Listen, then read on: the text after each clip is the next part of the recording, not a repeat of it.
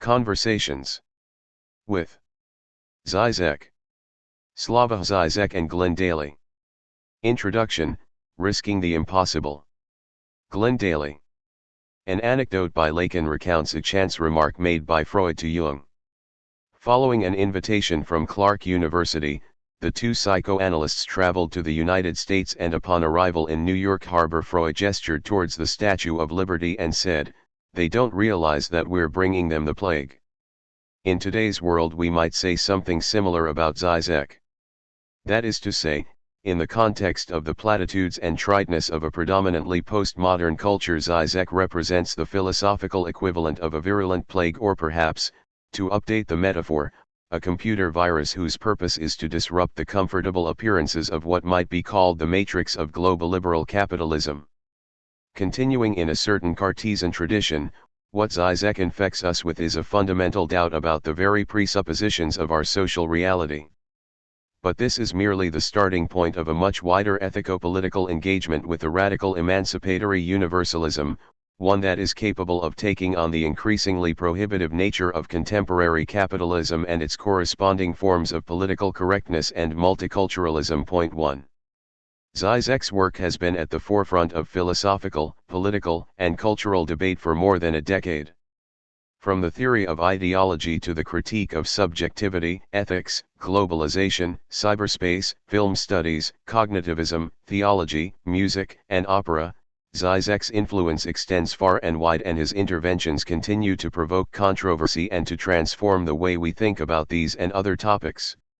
To pick up a text by Žižek is to be confronted with a heady mix of elements, bold propositions, bravura of style, and an intellectual audaciousness that does not flinch from moving between the heights of conceptual abstractions and the seemingly base and voluptuary aspects of popular and sensuous life.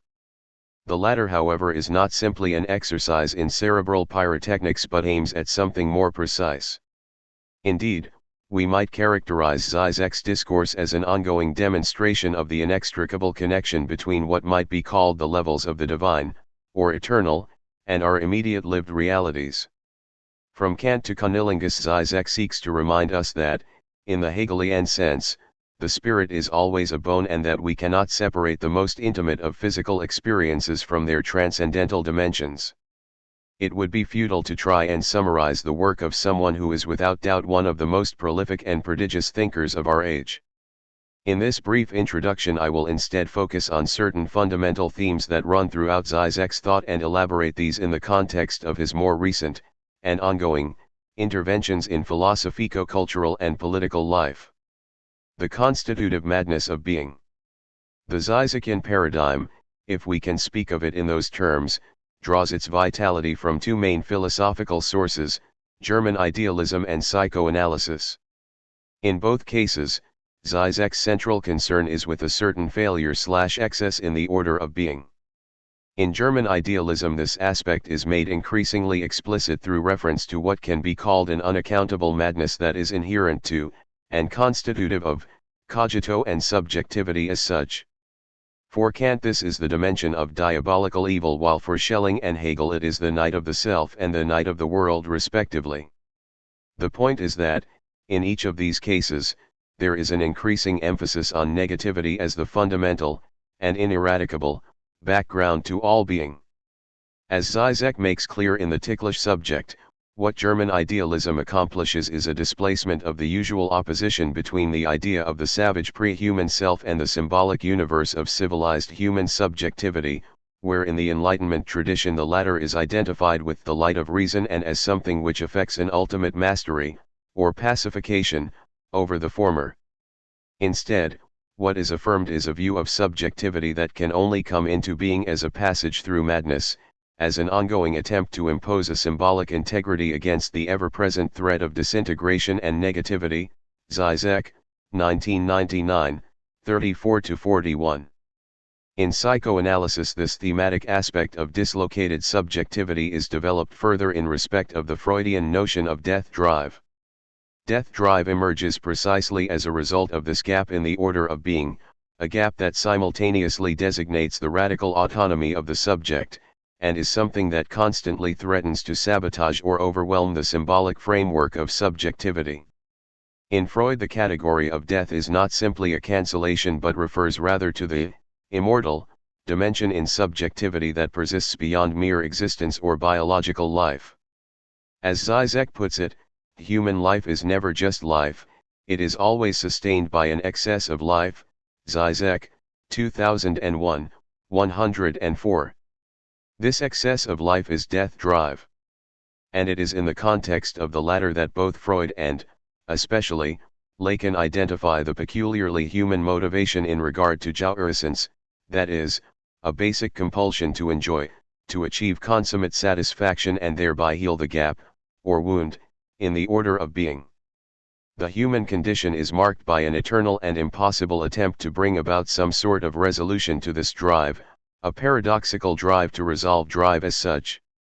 In this way, drive becomes attached to certain objects of excess, the ideal experience, lifestyle, possession etc., Lacan's objets pétés, that hold the promise of, at least partial, fulfillment but which can never fully deliver it in a once and for all way. The objets pétés exist in a permanent state of displacement and are always elsewhere. Point 2. It is in these terms that Žižek insists on a Lacanian reading of the subject. In certain post-structuralist and deconstructivist circles, where the emphasis is on a notion of multiple being that is always provisionally configured within sliding planes of difference, the idea of the subject has become rather unfashionable as it allegedly conjures up the image of a unified Cartesian identity or some kind of center to subjectivity. But as Žižek has consistently stressed, the subject is neither a substantial entity nor a specific locus. Rather, the subject exists as an eternal dimension of resistance excess towards all forms of subjectivation, or what Althusser would call interpellation. The subject is a basic constitutive void that drives subjectivation but which cannot ultimately be filled out by it. Žižek, 1990, 254. It is simultaneously the lack and the leftover in all forms of subjectivation. This is why the Lacanian mark for the subject is $, the barred, empty subject. The subject cannot find its name in the symbolic order or achieve full ontological identity. Using Lacan's expression, the subject always remains as a bone stuck in the throat of the signifier. And insofar as the subject is linked with the radical negativity of the death drive, it also reflects the same kind of tension identified in German idealism. Thus the subject is both the movement away from subjectivation, the excess that engulfs symbolic coherence in an anthropic night of the world, and the very drive towards subjectivation as a way of escaping such a condition.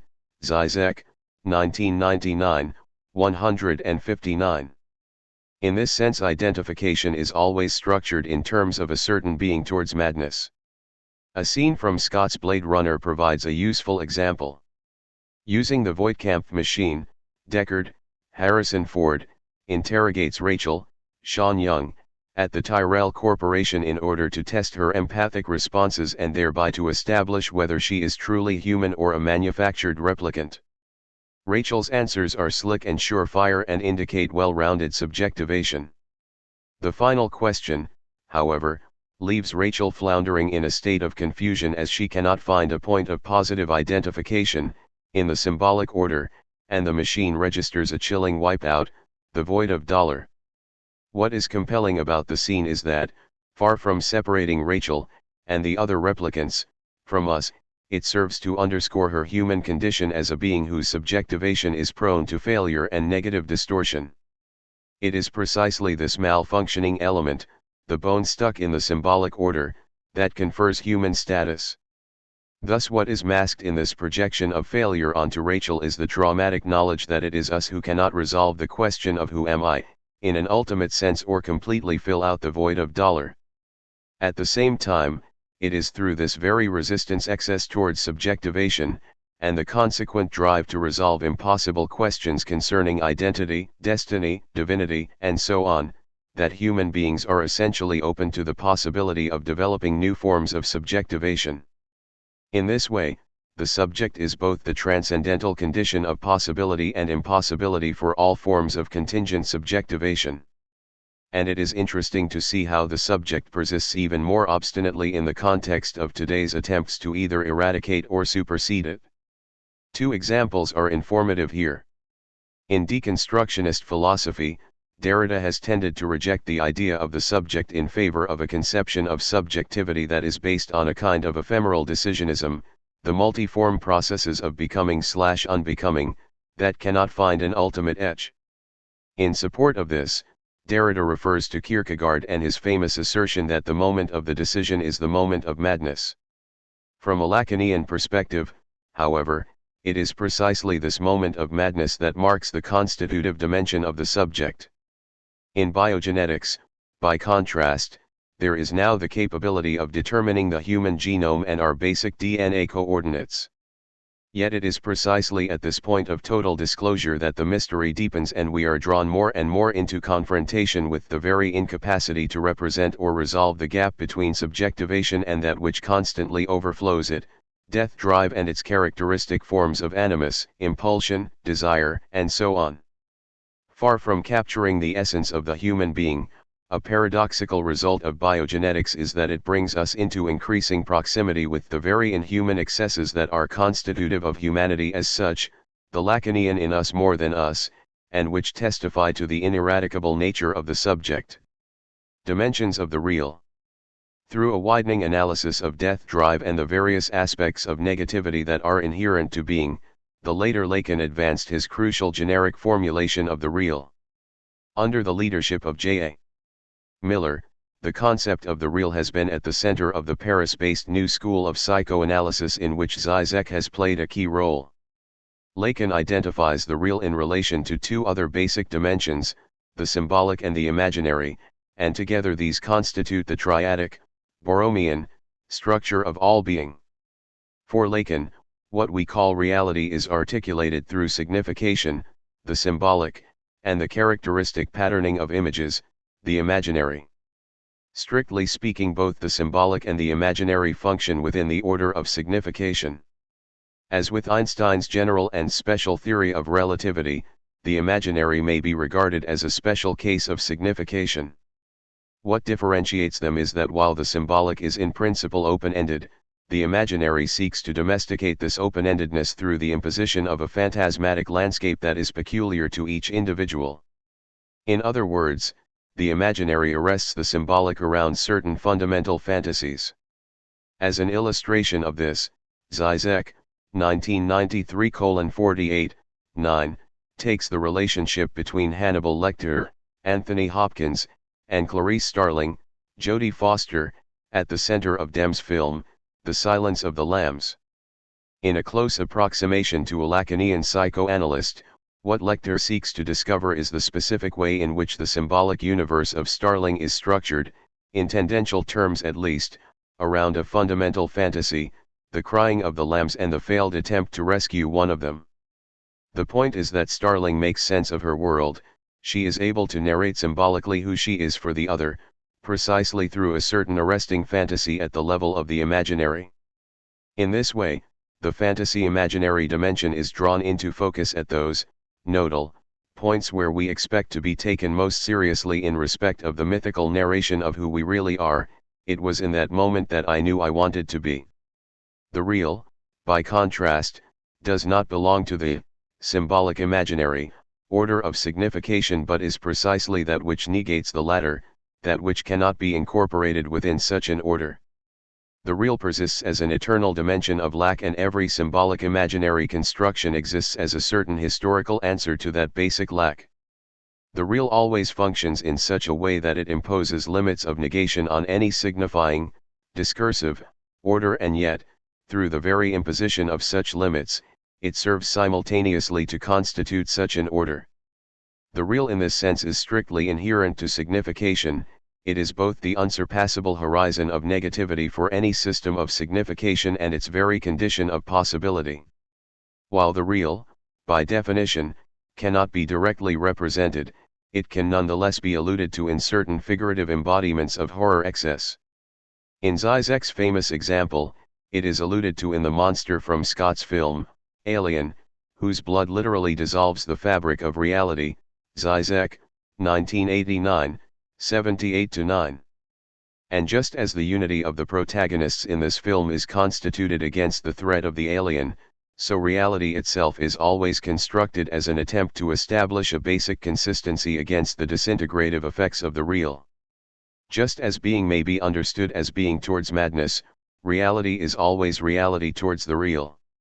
Every form of symbolic imaginary reality exists as an impossible attempt to escape the various manifestations of the real that threatens disintegration of one kind or another, trauma, loss, anxiety, and so on. In Žižek's early works, the real tended to be characterized in terms of some kind of force of negation, the alien, the Medusa's head, forces of nature, and so on. In the later works, however, e.g., the ticklish subject, the fragile absolute, and unbelief, Žižek has been concerned to emphasize the more subtle dimensions of the real. Thus the real does not simply function as an external, hard, limit to signification, it also plays a more intangible role on providing a certain invisible immanent twist that gives shape and texture to reality. Taking an analogy from art, this intangible real could be said to function like the vanishing point, i.e. something that cannot be represented but which is nonetheless constitutive of representation. Point 3 in quantum physics, by contrast, the real would be the curvature space, something that cannot be dimensionally determined but which creates the conditions of possibility for dimensionality as such. Or, if we take Luhmann's systems theory, the real is present in terms of the constitutive paradox whereby a system is able to establish its forms of internal coherence and unity only insofar as it cannot systematize its own principles of constitution. Point 4 The point is that the real should not be identified exclusively as an explicit force of negation, it also plays a more implicit and evanescent role in the construction of our everyday forms of social reality. It is in this context that Žižek has engaged in a certain deconstruction of the real symbolic imaginary triad, such that each of these terms should be regarded as fractally integrated or mapped onto each other. In the case of the real, then, we have the real real, the symbolic real, and the imaginary real. Žižek, 2001, 82-3. The real real is the shattering experience of negation, the meteors, monsters, and maelstroms of trauma. The symbolic real, by contrast, refers to the anonymous codes and or structures, vanishing points, space curvature, scientific formulae, and so on, that are meaningless in themselves and simply function as the basic abstract texture onto which, or out of which, reality is constituted. Žižek argues that in the contemporary era it is capital itself that establishes the essential backdrop to reality and which, therefore, may be regarded as the symbolic real of our times. Žižek, 1999, 222, 276. In this way the new cyber stock markets, with their constant digital output, can be seen to function as a kind of oracular network of sacred information that in an abstract indifferent way determines the fate of the enrons, the WorldComs, and entire national and international markets. Finally, we have the imaginary real, in which again there is an emphasis on an invisible immanent twist that gives structure and specificity to the imaginary realm. The imaginary dream landscape is a clear example of this. In dreams there is often a sense of infinite possibility. However, where one encounters a particular image of horror excess, an imminent marker of the real, where the dream turns into a nightmare, there is an immediate compulsion to turn away and escape back into reality, to wake up. These imminent markers of the real establish a kind of cartography of the imaginary realm. This is also what gives cyberspace, the postmodern digitalized imaginary, its ambiguity. The celebrationist, Gnostic, view of cyberspace is that of a free-floating universe, impervious to the real, where identities can be manipulated and fantasies played out. Yet cyberspace can also function as the very medium that brings us into proximity with our most intimate fears and anxieties, fetishistic/morbid obsessions, fascination, repugnance towards certain sexual/social practices, an insufferable association with otherness, I might be like them, and so on. To put it in the vernacular, there is always the possibility of clicking on a window too far, one that sends us rebounding back towards everyday reality in order to avoid confrontation with those markers of the real, of traumatic excess, that are inherent to the imaginary. It is this theme of attempting to escape back into reality that is explored in some of the more intelligent films in the horror genre, Jacob's Ladder, Flatliners, the Freddy Krueger Nightmare series and so on. Yet it is not simply at the level of cinema and cyberspace that the imaginary real is experienced. The tragedy of September 11, 2001 can also be looked at from this perspective, Žižek, 2002. In a way we could say that, especially for Americans, the trauma was doubly inscribed. First there was the cataclysmic event itself, but, second, there was this dimension of the imaginary real in which popular fantasies regarding the orgiastic destruction of New York, viz. Independence Day, Godzilla, Deep Impact to name but a few, seemed to erupt through to reality, and thereby to render meaningless any escape back to reality. In this way the trauma of September 11 was intensified precisely as a result of this transdimensional breach, this transgression of the subliminal injunction that fantasies should stay there and not pursue us. Ideology and the status of the impossible. It is in the light of this more subtle perspective on the real that Žižek has also revised his approach to the question of ideology. In the sublime object of ideology, Žižek developed his famous inversion of the classical false consciousness thesis. Thus ideology does not conceal or distort an underlying reality, human nature, social interests etc., but rather reality itself cannot be reproduced without ideological mystification. Žižek, 1989, 28. What ideology offers is the symbolic construction of reality, the ultimate fantasy, as a way to escape the traumatic effects of the real. Reality is always a virtual take on the real, a virtualization that can never fully overcome the real or achieve homeostasis. In the language of Lacan and Mouth, this means that society as an integrated unity is universally impossible precisely because of the constitutive excess of the real qua the unmasterable negativity upon which every positivization finally depends. And it is here that ideology performs its supreme conjuring trick. What ideology aims at is a phantasmatic restaging of the encounter with the real in such a way that the impossibility of society is translated into the theft of society by some historical other. In Nazi ideology, for example, it is the contingent figure of the Jew who is made directly responsible for the theft/sabotage of social harmony, thereby concealing the traumatic fact that social harmony never existed and that it is an inherent impossibility. 1989, 125-7, 1993, 203-4. By imputing the status of the real to a particular other, the dream of holistic fulfillment, through the elimination, expulsion, or suppression of the other, is thereby sustained. More recently, however, Žižek has developed a new twist to this perspective. Ideology not only constructs a certain image of fulfillment, Plato's city of reason, the Aryan community, multiculturalist harmony etc., it also endeavors to regulate a certain distance from it. 5 On the one hand we have the ideological fantasy of being reconciled with the thing, of total fulfillment, but, on the other, with the built-in proviso that we do not come too close to it. The Lacanian reason for this is clear: if you come too close to the thing then it either shatters/evaporates, like the frescoes in Fellini's Roma, or it provokes unbearable anxiety and psychical disintegration. Crucial here is the status of the category of the impossible. For Žižek, impossibility is not the kind of neutral category that we tend to find in Lacan and Mouth, as in their impossibility of society thesis, where it tends to connote a basic constitutive frontier of antagonism. Like the immanent markers of the real, impossibility gets caught up in ideology and is configured in such a way that it both structures reality and determines the coordinates of what is actually possible.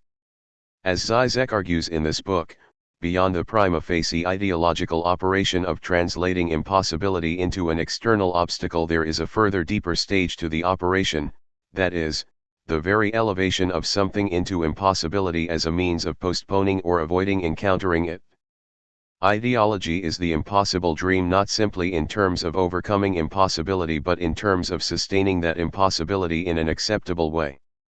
That is to say, the idea of overcoming is sustained as a deferred moment of reconciliation without having to go through the pain of overcoming as such. The central issue is one of proximity, of maintaining a critical distance by keeping the thing in focus, like the image on a screen, but without coming so close that it begins to distort and decompose. A typical example would be that of someone who fantasizes about an ideal object, a sexual partner, promotion, retirement, etc., and when they actually encounter the object, they are confronted with the real of their fantasy, the object loses its ideality. The ideological trick, therefore, is to keep the object at a certain distance in order to sustain the satisfaction derived from the fantasy. If only I had X, I could fulfill my dream. Ideology regulates this phantasmatic distance in order to, as it were, avoid the real in the impossible, i.e. the traumatic aspects involved in any real, impossible, change. This allows for a more nuanced reading of ideologies. Let us take the case of an international crisis, the so-called liberation of Kuwait during the 1990s Gulf conflict. Here the ideological discourse tended to operate along the following lines: we must achieve the liberation of Kuwait, while recognizing that any true liberation, i.e. abolishing Kuwait's feudal dynasty and setting up democratic structures, is currently impossible. And do we not have something similar with the so-called New World Order? Any real, or indeed real, attempt to establish such an order would inevitably require traumatic far-reaching changes, global democracy based on universal rights, popular participation, the eradication of poverty and social exclusion, etc., as part of a genuine reflexive modernization. However, what we actually have is the routine invocation of the New World Order in terms of an indefinite ideal that functions precisely as a way of preventing any real movement towards it. In the Kantian terms of the sublime, any convergence with what might be called the Bush-Blair axis of good would become an unbearable evil. So we have the same type of ideological supplement at work. We are moving towards a new world order that will not tolerate the Saddam Husseins of this world, while recognizing that a true new world order, one that would be intolerant of all the autocrats, royal families, and the corporate dictatorships of global capitalism, is currently/always impossible. In this way, impossibility loses its innocence and, far from comprising a simple repressed dimension, is rather something that can be seen to function as an implicit obscene ideological supplement in today's realpolitik. Politics and radical incorrectness. The notion of impossibility lies at the root of Žižek's political perspective. And here we get a different spin on the very compelling post-Marxist advances of Laclau and Mauth and their demonstration that a transparent antagonism-free society is inachievable. For Žižek the key question is not so much whether society is, possible, but rather how is society impossible and how is impossibility understood politically. In today's postmodern culture, the idea of the impossible is one that tends to feed into a language of provisionality, partiality, precariousness, and so on. Every gesture is in a way already disavowed through a sense of irony, ersatz, and supersession. The problem, therefore, is that the postmodern enthusiasm for impossibility is one that lends itself too readily to a type of politics that itself becomes overly partial and provisional, where political ambition is already limited by its own sense of limitation as such. 6 In other words, the potential danger is that we are left with a politics that stops at the level of impossibility without ever seeking to, as it were, possibilize the impossible. The political consequences of this type of perspective are already clear. The so-called ethical approaches to foreign policy, third world debt, immigration, social redistribution, and so on are always works in progress, so many expressions of the third way passion for focus groups, listening to all sides, feeling their pain, without ever passing to the act proper. So perhaps the political spirit of the postmodern age is not so much the Derridean one of Hamlet's ghost, of infinite indictment etc., but of Hamlet himself who, in the sense of Samuel Taylor Coleridge, constantly resolves to do but instead ends up constantly resolving. In a further twist on Žižek's argument, where, in the Hegelian sense, something retroactively posits its own conditions of possibility, We might say that with today's political culture we have a clear example of the simultaneous retroactive positing of the conditions of impossibility. There is a further potential danger. This concerns especially orthodox trends in politically correct multiculturalism and their distortion of a certain type of alliance politics that seeks to establish chains of equivalence between a widening set of differential struggles around gender, culture, lifestyles, and so on. While there is nothing wrong in principle with establishing such forms of solidarity, the problem arises where this type of politics begins to assume, in a common-sense way, a basic leveling of the political terrain where all groups are taken to suffer equally. We are all victims of the state/global capitalism/repressive forces. In other words, there is a danger that equivalential politics becomes so distorted that it becomes a way of disguising the position of those who are truly abject, those who suffer endemic poverty, destitution, and repressive violence in our world system. In this way, the abject can become doubly victimized, first by a global capitalist order that actively excludes them, and, second, by an aseptic politically correct inclusivism that renders them invisible inside its postmodern forest, its tyranny of differences. For Žižek, it is imperative that we cut through this Gordian knot of postmodern protocol and recognize that our ethico-political responsibility is to confront the constitutive violence of today's global capitalism and its obscene naturalization/anonymization of the millions who are subjugated by it throughout the world. Against the standardized positions of postmodern culture, with all its pieties concerning multiculturalist etiquette, Žižek is arguing for a politics that might be called radically incorrect in the sense that it breaks with these types of positions 7 and focuses instead on the very organizing principles of today's social reality, the principles of global liberal capitalism. This requires some care and subtlety. For far too long, Marxism has been bedeviled by an almost fetishistic economism that has tended towards political morbidity. With the likes of Hilferding and Gramsci, and more recently Lacan and Mauve, crucial theoretical advances have been made that enable the transcendence of all forms of economism. In this new context, however, Žižek argues that the problem that now presents itself is almost that of the opposite fetish. That is to say, the prohibitive anxieties surrounding the taboo of economism can function as a way of not engaging with economic reality and as a way of implicitly accepting the latter as a basic horizon of existence. In an ironic Freudian Lacanian twist, the fear of economism can end up reinforcing a de facto economic necessity in respect of contemporary capitalism, i.e. the initial prohibition conjures up the very thing it fears. This is not to endorse any kind of retrograde return to economism.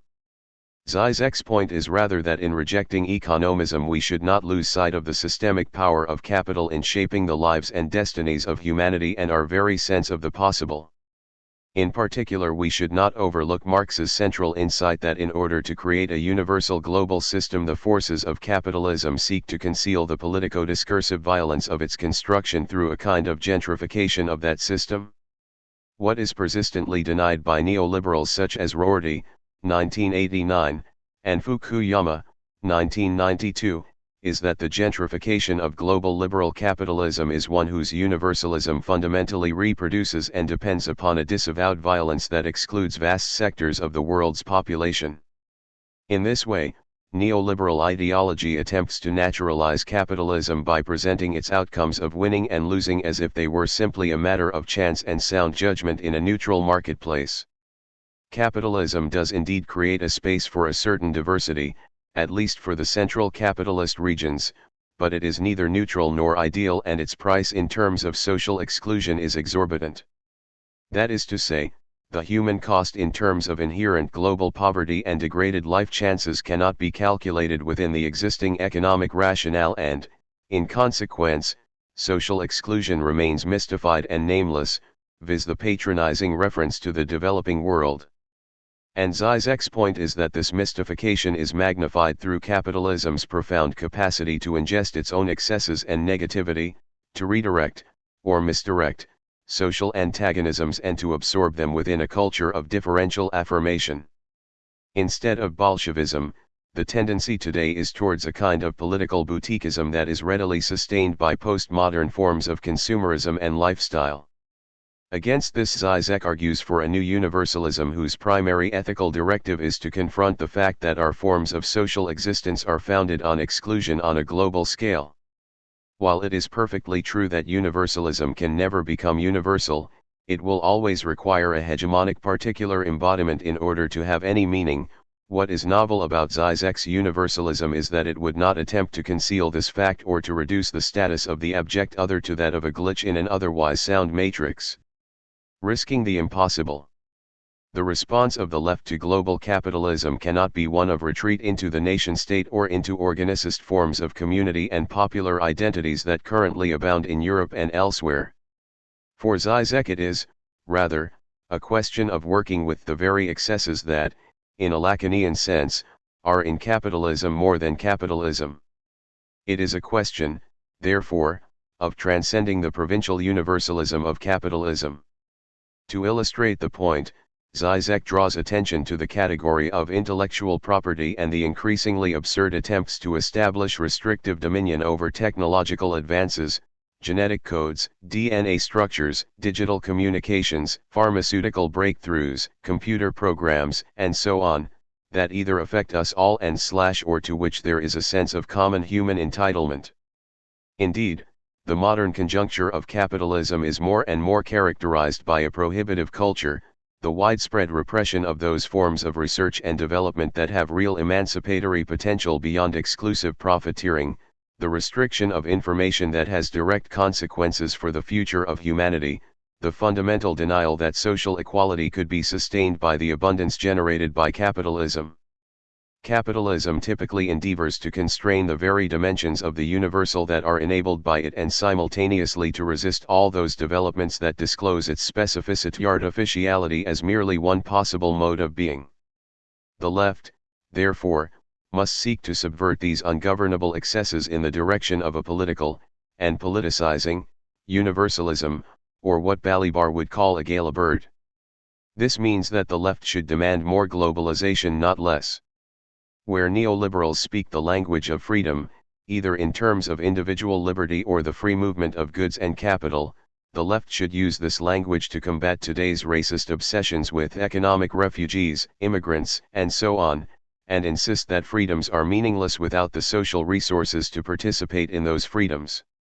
Where there is talk of universal rights, the left must affirm a responsibility to the universal, one that emphasizes real human solidarity and does not lose sight of the abject within differential discourses.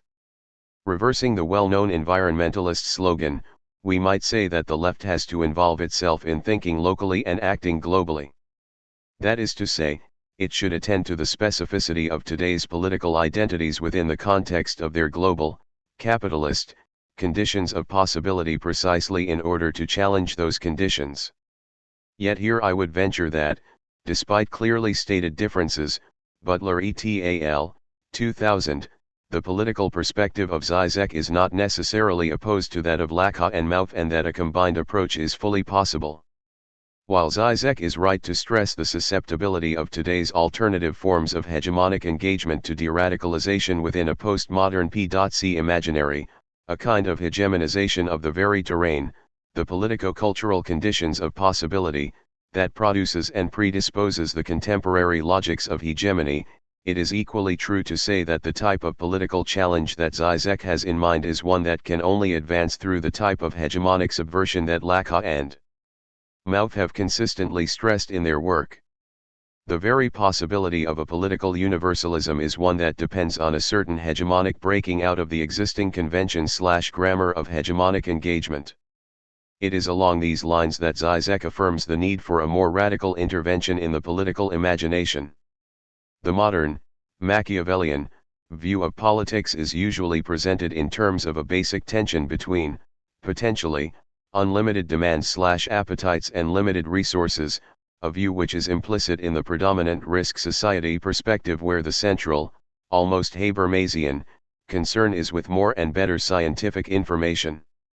The political truth of today's world, however, is rather the opposite of this view. That is to say, the demands of the official left, especially the various incarnations of the third way left, tend to articulate extremely modest demands in the face of a virtually unlimited capitalism that is more than capable of providing every person on this planet with a civilized standard of living. For Žižek, a confrontation with the obscenities of abundance capitalism also requires a transformation of the ethico-political imagination. It is no longer a question of developing ethical guidelines within the existing political framework, the various institutional and corporate ethical committees, but of developing a politicization of ethics, an ethics of the real. 8 The starting point here is an insistence on the unconditional autonomy of the subject, of accepting that as human beings we are ultimately responsible for our actions and being in the world up to and including the construction of the capitalist system itself. Far from simple norm-making or refining/reinforcing existing social protocol, an ethics of the real tends to emerge through norm-breaking and in finding new directions that, by definition, involve dramatic changes, i.e. the real and genuine ethical challenge. An ethics of the real does not simply defer to the impossible, or infinite otherness, as an unsurpassable horizon that already marks every act as a failure, incomplete and so on. Rather, such an ethics is one that fully accepts contingency but which is nonetheless prepared to risk the impossible in the sense of breaking out of standardized positions. We might say that it is an ethics which is not only politically motivated but which also draws its strength from the political itself. For Žižek, an ethics of the real, or real ethics, means that we cannot rely on any form of symbolic other that would endorse our, decisions and, actions, for example, the neutral financial data of the stock markets, the expert knowledge of Beck's new modernity scientists, the economic and military councils of the New World Order, the various, formal and informal, tribunals of political correctness, or any of the mysterious laws of God, nature, or the market. What Žižek affirms is a radical culture of ethical identification for the left in which the alternative forms of militancy must first of all be militant with themselves. That is to say, they must be militant in the fundamental ethical sense of not relying on any external/higher authority and in the development of a political imagination that, like Žižek's own thought, exhorts us to risk the impossible. The following conversations were conducted in English in two main stages and were completed in London during the summer of 2002. They were organized in a semi-structured way with a core set of questions of which Žižek had no prior knowledge. Although the questions served as a general guide, Žižek's responses would invariably take unpredictable twists and turns, opening up entirely new avenues of inquiry. While editing has been undertaken by myself, this has been kept to a minimum in order to preserve as much of the rhythm and tenor of the discourse as possible. The conversations were designed to develop thematically, moving from the biographical to questions of philosophy, science, culture, ethics, and politics, and to offer scope for commentary on major events like September 11, 2001.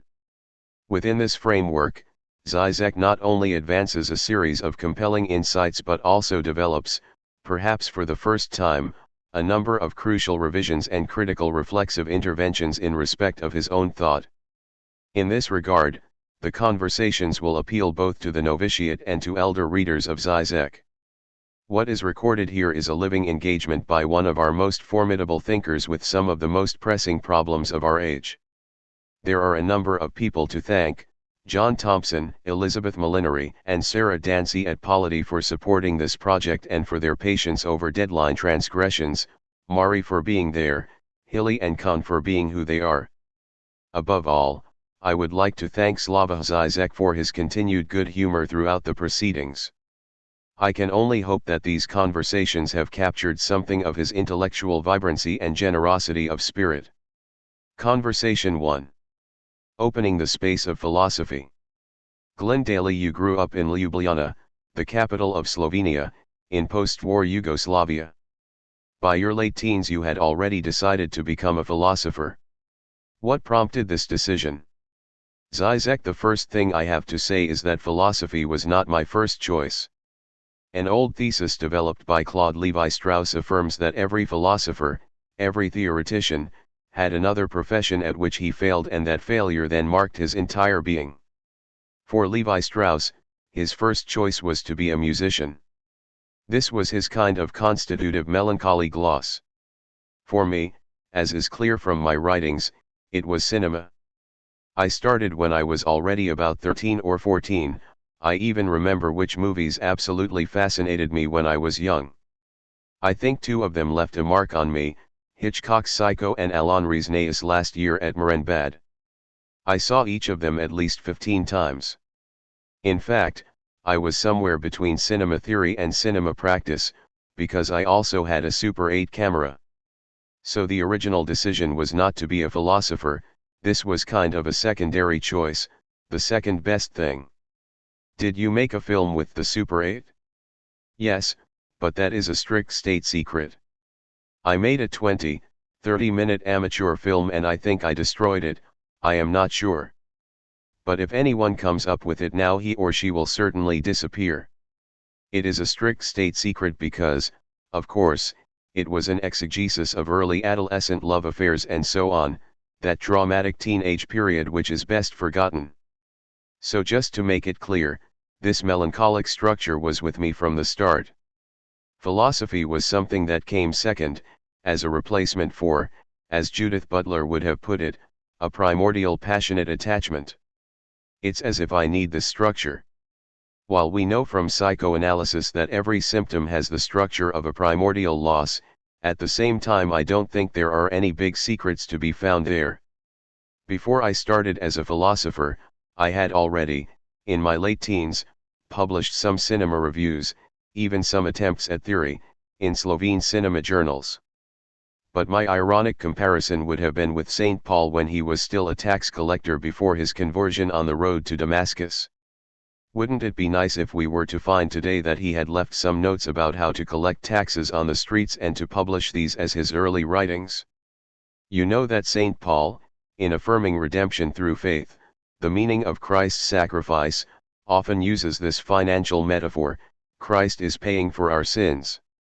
Now I can imagine that a deconstructionist reading of these imaginary early writings would find there a similar paradigmatic structure, one family member pays the tax and thus pays for the freedom of all the others. But nonetheless I don't think we should pursue this line of thought.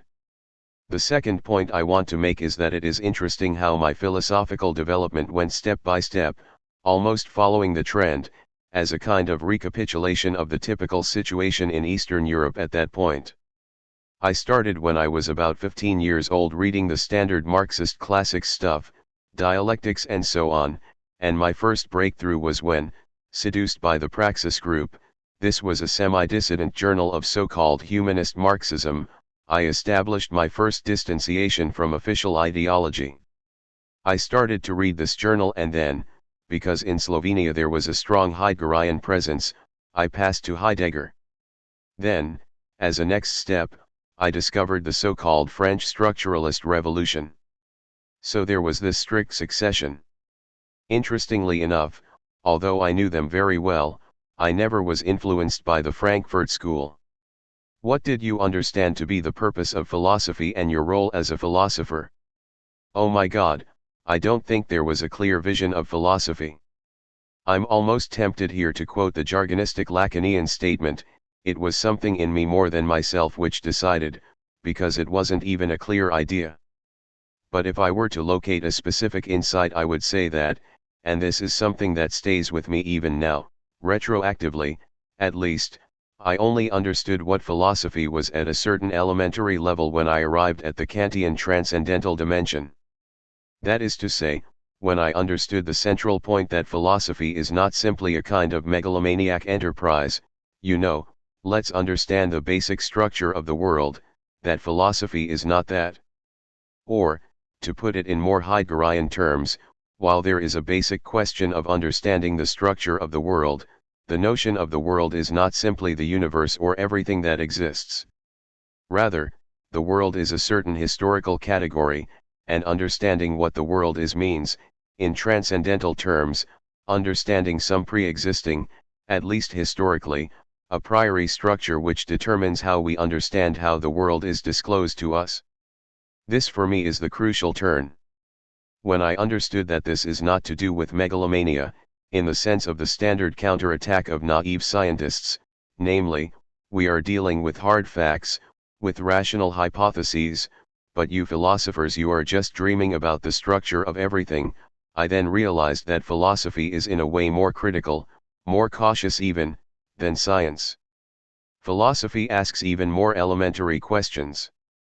For example, when a scientist approaches a certain question, the point of philosophy is not what is the structure of all, but what are the concepts the scientist already has to presuppose in order to formulate the question. It is simply asking about what is already there, what conceptual, and other, presuppositions already have to be there so that you can say what you are saying, so that you understand what you understand, so that you know that you are doing what you are doing. In this sense, Kant was always a model philosopher. For example, even in his critique of practical reason, Kant's problem is not speculation about mortality of the soul. He asks a simple question: what is it that we have to presuppose is true by the mere fact that we are active as ethical agents? Kant's answer is quite consequent, and at a different level affirmed even by Derrida. His answer is that, at least in the common understanding of ethics, people effectively presuppose the immortality of the soul and the existence of God. They silently presuppose this. That is what philosophy is about, not I philosopher believe in a certain structure of the universe etc., but an exploration of what is presupposed even in daily activity. So contemporary philosophical endeavor, if we can call it that, lies not so much with grand or specific questions as such, but in what lies behind them, what allows them to be formulated in the first place. Yes, and in this sense I think, and here I am still unabashedly modern, that from today's perspective it is in a way clear, and now I will say something horrible for which some people, especially historians of older philosophy, would lynch me, that Kant was the first philosopher. With his transcendental turn, I think that Kant opened up a space from which we can in retrospect read the entire canon of previous philosophy. Pre-Kantian philosophy cannot think this transcendental aspect. And, interestingly enough, do you know who thought the same, if you read him closely? Heidegger, the early Heidegger. It is quite clear he thinks that Kant made the great breakthrough by inquiring about the conditions of possibility. His idea is just that Kant wasn't radical enough, that he still remained in debt to some substantialist ontology that was too naive. But essentially, Heidegger's endeavor is to take this basic Kantian insight into conditions of possibility, or what he calls horizons of minute, and then to go back and to read Descartes and Aristotle in this way. Incidentally, this is why I also think that Heidegger was onto something before he reversed his position, in the passage from early to late Heidegger in the early 1930s. Later, Heidegger abandoned his basic orientation towards Kant. At that point Kant's transcendental turn was, for Heidegger, simply another regression into metaphysical, subjectivist nihilism. But I think this is a great loss. I think that perhaps the key insight of the early Heidegger is that the whole previous history of metaphysics has to be reread through that transcendental turn. And it is through this turn that all previous philosophers should be read. Let's take Aristotle as an example. Here I agree with Heidegger and Lacan, who say that Aristotle's so-called biological writings are the key. What Aristotle advances in his description of the structure of a living being, as that which moves itself out of itself, is not so much a theory of the world as it is a theory of what we mean when we say this is alive, that is to say, he engages with what pre-understanding we have when we, say, identify something as a living being. It is really in this sense a hermeneutical procedure, not an ontological one. It is not a question about what it objectively scientifically means to be alive. It is, rather, a question of how, in our daily lives when we experience something as alive, an animal is alive, a stone is not alive, we apply certain criteria that we already have in ourselves. It's this hermeneutical approach. In this sense, again maybe behind all these names which I have mentioned, Kant is crucial. You studied philosophy at the University of Ljubljana and wrote a doctoral thesis on Heidegger. Why did you choose Heidegger? Maybe I should just add that while my doctoral thesis is on Heidegger, my first book, published when I was 22, wasn't my thesis. It was my graduation paper. It was a mixture of Heidegger and Derrida with a very embarrassing title, The Pain of the Difference. It is another of those books which it is better not to mention in my presence. It's an early work, and a pretty confused one. After that, my master's thesis was on French theories of symbolic practice, covering Derrida, Kristeva, Lacan, Foucault, and others, but its orientation wasn't really clear. It was only with my second doctoral thesis, in the late 1970s, that a clear Lacanian orientation emerged. But why Heidegger, since we are returning so much to Heidegger? I must say that I am more and more convinced that Heidegger, in spite of all the criticism which he deserves, is the philosopher who connects us in the sense that, in a way, almost every other orientation of any serious weight defines itself through some sort of critical relation or distance towards Heidegger. I mean this in the sense of Foucault, who said somewhere that all philosophy is anti-Platonic. Every philosopher has to designate, to mark, his or her distance towards Plato, or as in the 19th century when it was possible to articulate an anti-Hegelianism, but this meant precisely that, a distance towards Hegel. I think that in our context it is a distance towards Heidegger that is critical. And it is typical that this distance as a rule takes the form not of an absolute limitation but a kind of ambiguous conditional. You endorse part of it and then you say but Heidegger didn't go far enough. For example, Marxists would have said yes, being and time is a great breakthrough, with its abstract theoretical notion of ego as the subject of perception, Dasein, that is engaged or thrown into the world, but they would say that Heidegger had missed the social dimension. Even, for example, someone like Derrida would have said, yes, Heidegger started the critique of metaphysics of presence, but his notion of the event of appropriation is still too closed. Heidegger almost did it, but he didn't go far enough. In this sense I think that Heidegger is in a way a key figure here. To go back to the situation in Slovenia at that point, I think I was lucky in the sense that precisely because Slovenia wasn't a strong international philosophical presence, in other republics, such as Croatia and Serbia, there was, in the guise of this Praxis school of humanist Marxism, more of an international presence. There existed representatives of all the other predominant orientations of philosophy. We had the Frankfurt School, Marxists, we had the Heideggerians, we had analytical philosophers and so on. So I was lucky enough to have been exposed to all the predominant orientations.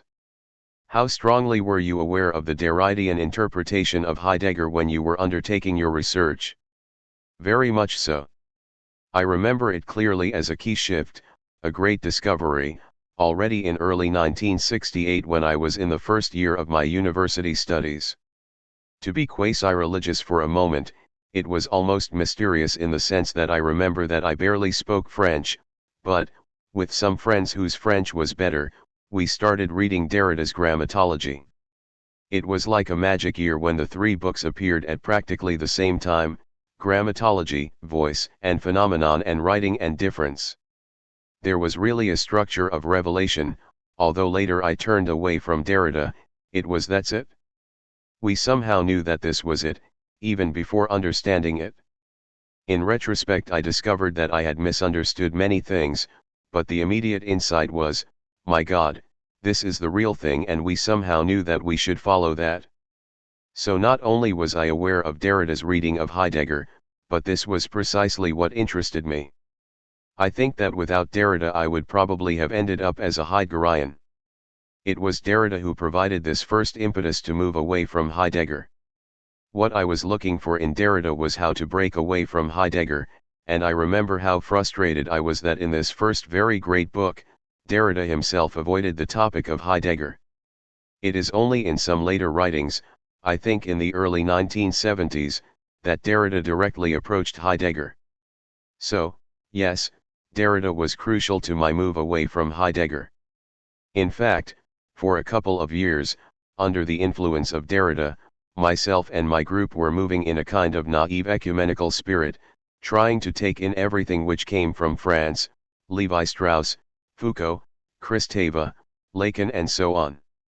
At the beginning, of course, Lacan was totally incomprehensible to us, and it took us some years, to be quite honest, up until around 1975/6, before, after a further quasi-religious revelation, finally we made the choice, Lacan. So this period was one of confusion and experiment.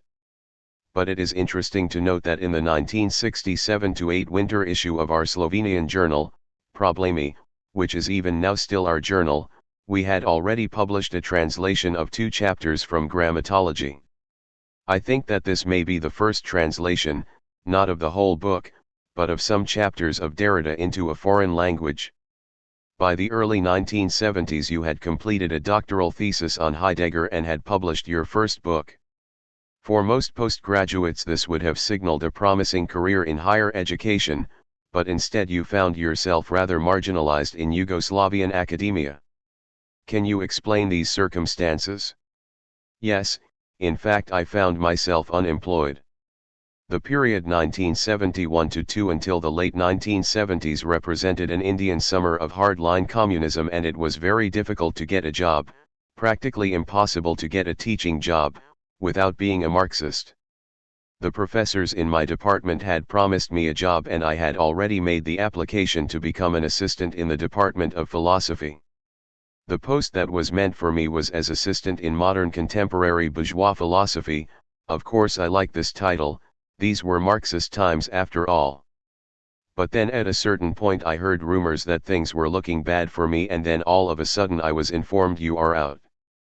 After that I was unemployed for 4 years, from 1973 to the end of 1977. Why were you considered not to be a Marxist? I would say 2 things. First, in a way I wasn't a Marxist, I was some way between Heidegger and Derrida, and even when I moved more towards people like Althusser it would be difficult to claim that I was truly a Marxist. But what was more complicated was that all the predominant orientations in Slovenia, Marxists, the Frankfurt School, analytic philosophers, Heideggerians, and so on, were ferociously opposed to French thought, structuralism, post-structuralism, etc. So I would say that the latter was even more of a problem than not being an orthodox Marxist. Your interest in French thought was seen as a threat? Absolutely, yes. But officially they didn't put it this way. For them this was just a cheap fashionable phenomenon not to be taken seriously. So it was simply dismissed. I remember that when I finished my master's thesis, I had to write a special supplement because the first version was rejected for not being Marxist enough.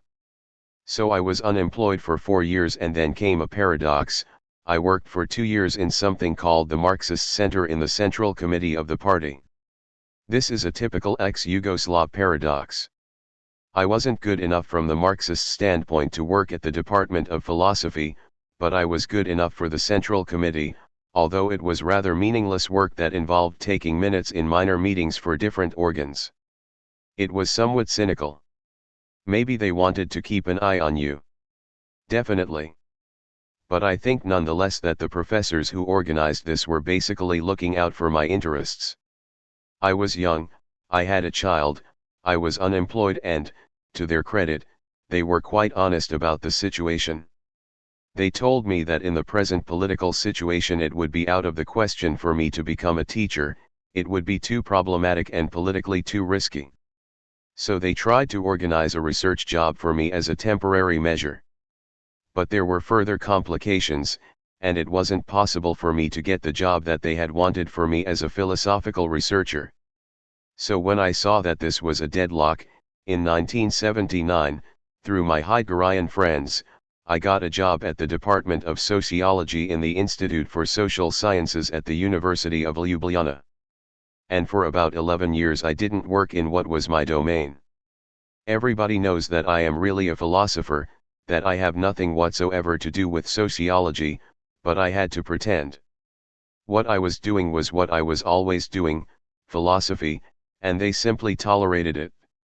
So I am not complaining. I think that this was all. As you can see, I am in a theological mood, controlled by the hidden hand of destiny. I think this was all a blessing in disguise. You know, when I was young I read about a verger, the one who assists the priest. It's a nice story about a guy who had been doing his job for 20 years when all of a sudden there was an order from the church hierarchy that everyone employed by the church had to be literate. The priest discovers that the verger is illiterate and says, "I am very sorry, but I have to expel you, you can no longer be employed here." So the guy is furious, goes home and wants to buy a cigarette, but he notices that on the long way home there is no tobacco shop. So he puts the little money he has into opening a tobacco shop, is able later to open another one, and then more and more, until, after a few years, he is rich. He then has so much money that at a certain point he goes to the bank to open an account, whereupon he is taken to see the director of the bank.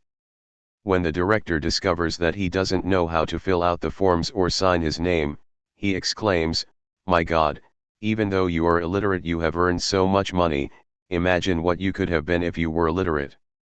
And the guy replies, "I know exactly what I would have been, a poor underpaid helper in a church."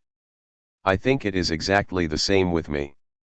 I think that if I were to have got a job at that point, I would now be a poor stupid unknown professor in Ljubljana, probably dabbling in a little bit of Derrida, a little bit of Heidegger, a little bit of Marxism and so on. So undoubtedly it was a blessing in disguise, not only because this pushed me towards going abroad. I went to Paris, gave lectures there to survive and then studied with Miller and others, but even more important was the fact that I was not allowed to teach and was given a research post, and from that time on I have desperately tried to cling to research positions. This means, of course, a permanent sabbatical. So again, I think that if we read my life from an eschatological perspective, a theological hidden hand of God, I almost think that everything which appeared originally to be a misfortune turned out to be a blessing in disguise. This is similar to Kieslowski's Three Colors White. You can say the same thing, without the misunderstanding, what would he have been but a poor hairdresser in Paris, and now he is a rich millionaire in Poland. Absolutely the same story, yes. In the early 1980s you embarked on a further doctoral project at the Université de Paris 8, this time on Lacanian psychoanalysis. What was the background to this decision and what drew you to the Parisian School of Psychoanalysis? We are talking now about the early 1980s, yes, I had a doctorate and I was employed by this marginal institute, not marginal in the sense that it was bad, but many people there were dissidents or semi-dissidents for whom there were no jobs at proper departments. Why Paris? One reason was simply that progress was more or less blocked in Slovenia. There were no prospects there for me. The second thing was that at that point we, myself and my group, had been ultra-Orthodox Lacanians from roughly the mid-1970s onwards. We already had links with Jacques-Alain Miller and we organized a big colloquium through a little bit of cheating, and by some miracle we got some money for it. I think the title was Psychoanalysis and Culture, something like that. We had to have culture in the title. We invited J.A. Miller and some other Lacanians, such as Gerard Miller and Alain Gros Richard, and it was like a great public event. There was tremendous enthusiasm, with people standing outside in the corridors to listen to the presentations. It was a kind of mystical/mythical founding event of the Slovenian Lacanian orientation. Subsequently, Miller offered one of us the post of foreign assistant at Paris 8, each year they have 1 or 2 posts for foreigners, and he offered this post to me. I stayed there for a year and then I stayed a couple of further times, for 1 semester, once even again for the whole year in Paris. And that's where I got my Lacanian training for a couple of years or so. I still think that in those years in Paris, I learned most in the sense that this was my education. Whatever people think about J.A. Miller, he was the best pedagogue that I know. He has this absolute miraculous capacity for explication. You have a page of Lacan which appears to you totally incomprehensible, then you talk with him and it is not only that you understand, but it is totally transparent to you, and you think, my God, how is it that I didn't get it, it is so clear. So I must say this quite openly that my Lacan is Miller's Lacan. Prior to Miller I didn't really understand Lacan, and this was for me a great time of education. At this time Miller also conducted public seminars with hundreds of people in attendance. And then the next day there was usually a closed seminar. In the beginning there were only about 15, maybe 20, of us having intense discussion, making interventions, and this was like a miracle. For a whole semester we studied Kant with Sada, line by line, then we went on to subversion of the subject and the dialectic of desire, and so on. Again, this really opened up Lacan to me. Without that, it would be something totally different probably. That was my big formative experience.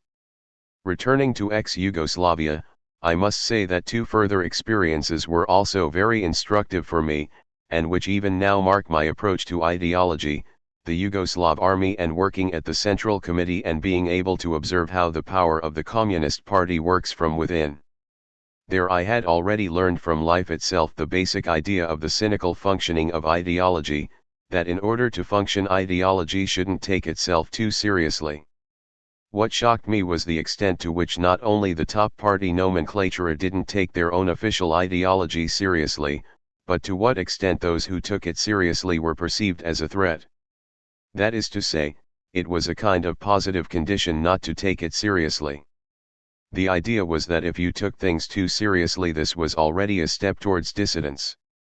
There was one occasion when one of the top people in the Slovenian Communist Party gave a speech to us young communists, emphasizing that we should all read both volumes of Das Kapital and that we should all follow in our lives the fourth thesis of Feuerbach: you shouldn't only interpret the world, you should change it.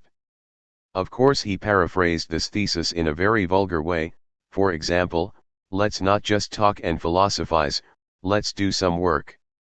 Then of course I approached him afterwards and asked him, don't you know that there are 3 volumes of Das Kapital by Marx, and that this is thesis 11, not thesis 4?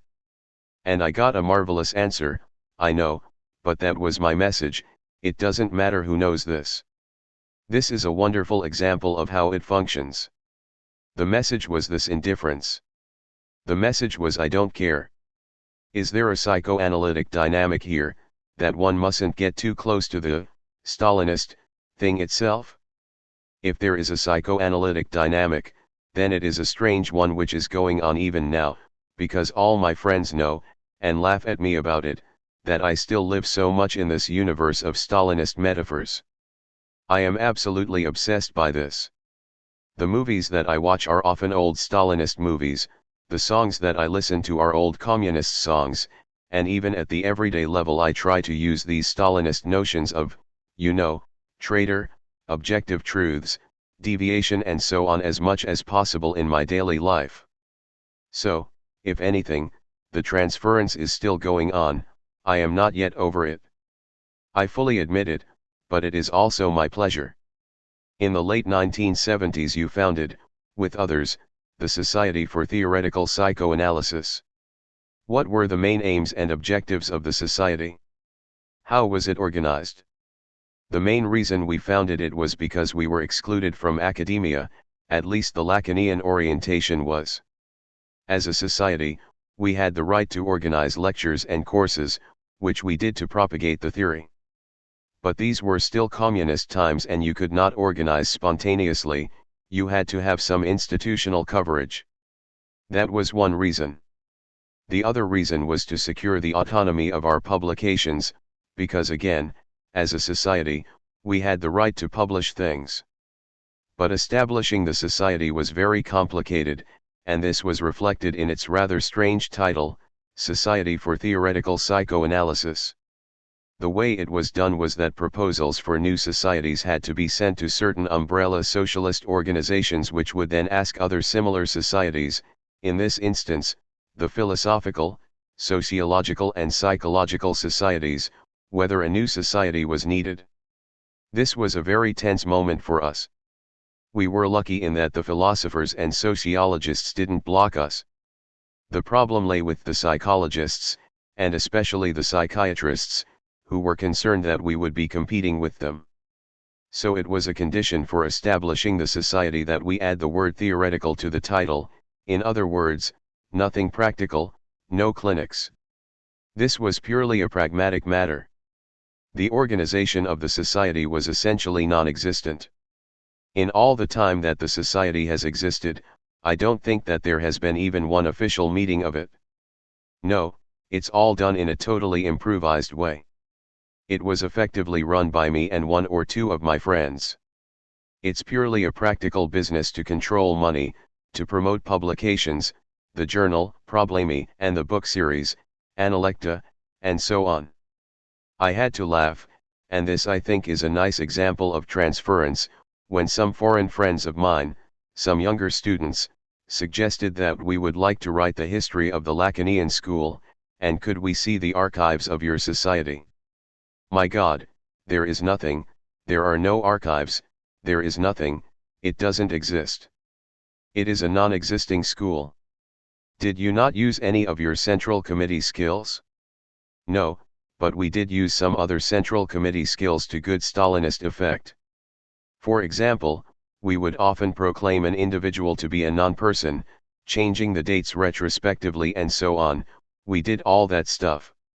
We were quite manipulative, but the society was always simply an instrumental tool for us to develop publications, the occasional conference and so on. In Slovenia, the good thing is that there is still great state support for publications and for journals, but they don't give it to private persons, it must be an institutionalized journal. So we needed the society in order to get these funds. In many ways it reflects a perfect Lacanian structure, the idea of das Ding, the thing, in the middle is a void, nothing. Many of my friends think that if there is a Slovenian Lacanian school and we publish so much abroad, then what must happen at the center? The answer is nothing, absolutely nothing. So it is tragic in a way. It is almost as if we are caught with our pants down when somebody comes to Ljubljana and then we just have to tell him nothing is happening here. There are 3 of us who simply meet as friends, and that's it. Here again you have your KGB Stalinist troika. You know how communists were always organized as troika, as units of 3, to liquidate people, or whatever.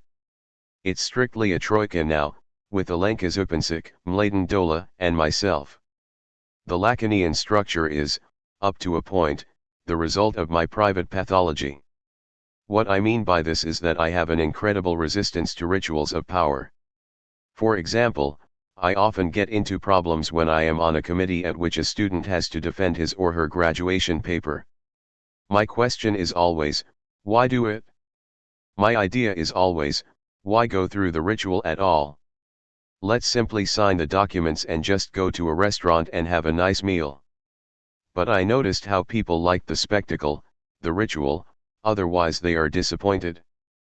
But I have a deep resistance towards rituals. Which, again, is why this society is ideal, for absolutely nothing happens. But we can produce any document you want in a year. This was always my private pleasure. To give you an idea, I will not name any names, as people may sue me. Whenever I was visiting an American university, and I probably visited more than 100 of them, under the excuse of oh my God, maybe I don't have anything to write on, I tried whenever possible to steal some headed paper with envelopes. In this way, during the 1990s, I always had at home official stationery from 30 or 40 different universities. Now in Slovenia the structure was that if you wanted to go abroad as a researcher you had to submit an invitation, and if the invitation was a serious one, then it was pretty automatic that you got the money. So, for example, a typical scene consisted of one of my friends coming to me and saying he wanted to go abroad. I say, fine, where do you want to go? He says Chicago. I say let's see what I have for Chicago. At some stage I think I have picked up notepaper from the University of Chicago's German department, and I think I have something from Northwestern also. So, okay, here is the option, which would you prefer? He chooses one, and I then ask what kind of colloquium he would like to be invited to. So we faked it all, whatever was needed, all the data, and of course we always invented the colloquium. I mean, I simply said on behalf of and I faked the name so that none of my friends would be offended if it all came out. At some point I remember once that there truly was a colloquium, but I said, no, this is not ethical, and so I invented another one. I said I cannot stand writing the truth, it must be a lie. So although it would have been easier to tell the truth, I invented the colloquium. I am a workaholic, I do my work, but I have this terrible desire to fake things at this level, to fake institutional things. I think that everything to do with institutions should be faked. I don't know what this is, I never analyze myself. I hate the very idea of analyzing myself. So the Lacanian organization of the school also developed a nice twist on the notion of the letter that always arrives at its destination? Yes, but again, you know that, crazy as this sounds, such an organization is extremely practical. There are no problems like, my God, what if there are different factions, what if we people agree with this or not? Everything can be done instantly. For example, once we wanted some money for some publication and we were told that since this was a large project, we must have an editorial committee in the society which should discuss the project and approve it. I said, okay, we have it. Then I went home and in half an hour I wrote the document, backdating it. You know, it was possible to fake everything in a minute. Everything was totally operative, so in a deeper sense I don't think we were cheating. The work was always done, which is why I am telling this so publicly. If anyone had told us, wait a minute, you are cheating, what about others' projects? My answer would be that what the Slovenian state got from giving money to us was much more than it would have got if it had given money to other publications. Formally, it was cheating, but it was extremely efficient. In 1989 your book, The Sublime Object of Ideology, was published by Verso and became an instant classic. How do you account for its success? The interesting thing is that long before this I already had some publications in France, but they were rather a failure and did not do well. Now when you say that The Sublime Object was an instant classic, I don't think it's up to me to judge, but what I would say, to give an old-fashioned boring explanation, is that it's more the place this book occupies. It's not so much its inherent quality, it's more that, unknowingly, I hit on a certain note or tone.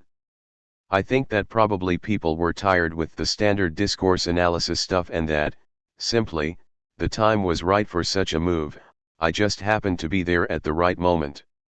There is always this moment of luck. For example, Heidegger's Being and Time, yes, it is a great book, but it's also this moment of luck in the sense that it arrived at the right moment. If you ask me, I think that, for example, my second book, For They Know Not What They Do, was more substantial theoretically, but it is typically less popular with fewer obscene jokes and so on. So much depends on circumstances. You know that my first French book, not counting the collected volume on Hitchcock, Le plus Sublime de Hysterics, up to 2/3 of which I would say overlaps with The Sublime Object, while not a total fiasco, did not leave any serious impact. So you can see here how contingent these things are.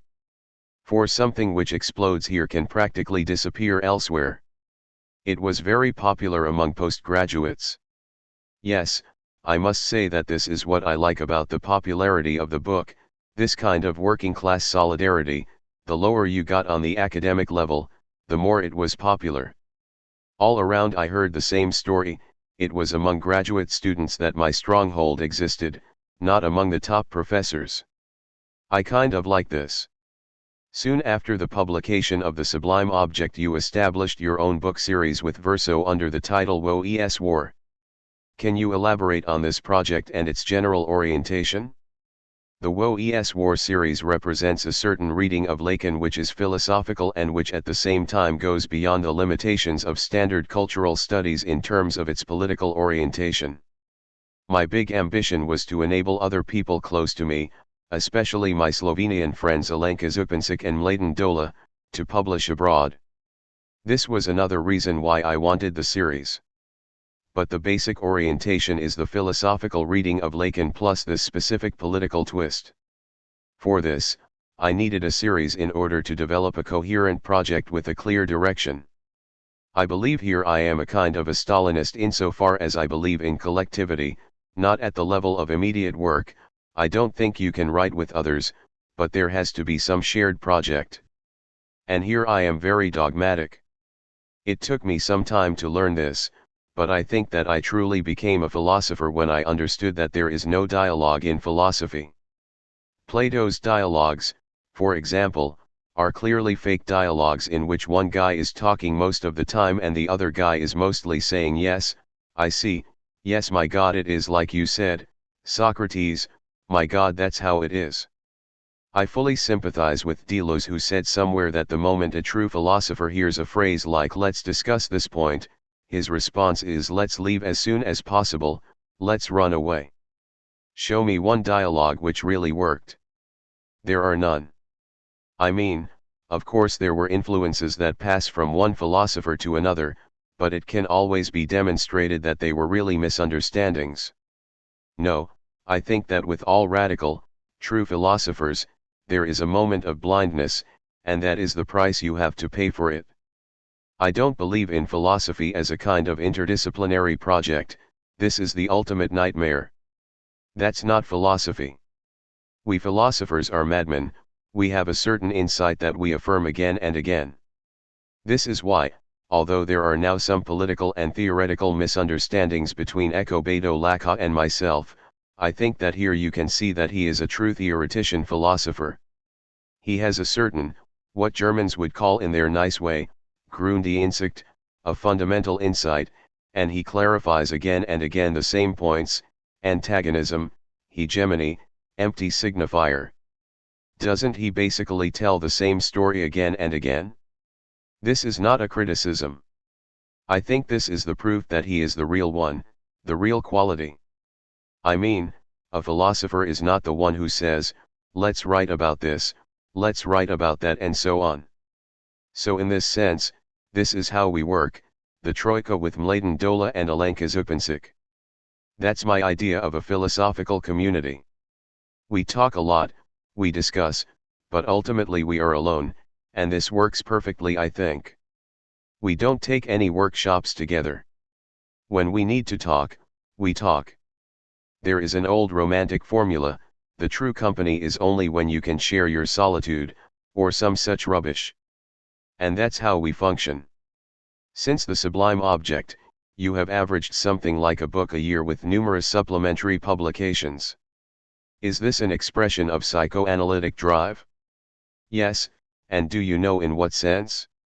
My reference here would be Stephen King's Shining. What people tend to forget is that this novel is basically about writer's block. In the film version the Jack Nicholson character always types the same sentence, cannot start his text, and then the situation explodes into axe killings. But I think the true horror is actually the opposite one, that you have the compulsion to write on and on. That's much more horrifying than writer's block I think. In the same way as when Kierkegaard refers to the human being as an animal that is sick until death, the true horror is immortality, that it will never end. That is my horror, I simply cannot stop. And I hate writing. I so intensely hate writing, I cannot tell you how much. The moment I am at the end of one project I have the idea that I didn't really succeed in telling what I wanted to tell, that I need a new project, it's an absolute nightmare. But my whole economy of writing is in fact based upon an obsessional ritual to avoid the actual act of writing. I never begin with the idea that I am going to write something. I always have to begin with one or two observations that lead on to other points, and so on. So it's almost like tricking yourself into writing? Absolutely, yes. Is that why so many examples from popular life abound in your writings? Yes. And there is a dialectical movement in my work which I think is similar to that of Lacan. What is so nice to observe when you read Lacan is how he uses a certain example, which he then returns to again and again. There is always more in an example than a mere example. For instance, the story of three prisoners in his early writings on temporal logic and the three basic moments, the time to see, the time for understanding, the time for conclusion. It is interesting how, from his first interpretation, around 1945, he returns to this logic again and again, giving totally different readings. Even if you read closely the way in which Lacan refers to the Freudian Fort/de game, it is not the same at all, as again and again he returns to it in a different way. Point 1. In the end, the Fort/de element, the small piece of wood that the child throws into the water, fetches, throws again, does not function as a signifier at all but rather as the object. It's the disappearance of the object. So again, I have noticed how often the same thing happens to me. When I first use an example, I am usually too stupid to understand fully its implications. I am not yet at the level of this example.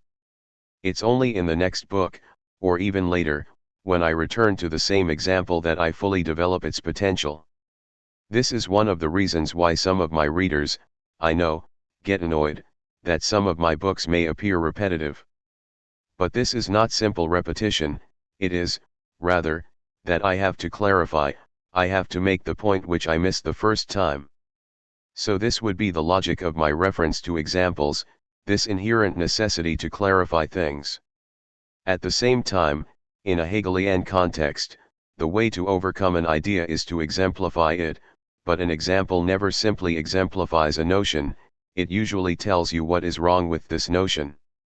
This is what Hegel does again and again in Phenomenology of Spirit. He takes a certain existential stance like aestheticism or stoicism. Then how does he criticize it? By simply stating it as a certain life practice, by showing how the very staging actualization of this attitude produces something more which undermines it. In this way, the example always minimally undermines what it is an example of. However, another aspect of my drive for examples can also be to conceal, to repress, a kind of fascination that I get from these examples. The idea is that of course I am a sort of superego personality, indeed, the basic superego, whose every direct enjoyment is prohibited. So you know I am only allowed to enjoy things if I can convince myself that this enjoyment serves something, serves a theory. For example, I cannot directly enjoy a good detective movie, I am only allowed to enjoy it if I can say, okay, well maybe I can use this as an example. So I always live in this state of tension, it is really at the everyday level almost.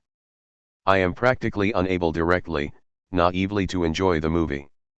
Sooner or later I have this bad conscience, like, wait a minute, I must put this to use it somehow. So maybe again it is complex at this level. But another argument from another aspect is my deep distrust of this kind of Heideggerian pathetic style. I have a kind of absolute compulsion to vulgarize things, not in the sense of simplifying them, but in the sense of ruining any pathetic identification of the thing, which is why I like to jump suddenly from the highest theory to the lowest possible example. For example, again, in a new book on opera, co-authored with Mladen Dola, too, I argue that the opposition between Rossini and Wagner should be conceived along the lines of the two modes of sublime, the mathematical and the dynamic sublime. In order to make the point clear, I take a very basic example which I read about somewhere, that of cunnilingus. When men perform cunnilingus on women, when they strike the right note and the woman says yes, yes, more please, then what usually happens is that men perform it faster and stronger, but this is a mistake. They should just do it quantitatively more. The difference is that women think in terms of the mathematical sublime, quantitatively more, whereas men think in terms of the dynamic sublime, and then they ruin it. It is an example confirmed to me by many friends. The usual mistake is that if the woman is saying yes, yes, that's it, the men think they mean faster and stronger, but it's precisely not that. You are well known for taking strong positions in your philosophy. Is this a deliberate strategy against the more interdisciplinary approaches of postmodern and post-structuralist thought? On the one hand, I do consider myself an extreme Stalinist philosopher. That is to say, it's clear where I stand. I don't believe in combining things. I hate this approach of taking a little bit from Lacan, a little bit from Foucault, a little bit from Derrida. No, I don't believe in this, I believe in clear-cut positions. I think that the most arrogant position is this apparent, multidisciplinary modesty of what I am saying now is not unconditional, it is just a hypothesis, and so on. It really is a most arrogant position. I think that the only way to be honest and to expose yourself to criticism is to state clearly and dogmatically where you are. You must take the risk and have a position. On the other hand, as is clear from all my work, what I am struggling against is a certain spontaneous classification, which emerged some 15 or 20 years ago, according to which, at least in the Anglo-Saxon domain, Lacan is counted as one of the so-called post-structuralists. I think, as I have argued elsewhere with Judith Butler and Escobedo Laca III, that the term post-structuralism is itself a fake. I think it's typically a term that doesn't exist at all. Nobody uses the term deconstructionism or post-structuralism in France itself. It is purely what Hegelians would have called a reflexive category. Post-structuralism appears only from the Anglo-Saxon German voice.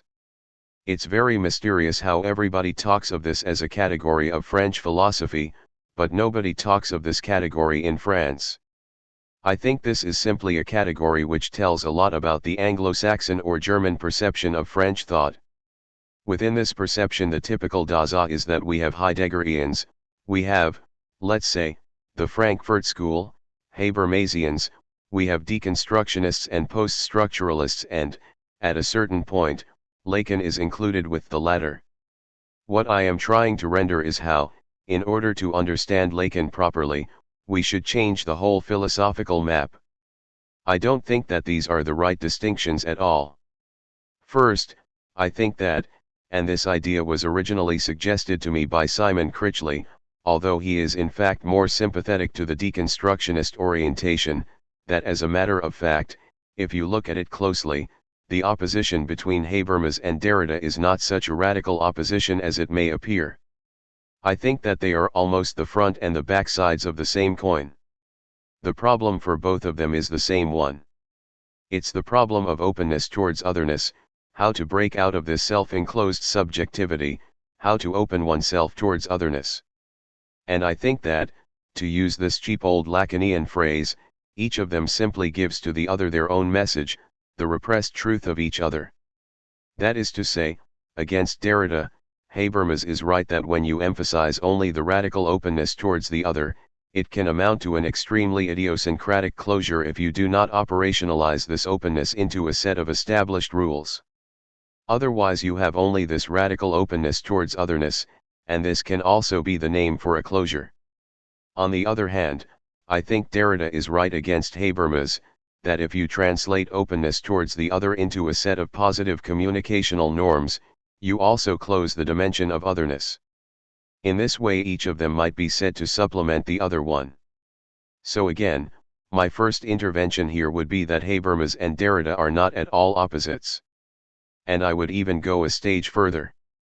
Let us take the recent developments of Derridians in terms of the Levinasian theological twist, not in the sense of a positive metaphysical theology, but rather the idea of an undeconstructible kernel of deconstruction as the call of unconditional otherness, where the foundation of ethics is given in terms of an infinite responsibility towards the abyss of otherness that addresses us.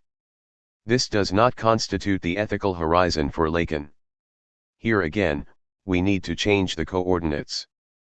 Often, my Derridian friends attack me, saying, "But why do you always insist on this difference against Derrida?" The idea being that surely we are nonetheless members of the same general orientation. No, I don't think so. And I am not saying this in order just to emphasize the gap in the petty way of the narcissism of small differences. I think that whenever it is claimed that Lacan is one of the deconstructionists, ultimately this designation is not neutral, the deconstructionists proper have already won. That is to say, it's clear that within this scope Lacan is then perceived as someone who is still a little bit into metaphysics of presence, not quite right, and so you already have a normativity, and what appears to be a neutral field is already hegemonized by a certain version of deconstruction.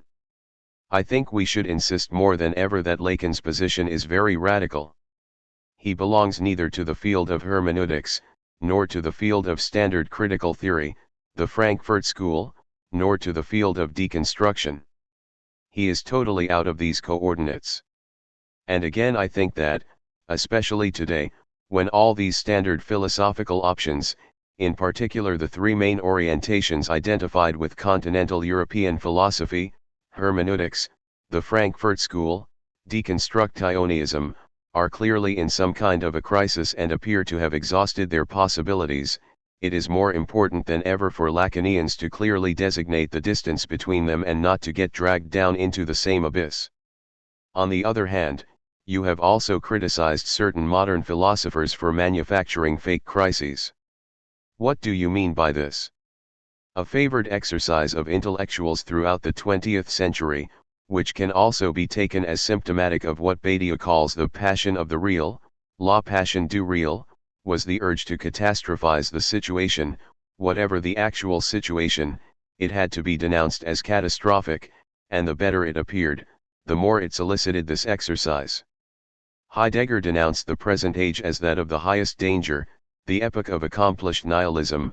Adorno and Horkheimer saw in it the culmination of the dialectic of enlightenment in the administered world, up to Giorgio Agamben, who defines 20th century concentration camps as the truth of the entire Western political project. Recall the figure of Horkheimer in the West Germany of the 1950s, while denouncing the eclipse of reason in the modern Western society of consumption, he at the same time defended this same society as the lone island of freedom in the sea of totalitarianism systems and corrupt dictatorships all around the globe. It was as if Winston Churchill's old ironic quip about democracy as the worst possible political regime, and all other regimes worse than it, was here repeated in a serious form. Western administered society is barbarism in the guise of civilization, the highest point of alienation, the disintegration of the autonomous individual, etc. However, all other socio-political regimes are worse, so that, comparatively, one nonetheless has to support it. So I am tempted to propose a radical reading of this syndrome. What if what the unfortunate intellectuals cannot bear is the fact that they lead a life which is basically happy, safe, and comfortable, so that, in order to justify their higher calling, they have to construct a scenario of radical catastrophe? By the late 1980s, profound changes were taking place in the socio-political landscapes of Eastern Europe. You had already been very active in the alternative movement of Slovenia, and in 1990 you stood as a candidate in the first multi-party elections of the newly founded Republic of Slovenia. Was this a deliberate action to break out of any beautiful soul syndrome? Can you explain the circumstances surrounding this? I must say that although I was kind of semi-dissident, and unemployed, my active political engagement began relatively late, in the second half of the 1980s, because before that radical politicized dissidents were either Heideggerians or post-Marxists, and we did not have good relations with any of them. The aim of my political engagement was a very limited one. It was simply to prevent Slovenia turning into another country like Croatia or Serbia, where one big nationalist movement hegemonized the entire thing. In that we succeeded. Slovenia is a country with a much more dispersed sense of place and the nationalist temptation is dissipated. So it wasn't a fundamental political engagement. As to that famous presidency, first it is a presidency, not the president. I was a candidate in 1990 for a collective body that makes up the presidency. I ended up fifth. I lost, but I didn't take it too seriously. In terms of political posts, I was never interested in doing any cultural politics or whatever.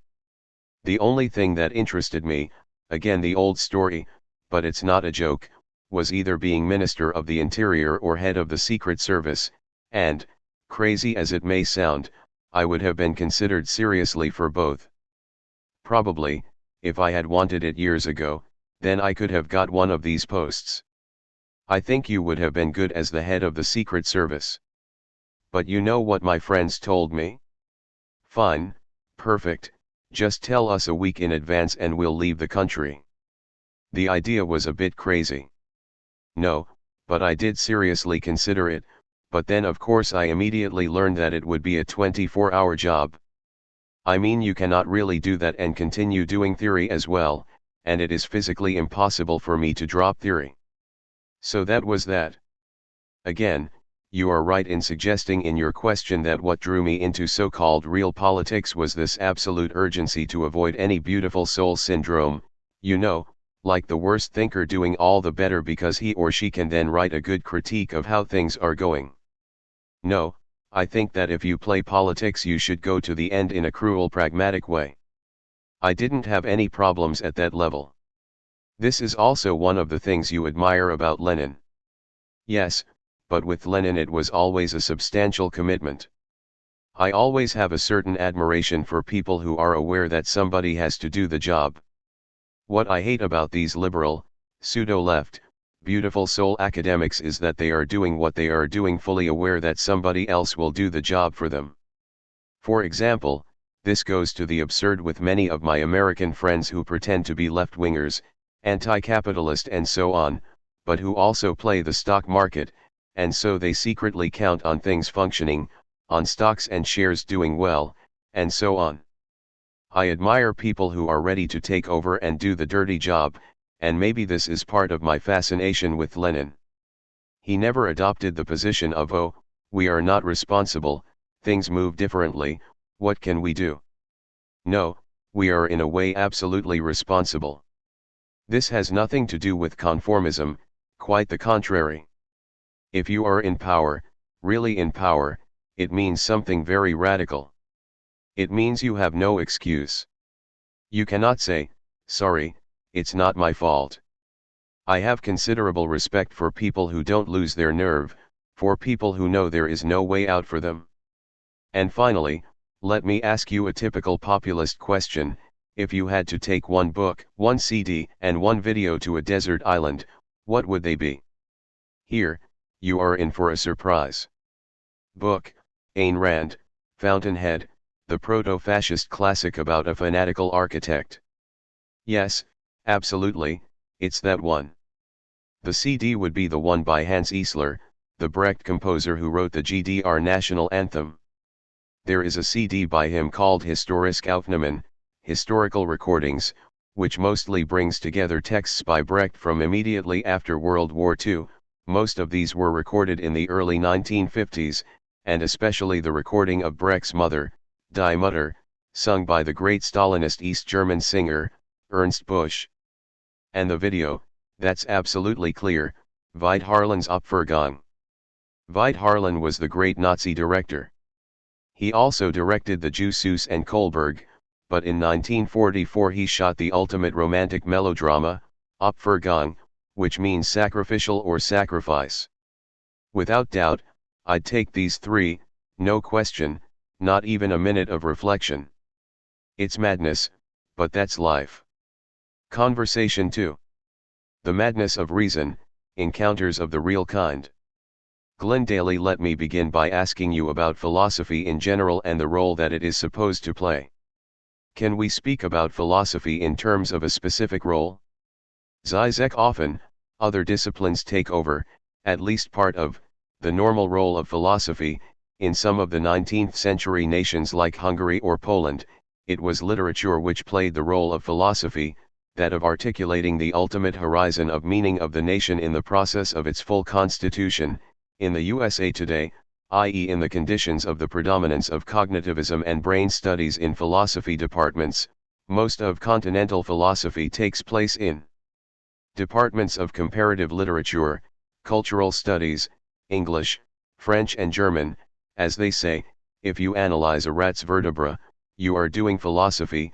If you analyze Hegel, you belong to Komplet.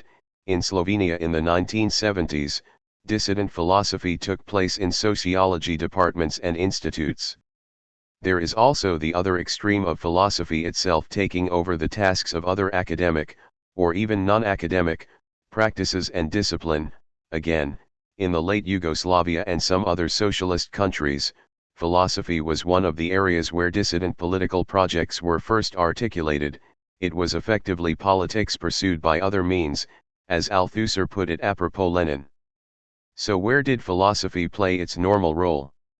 One usually evokes Germany. However, is it not already a commonplace that the extraordinary role of philosophy there was grounded in the belatedness of the realization of the German national political project? As Marx has already put it, taking a cue from Heine, Germans had their philosophical revolution, German idealism, because they missed the political revolution, which took place in France. Is there then a norm at all? The closest one can come to it is if one looks upon the anemic established academic philosophy, such as Neo-Kantianism 100 years ago in Germany or French Cartesian epistemology, Leon Brunswick, etc., of the first half of the 20th century, which was precisely philosophy at its most stale, academic, dead, and irrelevant. What if, then, there is no normal role? What if it is only exceptions themselves that retroactively create the illusion of the norm they allegedly violate? What if not only, in philosophy, is exception the rule, but also philosophy, the need for the authentic philosophical thought, arises precisely in those moments when, other, parts constituents of the social edifice cannot play their proper role? What if the proper space for philosophy consists of these very gaps and interstices opened up by the pathological displacements in the social edifice? To what extent have the parameters of philosophy shifted in the contemporary era? I don't think that philosophy can any longer play any of its traditional roles, as in establishing the foundations of science, constructing a general ontology and so on. Rather, philosophy should simply fulfill its task of transcendental questioning. And this role is more necessary than ever today. Why? Because, to put it in slightly pathetic terms, today we live in extremely interesting times where one of the main consequences of such developments as biogenetics, cloning, artificial intelligence and so on is that for the first time maybe in the history of humanity we have a situation in which what were philosophical problems are now problems that concern everyone, that are discussed widely by the public. Biogenetic interventions, for example, confront us directly with questions concerning freedom of the will, the idea of nature and natural being, personal identity, to name only a few. Our time is one in which we are increasingly confronted with problems that are ultimately philosophical in nature. Again, to take the debate surrounding biogenetics, the only way to adopt a consistent stance is to address, implicitly at least, certain questions, like what is human dignity? Where does moral responsibility lie? And so on, that traditionally have been philosophical questions. And I think that it's clear that the traditional Enlightenment attitudes of people like Habermas do not work, they are insufficient. Not only do I not believe that the time of philosophy is over, but I think that more than ever philosophy has a role to play. In a sense, would you say that the age of biogenetics/cyberspace is the age of philosophy? Yes, and the age of philosophy in the sense again that we are confronted more and more often with philosophical problems at an everyday level. It is not that you withdraw from daily life into a world of philosophical contemplation. On the contrary, you cannot find your way around daily life itself without answering certain philosophical questions. It is a unique time when everyone is, in a way, forced to be some kind of a philosopher. Your own philosophical perspective draws extensively on the psychoanalytic tradition. However, there are those who would claim that psychoanalysis is being superseded steadily by technological developments in the realms of cognitivism, neurosciences, and so on. How would you respond to this? The first thing is that cognitivism and all neurosciences definitely have to be taken seriously. They cannot be simply dismissed in transcendental terms as merely ontic sciences without philosophical reflection. I see cognitive science as a kind of empirical version of deconstructionism. What is usually associated with deconstructionism is the idea that there is no unique subject, there is a multitude of dispersed processes competing between each other, no self-presence, the structure of difference and so on. And if we take the structure of difference, with its emphasis on deferral, one of the interesting conclusions of cognitive science is that, literally, we do not live in the present time, that there is a certain delay from the moment our sensory organs get a signal from outside to its being properly processed into what we perceive as reality, and then we project this back into the past. So that our experience of the present is basically past experience, but projected back into the past. The second nice result of cognitivism is that in a way it overconfirms Kant in the sense that not only is what we experience as reality structured through our perception, that empirical impulses are coordinated through some universal categories, but that it's even more radical, it's that even what we perceive as immediate reality is directly a judgment. Let's take a standard example from a typical cognitivist book. When you enter a room and you see all chairs there are red, and then you move immediately to a second similar room, you think you see exactly the same. But it has been repeatedly demonstrated that our perception is much more fragmentary than it appears. A significant number of the chairs in the second room have different shapes, colors, etc. What is happening is that you see just a couple of fragments and then, based on your previous experience, and this all happens in this immediate moment of perception before proper conscious judgment, you make a judgment, all the chairs must be red. The point being that what you see is the result of your judgment, you literally see judgments. There is no zero-level sensory perception of reality which is then later coordinated into judgments. What you always already see are judgments. Then of course there is the extremist pandemonium theory of mind which states that there are just competing agencies, there is no unique mind, there is no Cartesian center, and so on. So all these developments in cognitivism resonate in a way with certain philosophical and even deconstructionist perspectives. Does cognitivism merely restate, in different terms, certain abiding philosophical issues? Are there limits to cognitivist discourse? If so, how should we understand those limits? The central problem, as I see it, is consciousness itself. This is the problem with the cognitivist conception of the human being in terms of a computer model, an organism that processes data. Computers can now perform many functions, they organize and process data, react in a certain way, and so on, but they are not, at least today's computers are not, aware of this. So the mystery for cognitivists is to explain the simple fact of awareness. Why can't our bodies simply function as a blind machine? What is the point of being aware at all? What is already established by cognitivists themselves is that awareness is actually a reductive mechanism. Your brain and body process millions of impulses and pieces of data, sensory input is extremely rich, but it is well known that your consciousness can only operate at a maximum of 7 bytes per second. So it's not the case that consciousness is a response to increasing complexity and the need to coordinate more and more operations, but quite the opposite.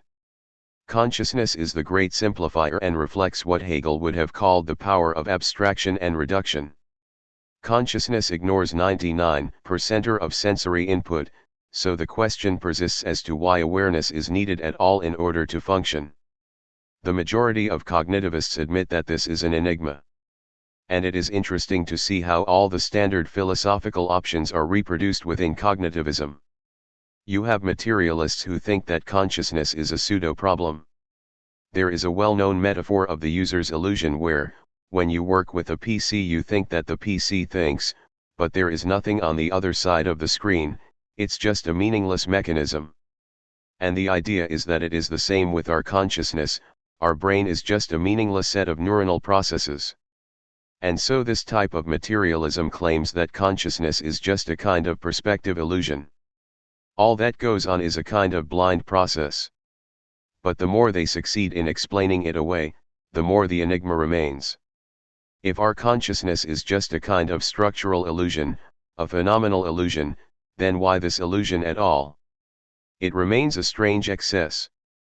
And although it is usually perceived to be focused on the unconscious, it is precisely here that psychoanalysis, with its notions of fantasy, points to Capitan, nodal points, quilting, and so on, can be of some help in filling this gap between phenomenology in the sense of introspection and these blind processes. The psychoanalytic problematic concerning identification and its failure is, if anything, more pertinent than ever in today's world. Let's take the example of the genome and the idea that the human being can be objectively determined, reduced to a basic formula. Let's say a neurobiologist shows you a genomic formula stating that this is you, you encounter yourself objectively. Isn't it precisely in this encounter of this is you that you will experience the gap of subjectivity at its purest? Along these lines, I would say that Hegel would have laughed at the idea of genome. For Hegel, this would be the ultimate example of spirit as a bone, spirit as a stupid meaningless formula. Because, in the very experience of that's me, you will, as it were, look at yourself from the outside. And so this dream of total self-objectivization will also confront us radically with its opposite, with the gap of subjectivity. Will these developments transform the very experience of subjectivity? Undoubtedly. A rather pessimistic hypothesis would be that consciousness as such, as we know it, or subjectivity as such, might disappear altogether. Maybe it will no longer be what we call the experience of subjectivity. There is an interesting perspective developed by Steven Pinker, in How the Human Mind Works, who advocates a very Kantian theory, that there is nothing mysterious in the fact that we cannot explain consciousness, because in evolutionary terms it was not designed to do this. Consciousness emerged in order to cope with practical instrumental problems of survival, how to interact with other people, how to interact with nature and so on.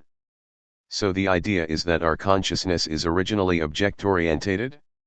In the same way that an animal may not be able to see certain colors because of its characteristic evolutionary logic, human beings cannot account for self-awareness.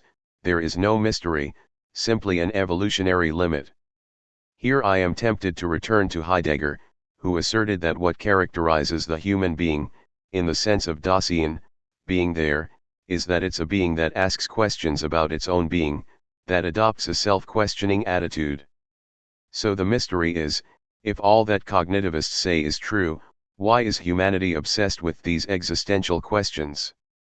If self-questioning and probing the mystery of mind is not inscribed into the evolutionary function of awareness, why then does this question pop up with such persistence? What is missing is precisely a theory of, as Kant already put it in his Critique of Pure Reason, why human beings are destined to ask themselves questions which they cannot answer. Consciousness functions as a basic experience of impossibility, a paradoxical effect of being through non-being.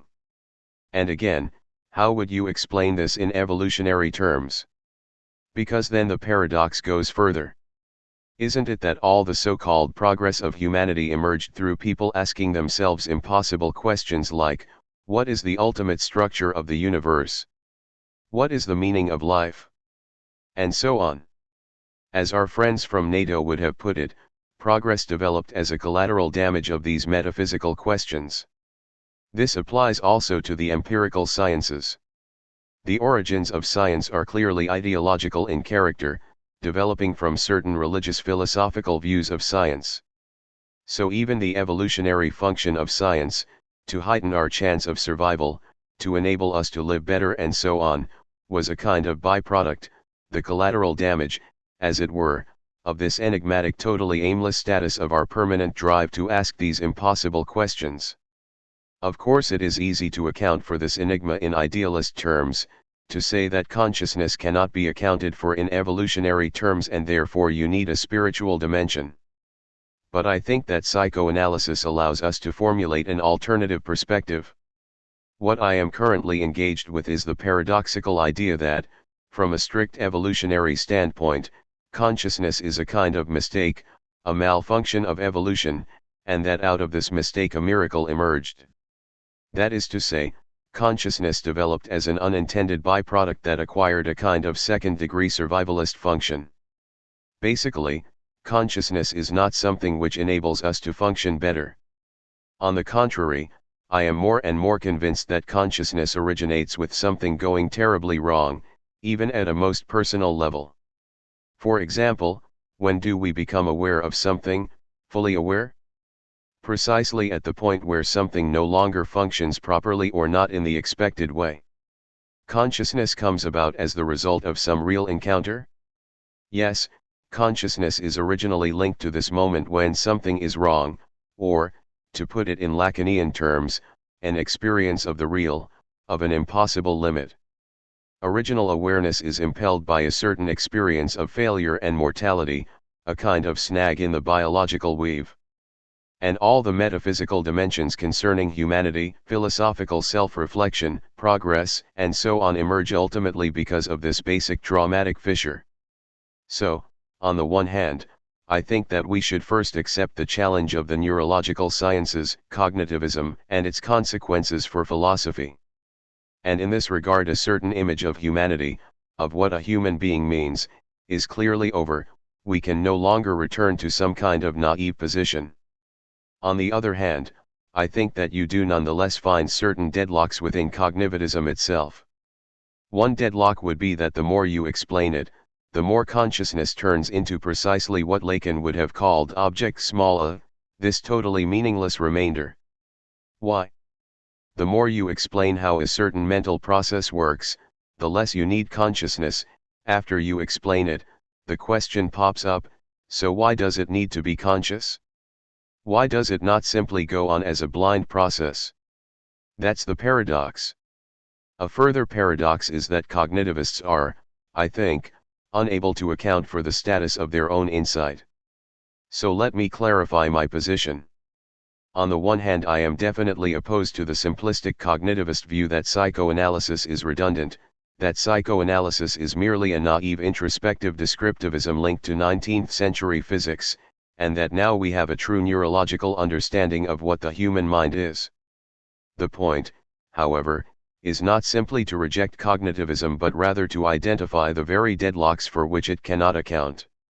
On the other hand, I am also strictly opposed to the quick philosophical or transcendentalist dismissal of cognitivism that carries the following type of argument: even if they find a genetic or neuronal chemical base for neurosis, or whatever, it still remains a fact that we, as speaking human beings, will have somehow to subjectivize it, to symbolize it in a certain way, and that this will always be the domain of psychoanalysis. This is too easy a way out, because the moment you scientifically objectivize such phenomena, this at least deeply affects the way it is symbolized. As Heidegger was already aware, where he speaks about Gefahr, danger, there is something in this type of radical self-objectivization which threatens at a fundamental level our very understanding of humanity and the human being. So I am against both temptations.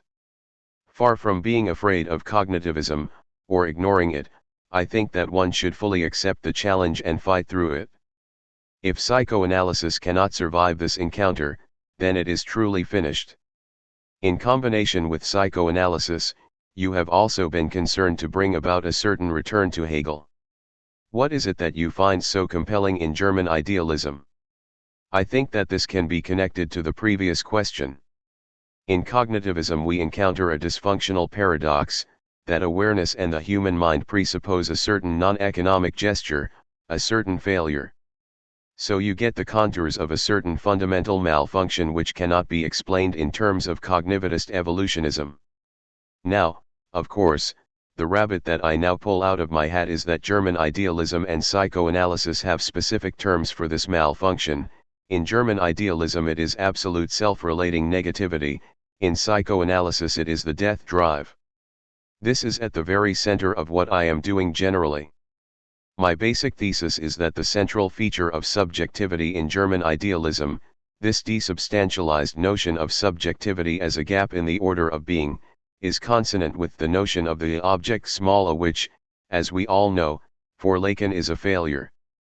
It's not that we fail to encounter the object, but that the object itself is just a trace of a certain failure.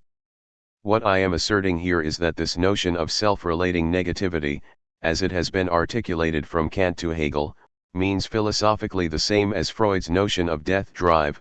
This is my fundamental perspective. In other words, the Freudian notion of death drive is not a biological category but has a philosophical dignity. In trying to explain the functioning of human psyche in terms of the pleasure principle, reality principle, and so on, Freud became increasingly aware of a radical non-functional element, a basic destructiveness and excess of negativity, that couldn't be accounted for. And that is why Freud posed the hypothesis of death drive. I think that death drive is exactly the right name for this excess of negativity. This, in a way, is the big obsession of my entire work, This mutual reading of the Freudian notion of death drive with what in German idealism is rendered thematic as self-relating negativity. Is there not a basic tension, however, between Hegel's rationalistic tendencies and the introduction of a logic of contradiction and conflictuality, a logic that is developed more fully in psychoanalysis, that undermines all rationalism? I don't think that in Hegel one can simply oppose rationalism with a logic of contradiction and conflictuality. Now, of course, we can discuss to what extent Hegel really succeeded in bringing these two aspects together, but the fundamental insight was not that, on the one hand, we have some rational structure and then, on the other, we have the conflictuality of life, and that somehow we should bring the two together. On the contrary, Hegel's idea was that contradiction and conflictuality are at their greatest in the conflictuality of reason itself. Reason for Hegel is not a pacifying network that simply resolves or overlays contradictions, explosions, madness, and so on. It is the opposite. Reason is the ultimate madness for Hegel. We might say that reason is the excess of madness. This is true in quite a literal way. Here one would only have to reassert the logic of the Lacanian insight into Kant with Sada. That is to say, the Sadian perversion is not something outside reason, it is precisely pure reason, because if you are outside the infinity of reason, you are at the level of empirical pleasures. The idea of the Sadian absolute crime, as a radical destruction of the life chain, is in the strict Kantian sense an idea of reason. In Kant, the impossible idealized states, total realization of the good, the total overcoming of material inertia, total justice in the world, total peace, and so on, are all ideas of reason, global realizations of reason that serve as regulative ideals but which cannot be ever realized. The point is that these ideas of reason function as an infinite dimension that exists beyond our empirical limitations. And isn't this exactly the idea of the Sadian crime? The Sadian crime is not empirical madness, it is the madness of reason.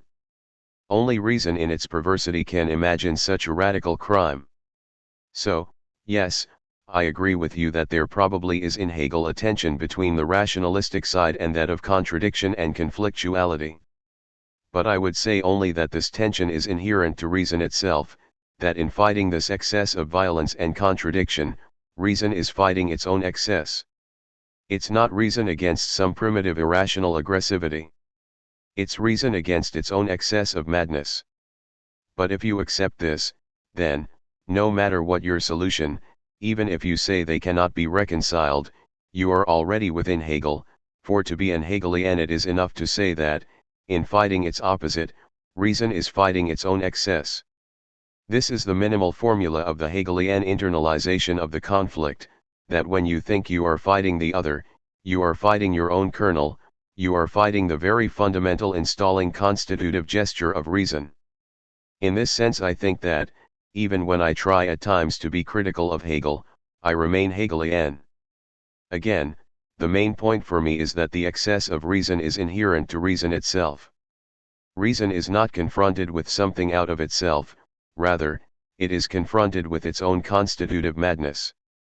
And this brings us back to death drive, because death drive is exactly the name for this constitutive madness of reason. In terms of its philosophical trajectory, it has been argued that psychoanalysis is concerned fundamentally with the domain of truth. How would you characterize the relationship between psychoanalysis and truth? I think that once Lacan became fully aware of the dimension of death drive as excess, this dimension no longer functioned within the domain of truth. Actually, this is a central theoretical problem: to what extent is the horizon of truth still the horizon of psychoanalysis? In the late 1950s, when Lacan gave the account of psychoanalysis in terms of symbolization, the horizon there was undoubtedly the horizon of truth. The idea was that through psychoanalysis you have to be able to symbolize your problems, to formulate the truth of your desire. But I think that when, later, Lacan confronted the more radical dimension of subjectivity, this dimension was no longer simply the dimension of truth. A crucial, but very difficult, psychoanalytic insight to swallow is that the ultimate dimension of our experience is not the dimension of truth, no matter how we conceive it, even if we conceive it in Heideggerian terms of disclosure. At the most radical level of subjectivity and experience, there is some initial moment of madness, the dimensions of jouissance, of negativity, of death drive and so on, but not the dimension of truth. My speculation here is that what Freud calls death drive, if we read it with regard to its most radical philosophical dimension, is something that has to be already operative to open up, as it were, the space for truth. Let's take Heidegger quite literally here. Truth is always a certain openness, in the sense of an opening of horizons, an opening of the world, disclosure through speech and so on. But a condition of possibility for the opening of such a space is precisely what, in psychoanalysis, we would call the primordial repression, some original withdrawal, which again is already signaled by radical negativity. And the point I would emphasize here is that, in philosophical terms, psychoanalysis is extremely ambitious. Psychoanalysis is not a simple story of basic instinctual problems, it is concerned, rather, with the formulation of what had to happen in order for the world to open itself to us as an experience of meaning. We are here moving at a very radical level in which the dimension of truth is not the ultimate dimension. At this radically elementary level, truth is not yet operative, because truth is operative the moment we are within the symbolic order. What psychoanalysis enables us to grasp is that death drive is a kind of inherent condition of symbolic order. To put it in slightly simplistic terms, at its most elementary, symbolization exists as a kind of secondary stopgap measure in the sense that it consists of an attempt to patch things up when something goes terribly wrong. And what interests me is this dimension at which something goes terribly wrong. There we are not yet in the dimension of truth. To put it in a different way, what interests me so much already in German idealism is the idea that with negativity, death drive, there is neither nature nor culture, but something in between. We cannot pass directly from nature to culture. Something goes terribly wrong in nature, nature produces an unnatural monstrosity, and I claim that it is in order to cope with, to domesticate, this monstrosity that we symbolize. Taking Freud's Fort/Da example as a model, something is primordially broken, the absence of the mother and so on, and symbolization functions as a way of living with that kind of trauma. This would be my fundamental model. It is this primordial dimension, this transcendental condition, which interests me. Why? Because of course this dimension is here all the time. It's not primordial in the sense that it happened before and now we are within the domain of truth. No, it is a dimension which, as it were, sustains us all the time, threatening to explode. This brings us to the question of transcendentalism, which does not always sit easily with the postmodern critiques of difference, the emphasis on context and so on.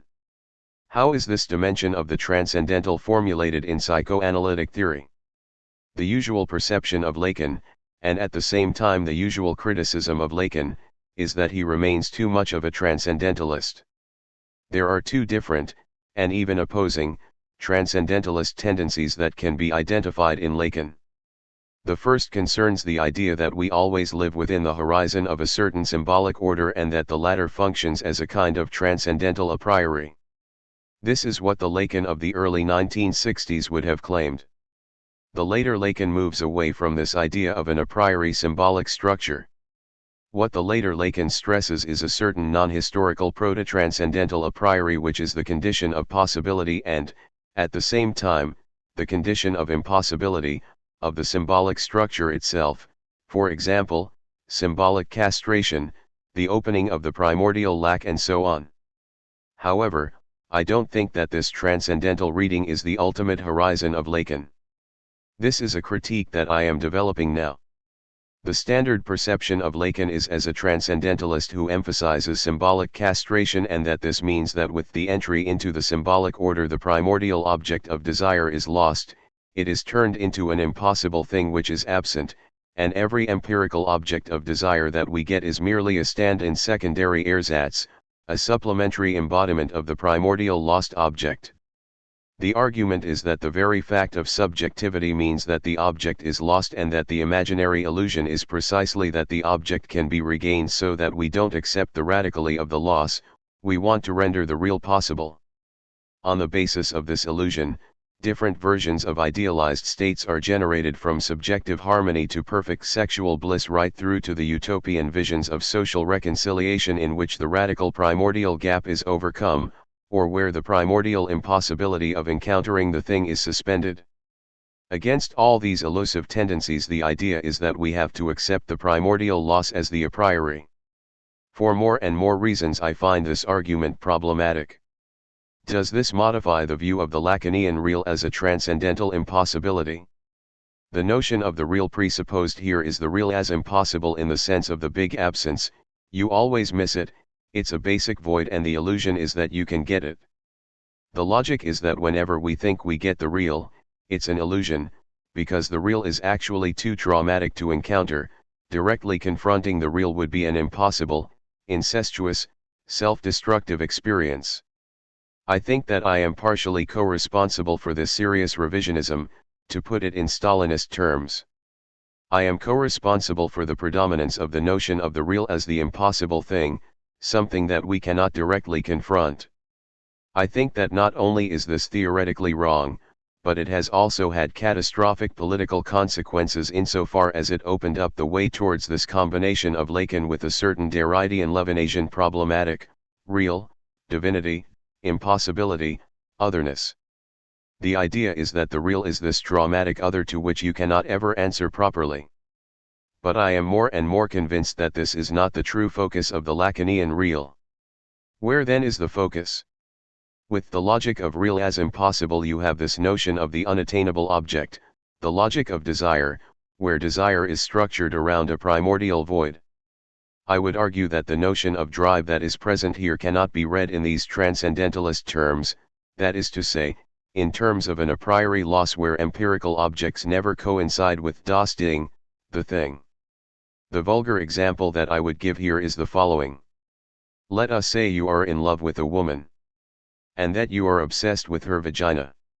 You do all the possible things, you penetrate it, kiss it, whatever, it's your problem. I won't go into that. Now, from a transcendentalist perspective, the idea is that this is a typical illusion. You think the vagina is the thing itself, but really it's not, and you should accept the gap between the void of the thing and the contingent object filling it up. But when you are in such an intense sexual love relationship, I don't think the idea can be that the vagina is just an ersatz for the impossible thing. No, I think that it is this particular object, but that this object is strangely split. There is a self-distance, you know it is the vagina, but you get never enough.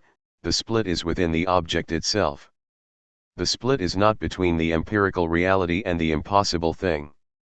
No, it is rather that the vagina is both itself and, at the same time, something else. So in a way you do encounter the impossible. You cannot say this is mere transcendental illusion of confusing an empirical object with the impossible thing. The vagina is impossible, but it is not simply an illusion. The point is that the objects of drive are these privileged objects which are somehow a double in themselves. Lacan refers to this as la doublure, doubling. There is kind of a safe distance, but it's a safe distance within the object itself, it's not the distance between the object and das Ding. In unbelief you advance a radical rereading of the Lacanian real, especially in relation to the two other dimensions of the Borromean triad, the imaginary and the symbolic. Can you expand on this? I'm more and more convinced that there are at least three notions of the real. I would say that the very triad of real, symbolic, and imaginary is in a way mapped onto or projected into the real itself. So we have to put it in brutal terms, real, imaginary real and symbolic real. First, real would be the horrible thing, the Medusa's head, the alien from the movie, the abyss, a monster. But then there are two other reals that we tend to forget in Lacan.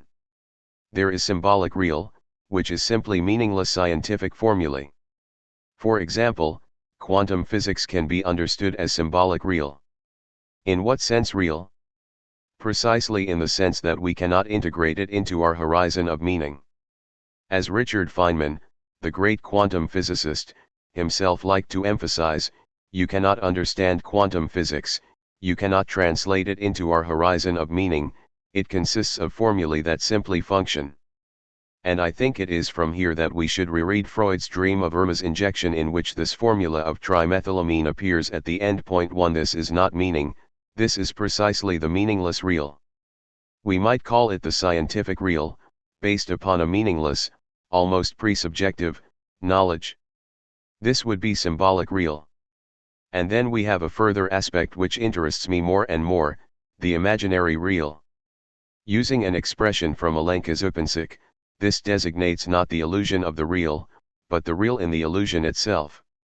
Let's take the example of low-level racism, in which there is some feature, some gene say isqua, in Turks, Arabs, Jews, or whoever, that bothers you. This is the imaginary real, this elusive feature which is totally non-substantial, but it annoys you. This is the point of the real in the other. This category of the imaginary real, I think, is, in a way, the crucial one, because it points out that for Lacan, the real can also appear as something fragile. This, incidentally, was why I entitled my book The Fragile Absolute. The real is not necessarily or always the hard real. It can also have this totally fragile appearance. The real can be something that transpires or shines through. For example, when you talk with another person and you are charmed by him or her, from time to time you perceive some traumatic, mystical, tragic, whatever, dimension in him or her. It is something that is real, but at the same time totally elusive and fragile. That would be the imaginary real. So the true Lacanian knot of the real, imaginary, and symbolic is more a three-dimensional configuration. That is to say, each of these categories can be mapped onto all the others. For example, we also have, within the symbolic order, the symbolic, the real symbolic, and the imaginary symbolic. The real symbolic is the same as the symbolic real. These are meaningless formulae. The symbolic is simply speech as such, meaningful speech. And the imaginary symbolic consists just of archetypes, Jungian symbols, and so on. At the level of the imaginary, we have the imaginary, the real imaginary, and the symbolic imaginary. The real imaginary would be the horrible thing. The imaginary would be image as such, the seductive image. And the symbolic imaginary would be symbols. The point is that these three notions, real, imaginary, and symbolic, are really intertwined in a radical sense, like a crystal structure in which the different elements are mapped onto and repeat themselves within each category. The result of all this is that, for Lacan, the real is not impossible in the sense that it can never happen, a traumatic kernel which forever eludes our grasp. No, the problem with the real is that it happens, and that's the trauma. The point is not that the real is impossible, but rather that the impossible is real.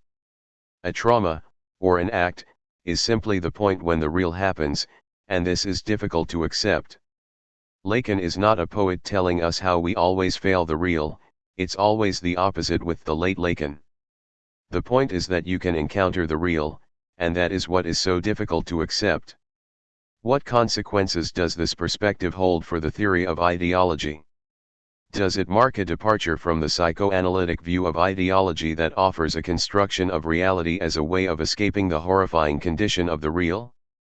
I am no longer satisfied with my own old definition of ideology, where the point was that ideology is the illusion which fills in the gap of impossibility, and inherent impossibility is transposed into an external obstacle, and that therefore what needs to be done is to reassert the original impossibility. This is the ultimate result of a certain transcendentalist logic. You have an a priori void, an original impossibility, and the cheating of ideology is to translate this inherent impossibility into an external obstacle. The illusion is that by overcoming this obstacle you get the real thing. I am almost tempted to say that the ultimate ideological operation is the opposite one, that is, the very elevation of something into impossibility as a means of postponing or avoiding encountering it. Again, I am almost tempted to turn the standard formula around. Yes, on the one hand, ideology involves translating impossibility into a particular historical blockage, thereby sustaining the dream of ultimate fulfillment, a consummate encounter with the thing. On the other hand, and this is something you have already touched upon in your excellent Ideology and its Paradoxes paper, ideology also functions as a way of regulating a certain distance with such an encounter. It sustains at the level of fantasy precisely what it seeks to avoid at the level of actuality. It endeavors to convince us that the thing cannot ever be encountered, that the real forever eludes our grasp. So ideology appears to involve both sustenance and avoidance in regard to encountering the thing. Let's take love or a sexual relationship. What people usually miss is that courtly love for Lacan is a big fake. Courtly love is precisely a way of avoiding the trauma of the encounter. As is well known, Lacan affirms that there is no sexual relationship, which means that when you are fully engaged in a sexual relationship there is a difficult traumatic phase, but as such you have to endure it. What courtly love does is, through positing the latter as impossible and indefinitely postponed, to avoid the trauma of actually risking it. So it is the opposite logic, an elevation into impossibility as the fundamental operation. This is the ideological dimension. We see the same with false love, the idea that the world is not for us, if only we could live in a different time, true love is somewhere else, if only the circumstances were right, etc. This again is another way of avoiding the encounter. So, to be clear, the real is impossible, but it is not simply impossible in the sense of a failed encounter. It is also impossible in the sense that it is a traumatic encounter that does happen but which we are unable to confront. And one of the strategies used to avoid confronting it is precisely that of positing it as this indefinite ideal which is eternally postponed. One aspect of the real is that it's impossible, but the other aspect is that it happens but it is impossible to sustain, impossible to integrate. And this second aspect, I think, is more and more crucial. This is why I am so deep in this problematic of love thy neighbor. For Lacan, the neighbor is the real. When he introduces the real for the first time systematically in the seminar on ethics, the real is the neighbor. This means that the real is not impossible, there are neighbors. The point is that an injunction like love thy neighbor is precisely one of the ways of avoiding the trauma of the neighbor. This dimension is more important than simple impossibility. That reminds me of a periodic television program we have here called Neighbors from Hell. Against the typical ideological version of the neighbor that you find in the Australian soap, Neighbours, this program shows that the leafy suburbs of Britain are fraught with tensions and that people are often at each other's throats. Neighbors from hell, my God, I like that expression. Let me just add to that. Especially today, I claim that all this preaching about tolerance, love for one's neighbor and so on are ultimately strategies to avoid encountering the neighbor. One of my favorite examples is that of smoking. I am deeply suspicious about all this anti-smoking propaganda. Firstly, I don't smoke, and I am not commissioned by any tobacco companies. But what I find suspicious, and it's even medically problematic, is the idea of passive smoking where the focus is on how non-smokers are affected. I think that what is really at issue is that there are others who, through smoking, are enjoying themselves too intensely in a self-destructive way, and this is unbearable. Here I think you have at its purest the figure of the intrusive neighbor who enjoys him or herself too much.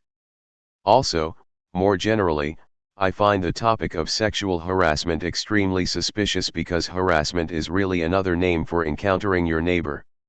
Let's be clear, every true encounter with your neighbor is a form of harassment.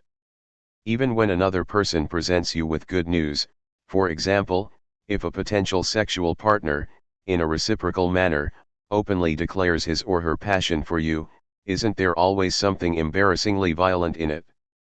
To be the object of another's passion is a difficult position to be in. So I claim that all these anti-harassment struggles are really so many reflections of the fight against this annoying neighbor. The ultimate logic of tolerance and anti-harassment is I want to be alone, it's about how to have contact with others, but contact without contact, how to keep a proper distance.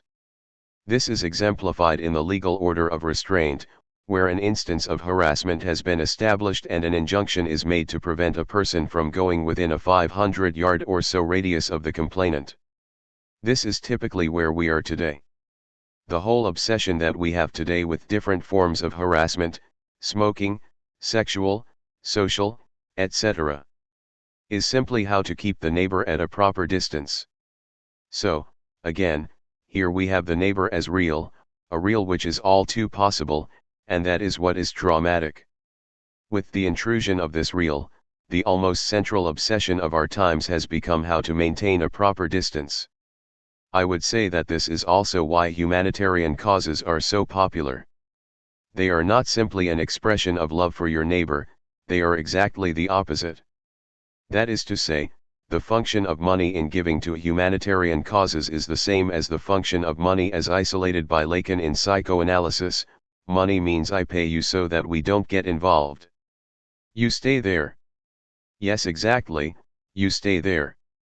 Like the male chauvinist idea that women like to be paid for sex because it doesn't involve them too much, you get your pleasure but no commitment.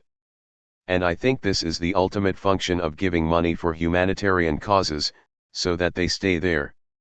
To what extent does psychoanalysis allow for the possibility of transcending the ideological? The way I read Lacan is not as an affirmation of an eternal pessimism in the sense of we can for a brief moment get an insight into how ideology works, but nonetheless there is some fundamental illusion inscribed into the very functioning of reality, so that at the end of the day we have to return to illusion. I think that Lacan's final perspective is not that of a necessary illusion to which we should return, and that although we can analyze the mechanism of this illusion, we are nonetheless obliged to live within this illusion. This would be more of a Kantian transcendental perspective, that there is an illusion, misrecognition, inscribed into the very notion of subjectivity. I don't think this is Lacan's perspective. Or to put it in yet another way, Lacan's perspective is not that of the eternal status of ideology. In the psychoanalytic approach to ideology there is a compelling emphasis on how a certain historical other comes to embody the transcendental impossibility of society. In acting as a threat to the fullness of society, this other plays a constitutive role in respect of a given social formation, in your example, the unifying effect achieved in Nazi Germany through the ideological articulation of the Jewish threat. Is this constitutive otherness, whether in terms of the Jew, infidel, gypsy, underclass, or whatever, an ontological condition of all social reality? Here I think there is a possible reproach to not only certain versions of psychoanalysis but also to a certain version of Lacan and Mauth's theory of antagonism. The idea is that there is an empty place of impossibility, of the thing, and that in one historical form or another there is always some group or figure occupying this place. As you put it, it can be Jews, gypsies, underclass, or whoever. There is always a kind of ideological short circuit. There is always some group, like the Jews, which embodies, externalizes in the guise of a positive obstacle, this fundamental impossibility, and the best we can do is become aware of the contingency of the agent which occupies this place. This conclusion is unavoidable precisely insofar as we are speaking of what I call a transcendental logic, central space of impossibility and then different contingent elements embodying it. With this notion of the real as impossible then, of course, the illusion is irreducible. Now here we encounter the political significance of the different notions and functioning of the real that I emphasized before. The Lacanian notion of drive allows for different configurations of the real. Of course, real as impossibility is an a priori, but there are different constellations as to how you deal with the real. For example, in the history of religion, with the passage from paganism to the Judeo-Christian universe, the entire constellation of the real is transformed. Whereas in paganism the real concerned the sacred domain of the orgies, in Judeo-Christianity the real is foreclosed and what remains as the real is the divine name itself. The real is in a way symbolized. And it is through this real that the pure tautology of the empty space is asserted, I am that I am, and so on.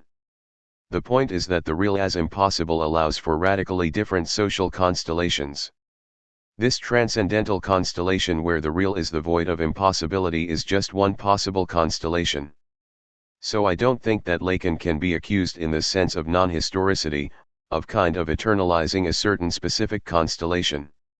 That's a crucial point, because it would seem that Lacan is too often portrayed as someone who is not sensitive to historical development, especially modernity, and who has too rigid a conception of the symbolic order. And it's interesting to note that those who criticize Lacan for elevating a certain historical constellation into a kind of transcendental a priori are usually themselves guilty of doing exactly that. Let's take Judith Butler, who has provided probably the most elaborate version of this type of criticism of Lacan.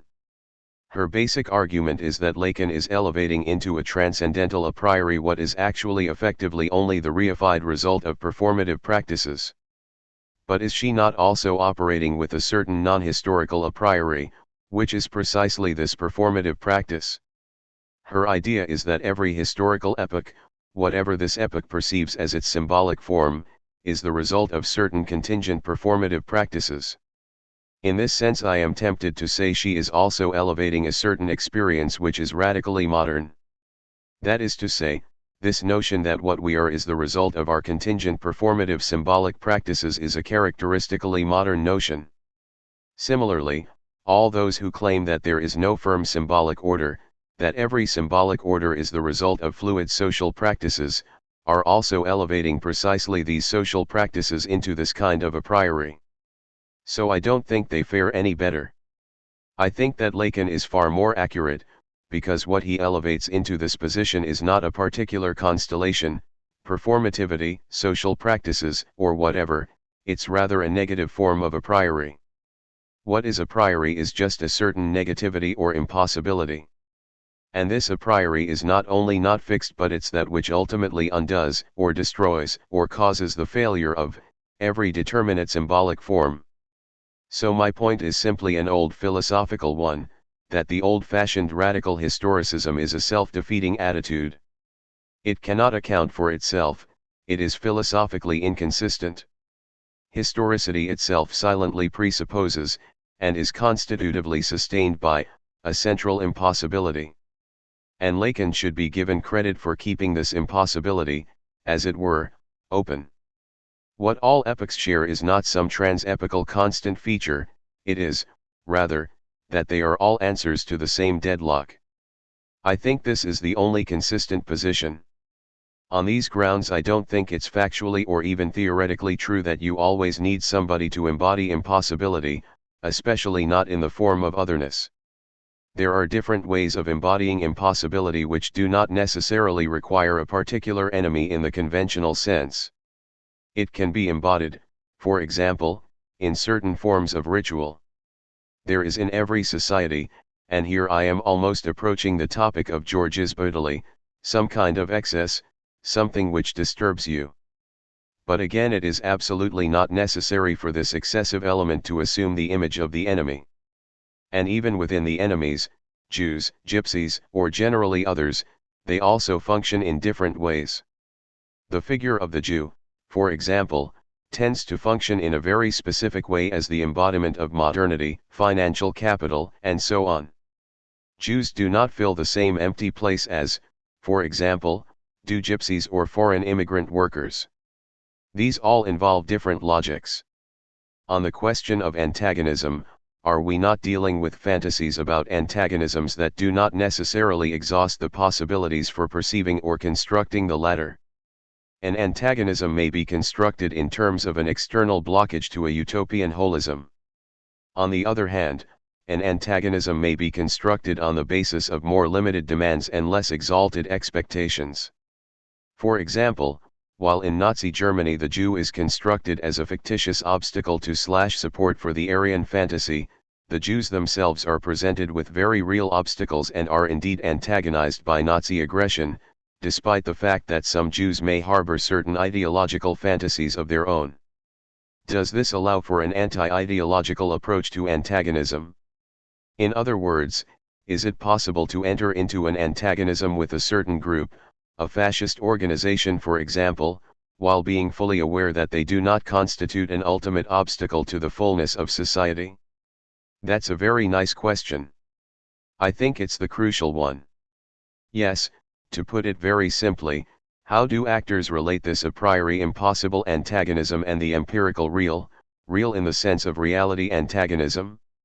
For example, as you point out, Nazi politics was a very real obstacle for the Jews, so is there an anti-ideological approach to antagonism? The first thing here is that I am not quite sure if the notion of antagonism is necessarily synonymous with the real. I don't think that, to put it in somewhat bombastic terms, the real necessarily appears in the guise of antagonism. Of course, in the sense that you indicate, there are real obstacles. Let's take the relationship between Jews and Nazis. From the Jews' perspective, this is not simply a manifestation of impossibility. Nazis were a real obstacle that had to be overcome so that effectively there would be no threat for the Jews. This is the level of reality. What I would nonetheless claim is that we don't have a neutral space within which we can simply locate the tension between Jews and Aryans. What it is impossible to do, and this reflects the radically of the notion of the real, is to say that first we can provide an objective neutral social description of social reality which locates Jews here and Aryans there, like an objective social constellation, and from this develop the idea of fantasy as simply a secondary epiphenomenon. Here I would agree with Lacan and Mauff's notion that society doesn't exist, that there is no neutral space, no neutral reality that can be first objectively described and from which we then develop the idea of antagonism. Again, this would be my idea of fantasy as constituting reality. Of course, Nazis are a real obstacle, but the question is, why are they a real obstacle? The answer is, because they are sustained by a certain phantasmatic universe. That is to say that of course you can describe the way Nazis are a real threat, how they threaten social reality for Jews, but the reason they are a threat in reality has to do with fantasies about radical antagonism. In this sense, the only thing I am claiming is that you cannot account for antagonism as real in the terms of just a reflection or an effect of some conflicts in social reality. To return to the notion of real and reality, the crucial point to bear in mind is that, again, the Lacanian real is not some kind of a hard kernel, the true reality as opposed to only our symbolic fictions. This is why the notion of the imaginary real, which I evoked before, is so important. I think that the real is in a way a fiction, real is not some kind of raw nature which is then symbolized. You symbolize nature, but in order to symbolize nature, in this very symbolization, you produce an excess or a lack symmetrically, and that's the real. This is the crucial Lacanian lesson. It's not, as it is sometimes misrepresented, that you have, let's call it naively pre-symbolic reality, you symbolize it and then something cannot be symbolized and that is the real. No, this is just a kind of stupid reality, we don't even have an ontological name for it. It is, rather, that the very gesture of symbolization introduces a gap in reality. It is this gap which is the real and every positive form of this gap is constituted through fantasy. So again the crucial thing is to avoid any reification of the real. The real can be considered almost as a topological term, a topological twist, and any substantialization of the real is a kind of a perspective illusion. Real is a purely topological category. With reference to the passage from special to general theory of relativity in Einstein, one could put it in these terms: through symbolization space itself is curved, and the real is the illusion that this curvature of the space is caused by some positive entity. But the whole point about the real is that the impossibility is not the result of some positive obstacle, but is purely inherent. The impossibility is produced as the very condition of symbolic space. That is the ultimate paradox of the real. You cannot have it all, not because there is something opposing you, but because of this purely formal, structurally inherent, self-blockade. Underscore. 1. This refers to Freud's analysis of his own dream in his The Interpretation of Dreams, London, Penguin, 1991-1900, ch. 2. The dream concerns Irma, a female patient of Freud, who, in the dream, is suffering from an illness which is attributed to an inappropriate and/or unhygienic injection of trimethylamine administered by Freud's friend, Otto. Conversation 3. Subjects of modernity, virtuality and the fragility of the real. Glyn Daly, you have consistently emphasized the persistence of the subject as a dimension of radical negativity for all being. The typical postmodern attitude, however, is characterized by a fierce resistance to the notion of the subject. What do you think is behind this resistance? Žižek, to answer your question in direct and vulgar terms, because the subject is the real, and every resistance ultimately is the resistance to the real. The critics who believe that we should overcome subjectivity are engaged in a pseudo-struggle against a limited notion of the subject, like the self-transparent Cartesian subject. However, they are implicitly aware of what a subject stands for: radical negativity, the dimension of death drive, and so on, and that this is what is truly at stake. There is almost a hysterical structure here in the sense that the resistance is towards the constitutive intermediate dimension of the real, which is neither nature nor culture but the gap as such, the point of primordial madness, primordial foreclosure. In this sense, I think that the ultimate ground of resistance is one that concerns the dimension of an unbearable excess, which is precisely the dimension of the subject. Getting rid of the subject means attempting to get rid of this disturbing excess, which is nonetheless a transcendental condition of culture, a kind of malfunction which acts as a necessary vanishing mediator between nature and culture. Some of the resistance at least is directed specifically at the psychoanalytic view of the sexuation of the subject. Why is the male/female distinction considered to be a primary real antagonism? Is it different to other forms of antagonism? I think first that maybe the term antagonism is not quite appropriate here. Of course there are different forms of antagonism, I don't have any problem here. The Lacanian thesis is that while sexual difference, in the specifically human sense, cannot be understood in biological terms, neither can it be understood as a simple symbolic difference, as in John Gray's book, Men Are From Mars, Women Are From Venus, i.e. from different symbolic universes. The point is that sexual difference is something that is co-substantial with universal humanity. There is no neutral definition of the human being without a reference to sexual difference. What defines humanity is this difference as such. In this sense, sexual difference is a kind of zero-level definition of what a human being is. So it's not that you have a universal set of defining human features, speaking, reason, language, production, or whatever, and that on top of that there are men and women. No, it's the opposite. To be human means precisely to be differentiated along the lines of sexual difference. In Lacan's theory, sexual difference is inscribed into the very structure of the symbolic order. It is not a difference between two modes of symbolization, but the difference that pertains to a certain fundamental deadlock of the symbolic order. This is more subtle than it may at first appear, because again the point is that difference as such is universal. To be a human being means to be able to differentiate yourself in a certain way, to live a certain difference. This is the radically of Lacan's approach. Against the Lacanian approach to the subject, the name Delos is often invoked. What is your view of the Delosian trend in modern philosophy? The problem with Delos is that there are two logics, two conceptual oppositions, operating in his work. This insight seems so obvious, almost what the French call a la palissade, that one is surprised by the fact that it has not yet been generally perceived. On the one hand, there is Schellingian logic, which opposes virtual and actual, the space of the actual, real acts in the present, experienced reality, and subjects as persons, formed individuals, accompanied by its virtual shadow, the field of proto-reality, of multiple singularities, impersonal elements which are later synthesized into our experience of reality. This is the Delos of transcendental empiricism, the Delos that gives to Kant's transcendentalism its unique twist. The proper transcendental space is the virtual space of the multiple singular potentialities, of pure impersonal singular gestures, effects, perceptions, which are not yet the gestures, effects, perceptions of a pre-existing stable and self-identical subject. This is why, for example, Delos celebrates the art of cinema. It liberates gaze, images, movements and, ultimately, time itself from their attribution to a given subject.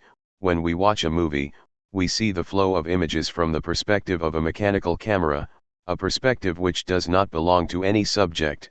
Through the art of montage, movement is also abstracted/liberated from its attribution to a given subject or object. It is an impersonal movement which is only secondarily, afterwards, attributed to some positive entities. On the other hand, there is the more traditional logic which opposes production and representation. The virtual field is, interpreted as that of the generative, productive forces, opposed to the space of representations. Here we get all the standard topic of the molecular multiple sites of productivity constrained by the molar totalizing organizations, and so on. It is under the heading of the opposition between becoming and being that Deleuze appears to mobilize these fundamentally incompatible logics, and one is tempted to attribute the bad influence that pushed him towards the second logic to Félix Guattari. The line of Deleuze proper is that of the great early monographies, of difference and repetition and the logic of sense, of some shorter introductory writings like Proust and the Signs and Introduction to Sacher-Masoch. In his late work, it is the two cinema books which mark the return of the topic of the logic of sense. This series is to be distinguished from the books Deleuze and Guattari co-wrote, and one can only regret that the Anglo-Saxon reception of Deleuze, and also the political impact of Deleuze, are predominantly that of a Guattarized Deleuze. It is crucial to note that literally none of Deleuze's own texts is in any way directly political. Deleuze in himself is a highly elitist author indifferent to politics. The only serious philosophical question is thus, what inherent impasse caused Deleuze to turn towards Guattari? Is Anti-Oedipus, arguably Deleuze's worst book, not the result of escaping the full confrontation of a deadlock via a simplified flat solution, homologous to Schelling escaping the deadlock of his Welt-Alter project via his shift to the duality of positive and negative philosophy, or Habermas escaping the deadlock of the dialectic of enlightenment via his shift to the duality of instrumental and communicational reason? Our task is to confront again this deadlock. And is this opposition not, yet again, that of materialism versus idealism? In Deleuze, this means the logic of sense versus Anti-Oedipus. Either the sense event, the flow of pure becoming, is the immaterial effect, neutral, neither active nor passive, of the intrication of bodily material causes, or the positive bodily entities are themselves the product of the pure flow of becoming, of sense. Either the infinite field of virtuality is an immaterial effect of the interacting bodies, or bodies themselves emerge, actualize themselves, from this field of virtuality. In his logic of sense, Deleuze himself develops this opposition in the guise of two possible genesis of reality: the formal genesis, the emergence of reality out of the immanence of impersonal consciousness as the pure flow of becoming, is supplemented by the real genesis, which accounts for the emergence of the immaterial event surface itself out of the bodily interaction. Sometimes, when he follows the first path, Deleuze comes dangerously close to empirio-criticist formulas. The primordial fact is the pure flow of experience, attributable to no subject, neither subjective nor objective. Subject and object are, as all fixed entities, just secondary coagulations of this flow. These two logics, event as the power which generates reality, event as the sterile pure effect of bodily interactions, seem also to involve two privileged psychological stances. The generative event of becoming relies on the productive force of schizo, this explosion of the unified subject in the impersonal multitude of desiring intensities which is then constrained by the Oedipal matrix. The event as sterile immaterial effect relies on the figure of the masochist who finds satisfaction in the sterile repetitive game of staged rituals whose function is to postpone forever the sexual passage à l'acte. Effectively, can one imagine a stronger contrast than that of the schizo throwing himself without any reservation into the flux of multiple passions, and of the masochist clinging to the theater of shadows of his meticulously staged performances which repeat again and again the same sterile gesture? Picking up on the question of the Oedipal matrix, to what extent do you think that the new forms of sexuality, biotechnology, parental identities, and so on are impacting on this matrix? Are they leading to a decline of Oedipus, or a reworking of its principles? First, I don't think that Oedipus is co-substantial with sexual difference as such. I think that Oedipus is just one of the forms. As I see it, the true problem does not so much concern these post-Oedipal forms of mixed parental identities. The true problem centers on the prospect of cloning and on the new forms of reproduction, the possibility that women can be inseminated purely through cell manipulation, and the complete disappearance of traditional notions of parenthood. What will happen here? I think that one shouldn't be afraid to draw extremely radical conclusions. On the one hand, one should abandon this old humanist idea that, whatever happens, a certain form of human dignity will be maintained or reasserted. This is simply cheating. Such a perspective assumes dogmatically that a basic notion of humanity will somehow survive all these socio-technological transformations. But I also don't buy the opposite notion of those who think that until now we were constrained through a certain patriarchal structure and that the possibility of genetic manipulations gives a new plasticity, a new freedom. I don't know what the result will be. What I am convinced of is that if these tendencies continue, then the very status of what it means to be a human being will change.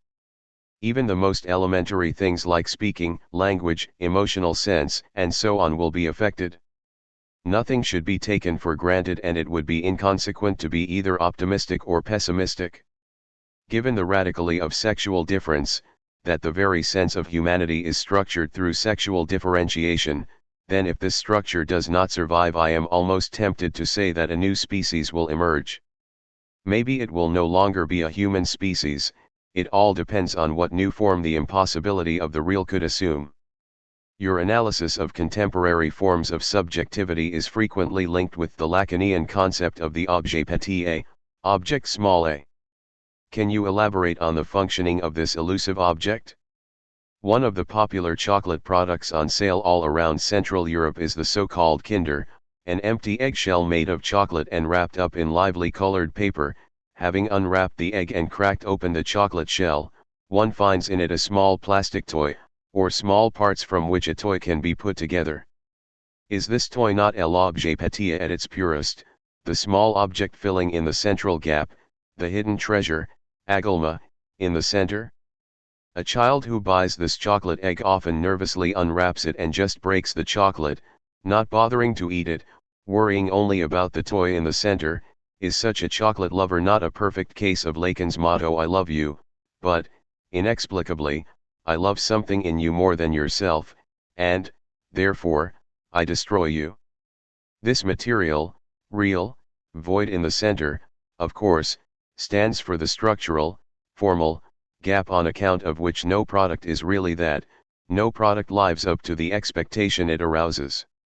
In other words, the small plastic toy is not simply different from chocolate, the product we bought, while materially different, it fills in the gap in chocolate itself, i.e. it is on the same surface as the chocolate.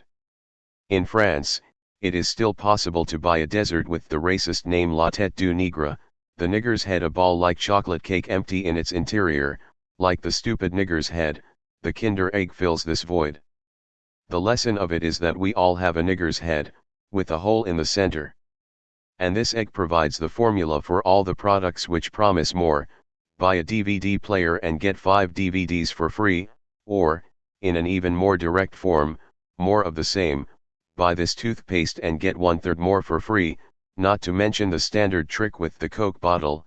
Look on the inside of the metal cover and you may find that you are the winner of one of the prizes, from another free Coke to a brand new car. The function of this more is to fill in the lack of a less, to compensate for the fact that, by definition, a merchandise never delivers on its phantasmatic promise.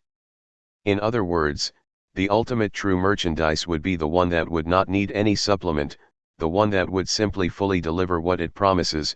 You get what you paid for, neither less nor more. No wonder, then, that these eggs are now prohibited in the USA and have to be smuggled from Canada, and sold at 3 times the price behind the official pretext: they solicit you to buy another object, not the one publicized. It is easy to discern the deeper reason: these eggs display too openly the inherent structure of a commodity. This being a typically Lacanian structure without positive content, but which revolves around an infinitely translatable void? Yes, and is there not a clear structural homology between this structure of the commodity and the structure of the bourgeois subject? Do subjects, precisely insofar as they are the subjects of universal human rights, also not function as these Kinder chocolate eggs? Would the humanist universalist reply to the tête du nègre not be precisely something like a Kinder egg? As humanist ideologists would have put it, we may be indefinitely different, some of us are black, others white, some tall, others small, some women, others men, some rich, others poor, etc. etc. Yet, deep inside us, there is the same moral equivalent of the plastic toy, the same je ne sais quoi, an elusive X which somehow accounts for the dignity shared by all humans. 2 decades ago, the German left-wing weekly journal Stern carried out rather a cruel experiment. It paid money to a couple of destitute homeless people, a man and a woman, who allowed themselves to be thoroughly washed, shaved, and then delivered up to top designers and hairdressers. In one of its issues, the journal then published 2 large parallel photos of each person, first in his or her destitute homeless state, dirty and with unshaved faces, and then dressed up by a top designer. The result was effectively uncanny. Although it was clear that we were dealing with the same person, the effect of the different dress etc. was that this belief of ours, that, beneath the different appearance, there is one and the same person, was shaken. It was not only the appearance that was different, the deeply disturbing effect of this change of appearances was that we, the spectators, somehow perceived a different personality beneath the appearances. Stern was bombarded with letters from readers, accusing the journal of violating the homeless person's dignity, of humiliating them, submitting them to a cruel joke. However, what was undermined by this experiment was precisely the belief in factor X, in the kernel of identity which accounts for our dignity and persists through the change of appearances. In short, this experiment in a way empirically demonstrated that we all have a nigger's head, that the core of our subjectivity is a void filled in by appearances. So let us return to the scene of a small child violently tearing apart and discarding the chocolate egg in order to get at the plastic toy. Is he not the emblem of so-called totalitarianism which also wants to get rid of the inessential historical contingent coding in order to liberate the essence of man? Is not the ultimate totalitarian vision that of a new man arising out of the debris of the violent annihilation of the old corrupted humanity? Paradoxically, then, liberalism and totalitarianism share the belief in factor X, the plastic toy in the midst of the human chocolate coating. This returns to a constant theme that you emphasize in your work, which is the relationship between the universal and the particular. How do you view this relationship? What fascinates me about Lacan, and what I think makes him a true dialectician, is that he avoids this false opposition of either universal truths, i.e. old-fashioned metaphysics about how the world is structured, and this historicist position where everything is rooted in special circumstances and so on. Dialectic proper means that concrete historical struggles are at the same time struggles for the absolute itself, that each specific epoch, as it were, has its own ontology. This is the true nature of dialectics. And this is why I've always liked the radical eschatological Christian vision whereby the idea is that when humanity fights for salvation, for good against evil, then this is something that not only concerns humanity but, in a way, concerns the fate of the universe and the fate of God himself. Along these lines, a particular social struggle is at the same time the struggle in which the fate of the entire universe is being decided. It is simply a false choice to say that either we move at the level of concrete social analysis, historicist relativization, or that we concern ourselves with eternal questions. The whole dialectical point is to historicize these so-called eternal questions, not in the sense of reducing them to some historical phenomenon but to introduce historicity into the absolute itself. That is the difficult thing to do. And here again we are back to Hegel and Schelling, because if there is anything to learn from German idealism it is precisely this dialectical attitude. This can also be found in Heidegger and his perspective of how the disclosure of being requires the human in the sense of Dasein, being there. That is to say that contingent humanity is at the same time the only site of disclosure of the absolute itself. Could it be said that the fate of the real is also being decided through contingent developments? For example, the new forms of biotechnology already appear to be bringing with them a new experience of the real. There is a widespread anxiety associated with what Lacan would have called knowledge in the real. And it is very traumatic to assume knowledge in the real.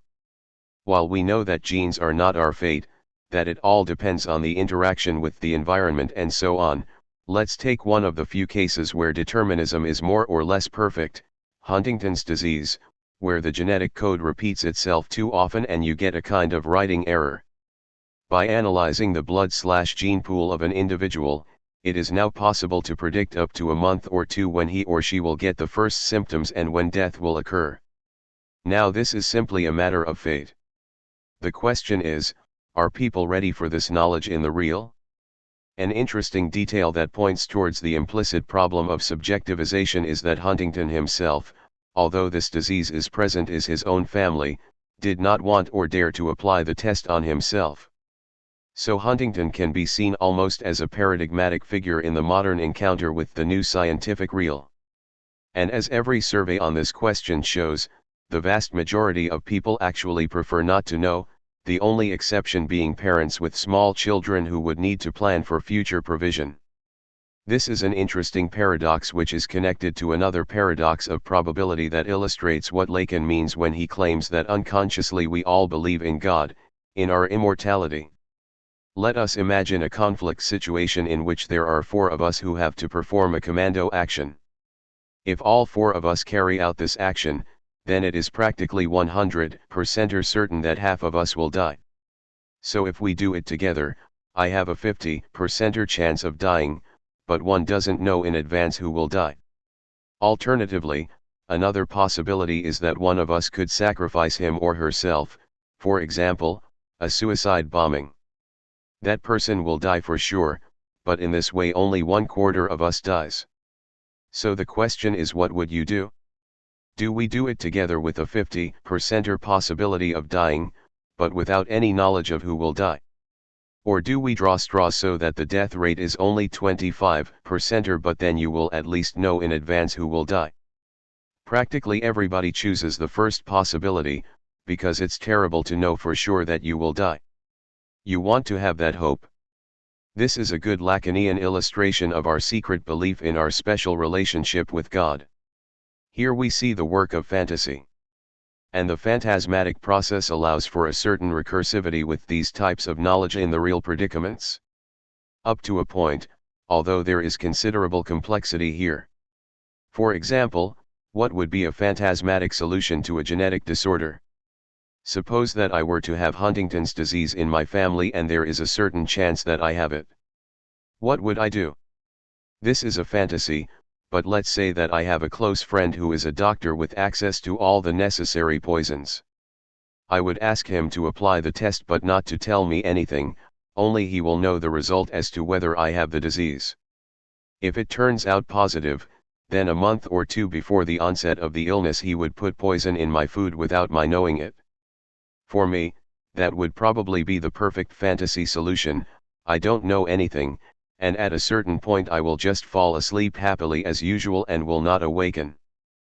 But it doesn't work from a Lacanian perspective, because the most problematic category for Lacan is not simply knowledge, but knowledge about the other's knowledge. This I think is the fundamental lesson of Lacan. It's not simply what you know, but that you know that the other knows. The other's knowledge would bother you all the time, traumatizing you. You might feel anxious about accepting dinner invitations from your friend. Yes, you cannot erase the fact that the other knows. So again, the only perfect solution here would have been to have some anonymous state agency that does it for all of us, without any one of us knowing it. But of course this is a perfect totalitarian fantasy, isn't it? This is the same point that I have made apropos the type of situation explored in Scorsese's Age of Innocence, where a man is cheating his wife thinking that she doesn't know it. But when he learns that she knew it all the time, it ruins everything. Although nothing has effectively changed, the only thing you now know is that she knew all along, So the situation becomes extremely humiliating. So again, knowing what the other knows, knowing that the other knows, is an extremely complex dialectical category. To what extent do the new forms of scientific knowledge in the real impact on the traditional Enlightenment-based approach to science and progress? A central paradox here concerns the way in which traditionalist philosophers, like Habermas, try to keep alive the conventional humanist heritage. Habermas recently held a conference on how biogenetics will impact on ethical questions and crucial Enlightenment themes. I think that his position signals important concerns, but it is also deeply flawed.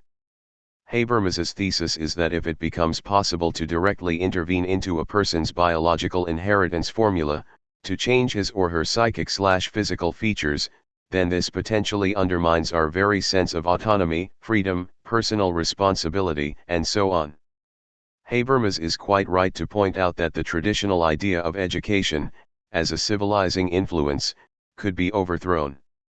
If someone is uneducated, not in the sense of not being able to read but in the sense of being too wild and uncivilized, then the whole idea of moral struggle is that, through personal endeavor, they learn how to control themselves, to become civilized. But if scientists intervene in an individual's genetic code and make them less violent and more compliant, then education as a moral process in personal development is simply bypassed, it becomes redundant. So Habermas's first point is that the notion of the individual as an autonomous agent is undermined. His second point is that intersubjective relations would also be compromised and that we might get two classes of human being, those who in the traditional sense are fully human, and those whose genetic codes have been manipulated and who come to be perceived as either sub- or superhuman. For Habermas, this would destroy the very conditions of social equality and effective symmetry that are necessary for a proper ethical relationship. The idea of the human collective and the potential for achieving a democratic community of equals through undistorted communication is consequently disabled. This is the threat. I do agree with Habermas that biogenetics poses a threat because, as we all know, biogenetics means the end of nature. That is to say, nature itself is experienced as something which follows certain mechanisms which can be changed.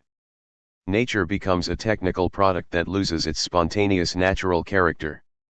And Habermas is right to point out that it's only against the background of this natural spontaneity that modern notions of human freedom and dignity have tended to operate.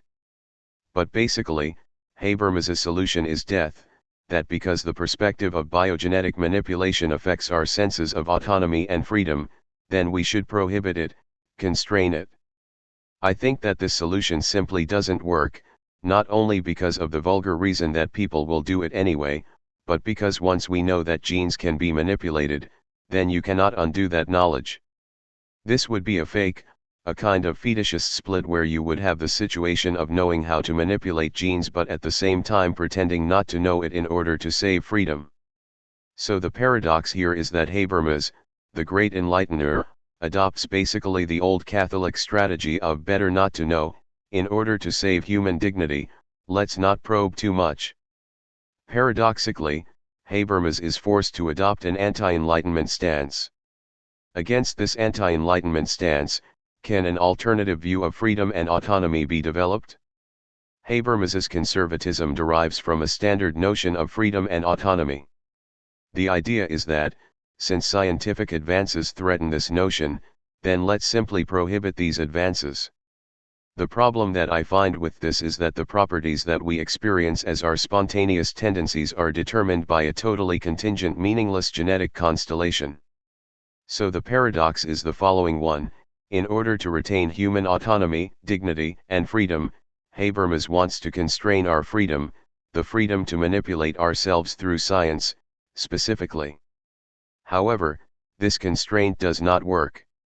If I manipulate your genetic inheritance, you are not free, but once you are aware of the mere possibility of my manipulating your genes, you also already lose your freedom. Why should you be more free if you are aware that it is the pure stupid natural contingency which determines what you are? The moment the prospect of biogenetic manipulation is here, freedom in the standard classical sense is lost. Habermas fails here, and it is surprising for someone who claims to be a big Enlightenment partisan to repeat the old conservative notion that in order to retain freedom we have to limit our knowledge. The condition of moral freedom, dignity, autonomy, is not to know too much about what you objectively are. The question that really needs to be addressed is, are we really simply determined by genes?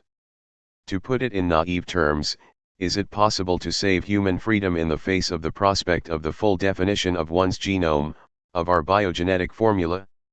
The true philosophical challenge that I see here is to reformulate the notion of human freedom in the very context of genetic knowledge, and to develop in what sense we would still be free, what autonomy means and so on.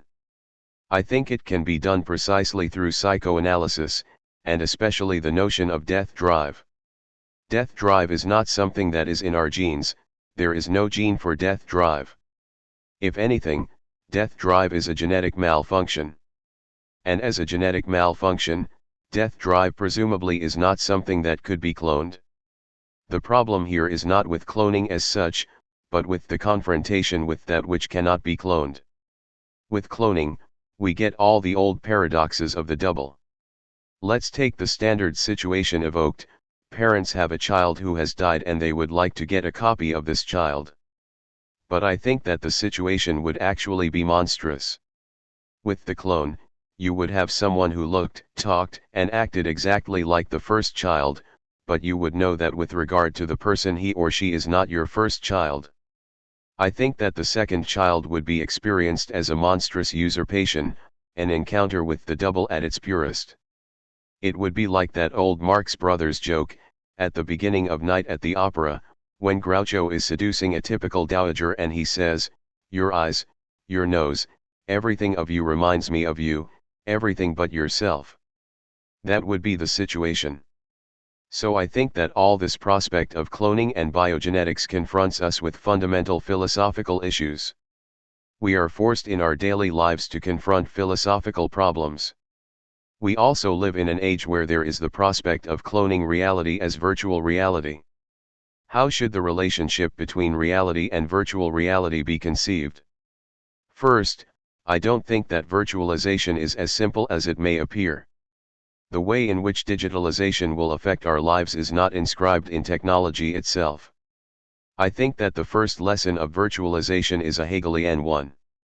It is not that before there was reality and that now we are in virtual reality, it's rather that retroactively we learn that there never was a reality in the sense of an immediate, or unmediated, experience. Retroactively, virtualization makes us aware of how the symbolic universe as such was always already minimally virtual in the sense that a whole set of symbolic presuppositions determine what we experience as reality. We don't experience something directly as reality, and because of this the real, precisely in the sense of the raw real, is experienced as specter and fantasy, as that which cannot be integrated into reality. If we take virtual reality versus real reality, then the real should not be conceived as that part of real reality which cannot be virtualized. In order for there to be virtualization, we must ask a more radical question: how is virtualization of reality possible at all? How can a space for virtualization emerge within reality itself? The only consistent answer is that reality in itself, to put it in Lacanian jargon, is not all. There is a certain gap in reality itself, and fantasy is precisely what fills this gap in reality. Virtualization is made possible precisely because the real opens a gap in reality which is then filled in by virtualization. To put it in even more classical naive philosophical terms, the true problem is not, how do we get from appearances to reality, but rather how can something like appearance emerge within reality? How can reality redouble itself into an appearance? The only solution is a Hegelian Lacanian one, because reality itself needs appearance, reality itself is nodal. Appearance is precisely not an epiphenomenon. Appearance is inherent to reality. In other words, the real persists as that failure or inconsistency of reality which has to be filled in with appearance. Appearance is not secondary, rather, it emerges through the space of that which is missing from reality. Just to be clear, the argument is not only that reality can never coincide with itself, where appearance, or virtualization is always possible because of an inherent gap in the order of reality, but also that reality itself is impossible without the real? I am even tempted to claim that there is a certain echo between this notion of the real and, at the very general level, the results of the cosmological speculations in quantum physics, where you also have this idea that, looked at from outside in its totality, the universe is a void. This is the materialist position that Deleuze called universalized perspectivism. It does not mean that there is no reality, since everything is just a subjective perspective. It is more radical than this. If we perceive a thing from a certain perspective, our immediate impression tends to be that that perception belongs to a distorted vision of what the thing is in itself. But the more radical conclusion of universalized perspectivism is that if you take away the distorting perspective, you lose the thing itself. Reality itself is the result of a certain distorting perspective. There is no positive reality outside these distortions. This insight, and here, my God, I will turn almost New Age, is also present to some extent in Nagarjuna, the founder of Mahayana Buddhism. What Nagarjuna argues is that where Buddhism affirms the notion of void, sunyata, emptiness/nothingness, it is not nothingness in the simple sense that there is nothing. The idea is, rather, that every positive entity emerges from a distorted perspective and that nothing exists objectively or independently from it. Objectively nothing exists, and entities only emerge as the result of perspectival differentiation, in which every differentiation is a partial distortion. Here we can see in what sense Lenin, in his materialism and empirico-criticism, tried to be materialist. He was obsessed with the notion of the mind reflecting an objective reality existing outside. However, such a notion relies on a hidden idealism, because the idea that outside of our reflections there is objective reality presupposes that our mind, which reflects reality, functions as a gaze somehow external to this reality. Universalized perspectivism rejects any such gaze. The point is not that there is no reality outside our mind, the point is rather that there is no mind outside reality. The distortion of reality occurs precisely because our mind is part of reality. So when Lenin claims that we can only arrive at objective reality in an endless asymptotic process of approximation, what he overlooks is that our distortions of reality occur precisely because we are part of reality and therefore do not have a neutral view of it. Our perception distorts reality because the observer is part of the observed. It is this universalized perspectivism which, I think, contains a radically materialist position. The true formula of materialism is not that there is some noumenal reality beyond our distorting perception of it. The only consistent materialist position is that the world does not exist, in the Kantian sense of the term, as a self-enclosed whole. The notion of the world as a positive universe presupposes an external observer, an observer not caught in it. The very position from which you can perceive the world as a self-enclosed whole is the position of an external observer. It is thus paradoxically this radical perspectivism which allows us to formulate a truly materialist position, not that the world exists outside our mind, but that our mind does not exist outside the world. Lenin put the accent on the wrong point. The problem of materialism is not does reality exist outside. The problem is does our mind exist? How does my mind exist and how is it inherent to reality? Nonetheless, there would seem to be a certain ambiguity here. Although, retrospectively, we can see that real reality has always been virtual in a certain sense, you argue, in The Plague of Fantasies, against the idea that real reality should be understood as simply another window in virtual reality, as virtual reality writ large. Yes, what needs to be avoided is precisely the idea that real reality, so to speak, is simply one in the multitude of virtual realities, or, as it is sometimes put, that reality is one more computer window. Here we are confronted with a false opposition between two equally wrong conceptions of reality. Either we have a fullness of reality outside of the virtual universe, or there is no external reality and real life is merely another window. These are two sides of the same coin, two temptations to be resisted. This false opposition is typically at the root of both the optimistic and pessimistic attitudes concerning cyberspace. On the one hand, there is the voguish tendency to celebrate cyberspace as a new domain of proto-communist unity where human beings will be transformed into virtual entities floating freely in a shared space. This is a variation of Gnostic idealism. On the other hand, there are the techno-conservatives who see in cyberspace only an illusory trap that undermines human potential and its capacity for exercising real freedom and autonomy. It is, rather, this very idea of authenticity which is illusory. Hubert Dreyfus is one example of this kind of authenticism.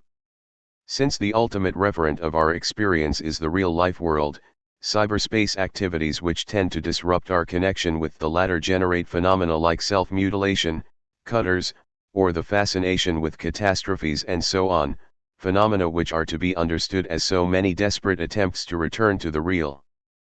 But, again, what needs to be displaced is precisely the idea of the real as the ultimate life world.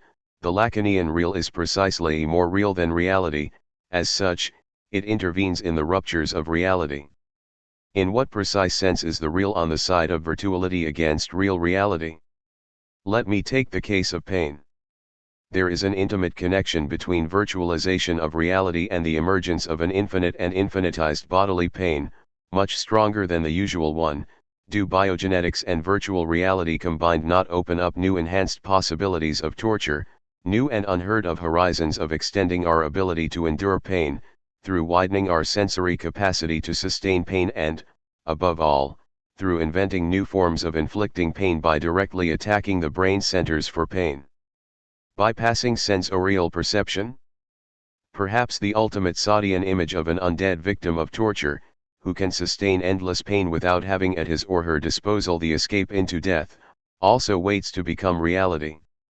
In such a constellation, the ultimate real/impossible pain is no longer the pain of the real body, but the absolute virtual real pain caused by virtual reality in which I move, and, of course, the same goes for sexual pleasure. An even more real approach is opened up by the prospect of the direct manipulation of our neurons. Although not real in the sense of being part of the reality in which we live, this pain is impossible real. And does the same not go for emotions? Recall Hitchcock's dream of the direct manipulation of emotions. In future, a director will no longer have to invent intricate narratives and shoot them in a convincingly heartbreaking way in order to generate in the viewer the proper emotional response. He will employ a keypad connected directly to the viewer's brain, so that, when he presses the proper buttons, the viewer will experience sorrow, terror, sympathy, fear. He will experience them for real, in an amount never equaled by the situations in real life which evoke fear or sorrow. It is especially crucial to distinguish this procedure from that of virtual reality. Fear is aroused not by generating virtual images and sounds which provoke fear, but via a direct intervention which bypasses the level of perception altogether. This, not the return back to real life from the artificial virtual environment, is the real generated by radical virtualization itself. What we experience here at its purest is thus the gap between reality and the real of, say, the sexual pleasure generated by direct neuronal intervention does not take place in the reality of bodily contacts, yet it is more real than reality, more intense. This real thus undermines the division between objects in reality and their virtual simulacra. If, in virtual reality, I stage an impossible fantasy, I can experience there an artificial sexual enjoyment which is much more real than anything I can experience in real reality. Consequently, cyberspace has a radically ambiguous status. While it can function as the medium of foreclosure of the real, of an imaginary space without obstacles, at the same time it can be a space where you can approach the real whose exclusion is constitutive for your experience of social reality. Cyberspace is both a way of escape from traumas and a way to formulate traumas, and in this sense it follows the paradox of Wagner's Parsifal, where the wound can only be healed by the spear that smote it. On the one hand, there is the danger of being caught in a kind of imaginary internal circular movement, but, on the other, cyberspace opens up a space for encountering the real precisely in the terms of what I called the imaginary real, that is, the real of illusion, the traumatic dimension which we foreclose in our reality. So cyberspace is not only another way of encountering, or evading, the real, but also another way of experiencing the real? The standard formulation of the experience of the real in cyberspace tends to be in terms of a kind of physical limit, of bodily inertia. The idea is that no matter how deep you are into virtual reality, you are nonetheless attached to a real body, prone to aging, functional breakdown, and so on, which cannot be abstracted from, and that therefore the Gnostic dream of the transformation of human beings into virtual entities is an impossibility. But I don't think that this remainder of the body constitutes the ultimate horizon of the real. On the contrary, the real has to be redefined as an impossibility which you encounter within cyberspace itself. It is strictly inherent to it. For example, one possible encounter with the real in cyberspace would be the construction of a fantasy that was so extreme that you would, as it were, escape back into real life. Something like this occurs in the Freudian case of the father who dreams that his son is reproaching him with the words, "Can't you see that I'm burning?" and who then escapes back into waking life in order to avoid this dramatic encounter. In the case of cyberspace, we are always presented with the possibility of approaching the basic coordinates of our fantasy space. But, as Lacan points out, fundamental fantasies are unbearable in the sense that a person can never fully subjectivize them. So the real is not simply the external limit of symbolization, it is strictly inherent, gaps that are produced by symbolization itself. The real in this sense has an almost fragile quality in relation to the symbolic texture. This notion of the imaginary real is something that you also explore in a recent text on the events of September 11, 2001, the title of which, Welcome to the Desert of the Real, is an ironic reference to the Wachowski brothers' film, Matrix. The reference to Welcome to the Desert of the Real is made in a very precise sense. To begin with, it does not mean that the Americans, or, more generally, Westerners, were until now living in an artificial universe and that now they have been jolted back into the real world. From the American perspective, it was not that reality intruded into a highly developed virtual universe but, rather, that what was experienced as spectral virtual fantasy intruded into reality. Issues of third world terror, disasters, and so on were typically perceived as something phantasmatic and unreal. Where such issues were referred to or represented, in the news or on film, it was always through a certain gaze that distanced them from the general experience of daily reality. So what happened with September 11 was not that reality intruded into our imaginary world, but precisely that what was perceived phantasmatically on our distant screens intruded into reality. And this is why September 11 was also accompanied with a certain effect of derealization, because although it was traumatic it was also somehow unreal in the fundamental sense of not being part of American reality. Here we have a nice example of how the Lacanian notion of the real involves the opposite logic to that developed by Roland Barthes, who, in The Effect of the Real, prefigures the standard deconstructionist critique of any reference to immediate reality. For example, Barthes referred to writers like Flaubert, who mentioned a whole series of non-functional superfluous details in their description of a room, and the idea is that these produce the effect of the real. And of course the point of deconstructionist criticism is to demonstrate how what we experience as reality on this daily level is effectively a construct of symbolic procedures. But the Lacanian perspective is precisely the opposite. Against the usual prohibition that symbolic fiction should not be confused with, or mistaken for, reality, the central insight of Lacan is that the real should not be mistaken for symbolic fiction. That is to say, the true philosophical art is not to recognize fiction behind reality, i.e. you experience something as reality and through the work of deconstructive criticism you unmask it as mere symbolic fiction, but to recognize the real in what appears to be mere symbolic fiction. It's the other way round.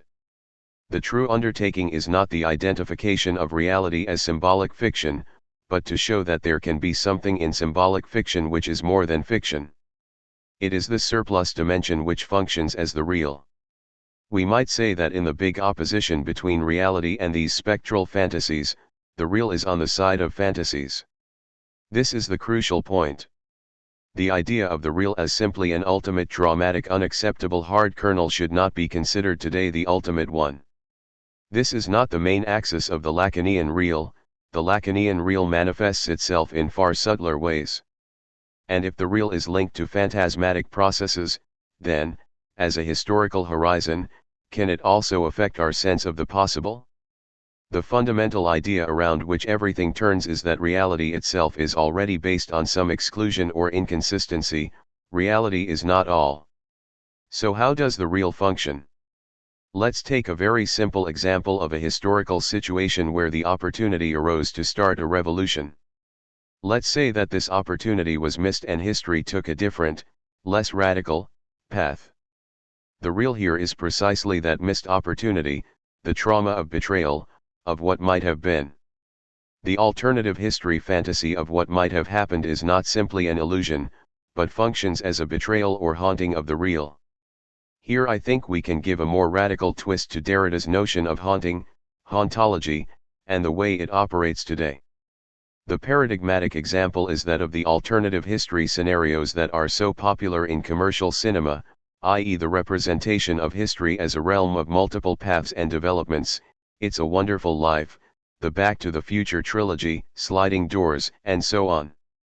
I think that this phenomenon is much more ambiguous than it may appear. First, I'm tempted to claim that the popularity of alternative history scenarios is not so much an expression of the fact that we live in a society of free choice, where we can always make different choices, but almost the opposite, that these scenarios are, rather, a signal of the fact that we do not have any fundamental choices. The usual lesson of alternative history films is either that choices don't matter or, more typically, that any intervention in, or alteration to, history inevitably produces a catastrophic result. It is precisely through the representation of history as a realm of infinite possibility and permutation that the ideological fantasy of a naturalistic course to the latter is reproduced. The alternative history scenarios end up as representations of ultimate closure. This idea of de facto closure would seem to run counter to the celebrationist view of cyberspace. I think that the ideology to be avoided apropos of cyberspace is simply to concede that it is a limitless horizon of free-flowing digitalization, indeterminacy, choices, and so on. At a superficial level this may appear to be the case, but I think that we effectively have very little choice. I think that our societies have never been more self-enclosed than they are today. Of course, we are all the time bombarded with choices, but we actually have very little real choice. And again, here the real refers to the lack of any fundamental choices. The latter are precisely excluded by the contemporary field of choices. They have become invisible in a world of seemingly infinite choice. And if the capacity to make real choices is diminishing, then does this also affect our sense of responsibility regarding our actions in the world? A key issue here is the way in which we relate to the death penalty. I am basically in favor of the death penalty, or at least the idea of the death penalty, but that is not the main point. The main point is that those who argue against the death penalty, if we push their argument to its limit, accept ultimately the Nietzschean position of the last man.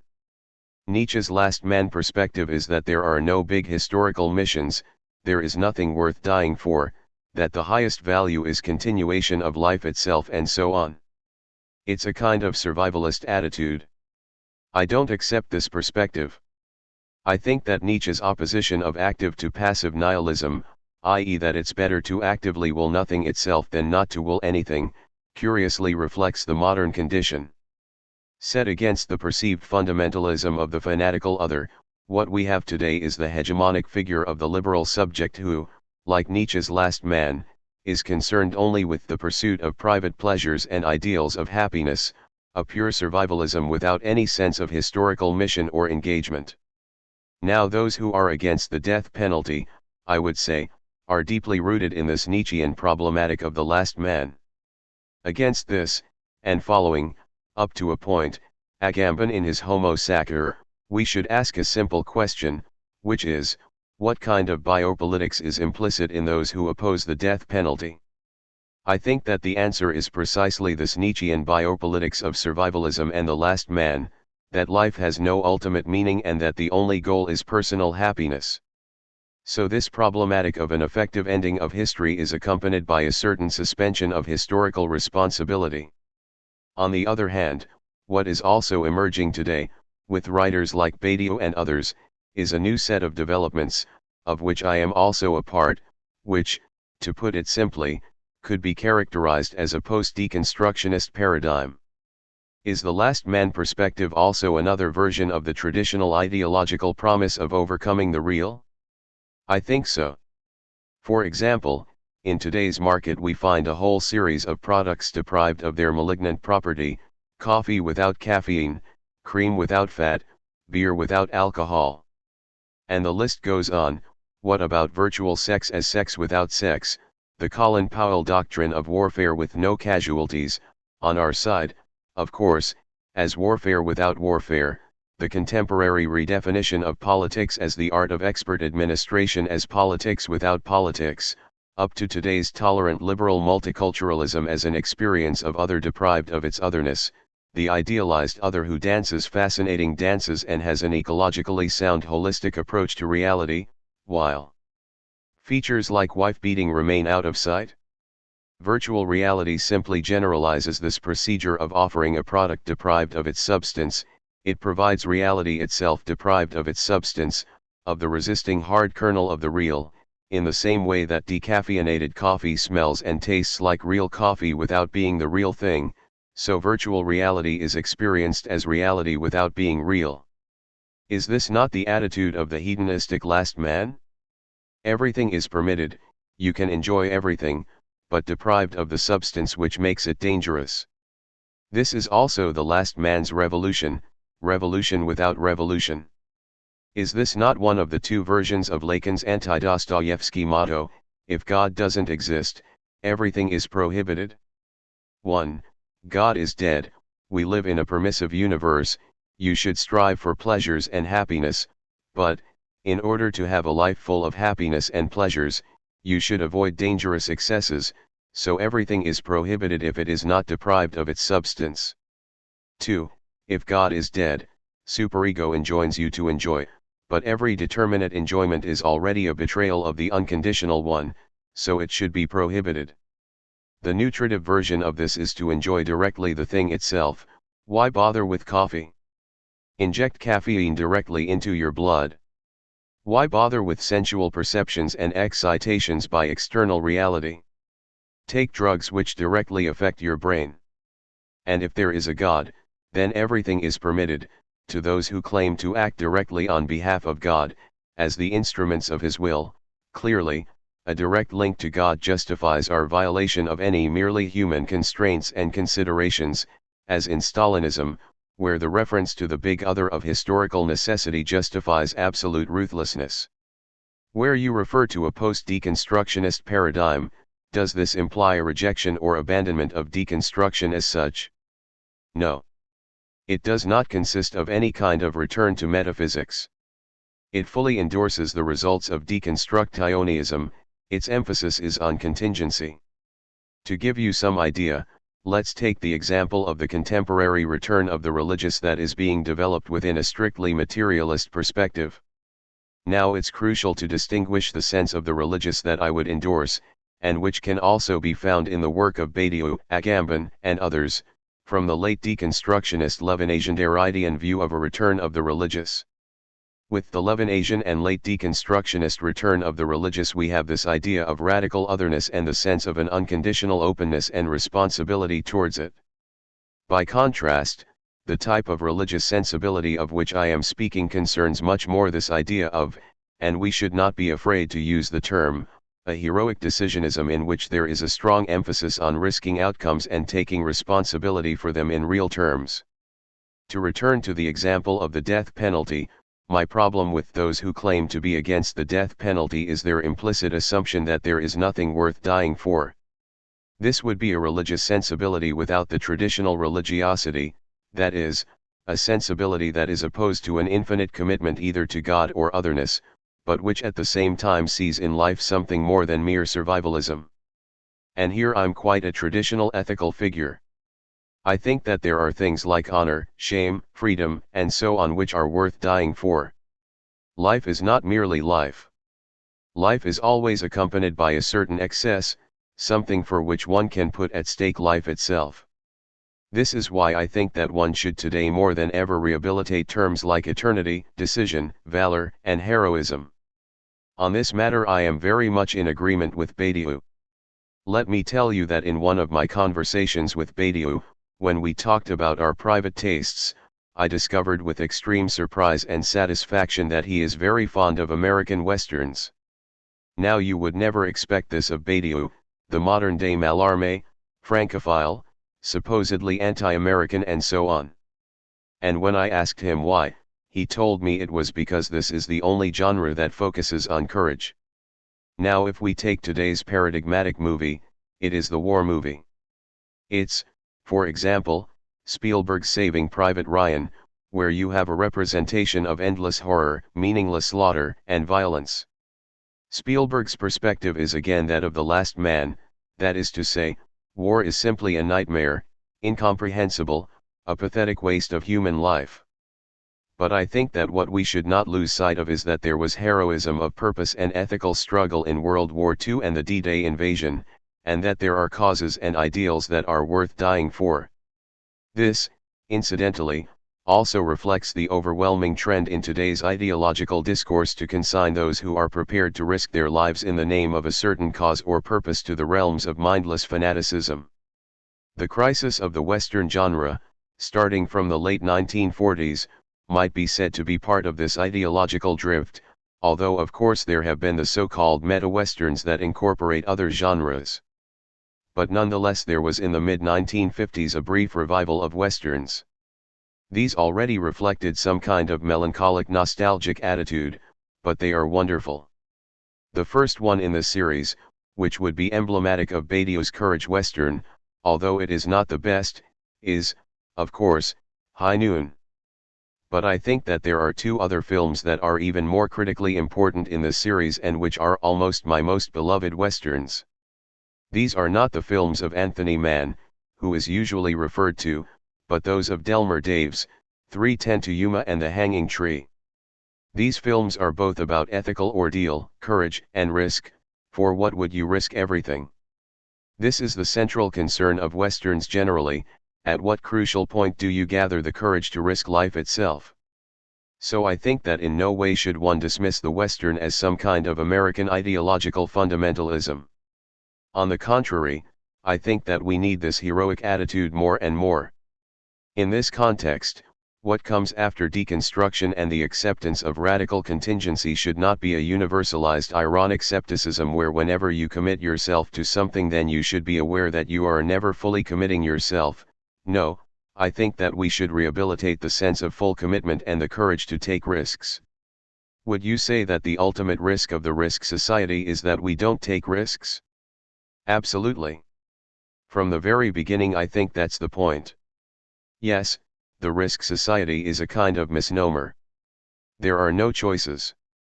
And if there are any risks, they are passive risks. That's for me the fundamental paradox of the risk society. For example, let's take the recent collapse of Enron and WorldCom. I mean, it's unfair to characterize these events simply in terms of a risk society, because the poor employees who lost their job didn't take any risks. They experienced this as pure irrational fate. And I think here when risk society theorists bombard us with notions such as you are free to choose today, to take risks, they are, up to a point at least, doing the old job of ideology in the sense of interpreting as our risk choices what is imposed on us as blind fate. Let's take a poor mid-level Enron or WorldCom employee who lost his or her job, all their life savings and so on. What choices did that person make? Did he have any rational way of establishing why Enron/WorldCom, and not some other big company, should collapse? Risk is here absolutely objectified as a kind of anonymous fatum. Yes, in this sense I would totally agree. Conversation 4. Tolerance and the intolerable, enjoyment, ethics, and event. Glyn Daly, a central Lacanian category in your work is that of jouissance, or enjoyment. Enjoyment is viewed as something that has to be renounced as a condition of entry to the socio-symbolic order, and yet that order is itself sustained by certain fantasies that stage the loss and recovery of enjoyment. Can you elaborate on this? Žižek: Yes, we have to renounce enjoyment in order to enter into the symbolic order, but, again, the crucial Lacanian point is to avoid the illusion that we are renouncing something which we previously possessed. This is the fundamental Lacanian paradox, that in the very gesture of renunciation we create the specter of death that we were supposed to lose. The second point about enjoyment concerns the link between fantasy and enjoyment. Fantasy is ultimately the fantasy about the sin of enjoyment, but in a double sense. Fantasy not only articulates the sin of enjoyment but, as you nicely indicate in your question, it stages the mythical narrative of how enjoyment was lost. This is the more important function of fantasy. It is not so much, oh my God, we have it, that concerns fantasy, but how enjoyment was lost, how it was stolen. Stanley Kubrick's movie, Eyes Wide Shut, is an extremely interesting film that concerns precisely the notions of shared enjoyment, theft of enjoyment, and the power of fantasy. Many critics reproached the film for its sterility. But I think that, far from being a failure of the film, Kubrick's genius is that he understands the utter sterility of fantasy. What the film shows is that instead of penetrating into a world of enraptured ecstasies, the deeper you go into fantasies the more fatuous and empty they appear, until, towards the end of the film, we have the famous collective orgy that is totally aseptic. Sexual difference is also crucial here because the two perspectives that Kubrick explores are not symmetrical. At first glance we have a married couple, Nicole Kidman and Tom Cruise, and in each of them the fantasy explodes. And the idea is that each of them goes to the end, exploring the depths of fantasy. But if you look closely at what happens, it is only in the man that this explodes. The authentic fantasy, the fantasy that holds any real meaning, is her fantasy, and what he desperately tries to do is to match up to, or resuscitate, something that would be at the level of her fantasy. Ultimately, he fails. The standard interpretation of the film is that you have a self-complacent married couple who get seduced into fantasizing, and then, just before getting lost in this abyss of all-consuming desire, they control themselves and step back. But I think what the film really shows is a traversing of the fantasy through experiencing its stupidity. In this sense, it's a much more depressing lesson. It's not that fantasy is a potent abyss of seduction that threatens to swallow you, but quite the opposite, that fantasy is ultimately sterile. And this would be another example of the real of fantasy. There is one aspect of the film which I think is crucial from a Lacanian point of view, and which tells us a great deal not only about the relationship between reality and fantasy but also about the nature of the act and in what sense an act can be false.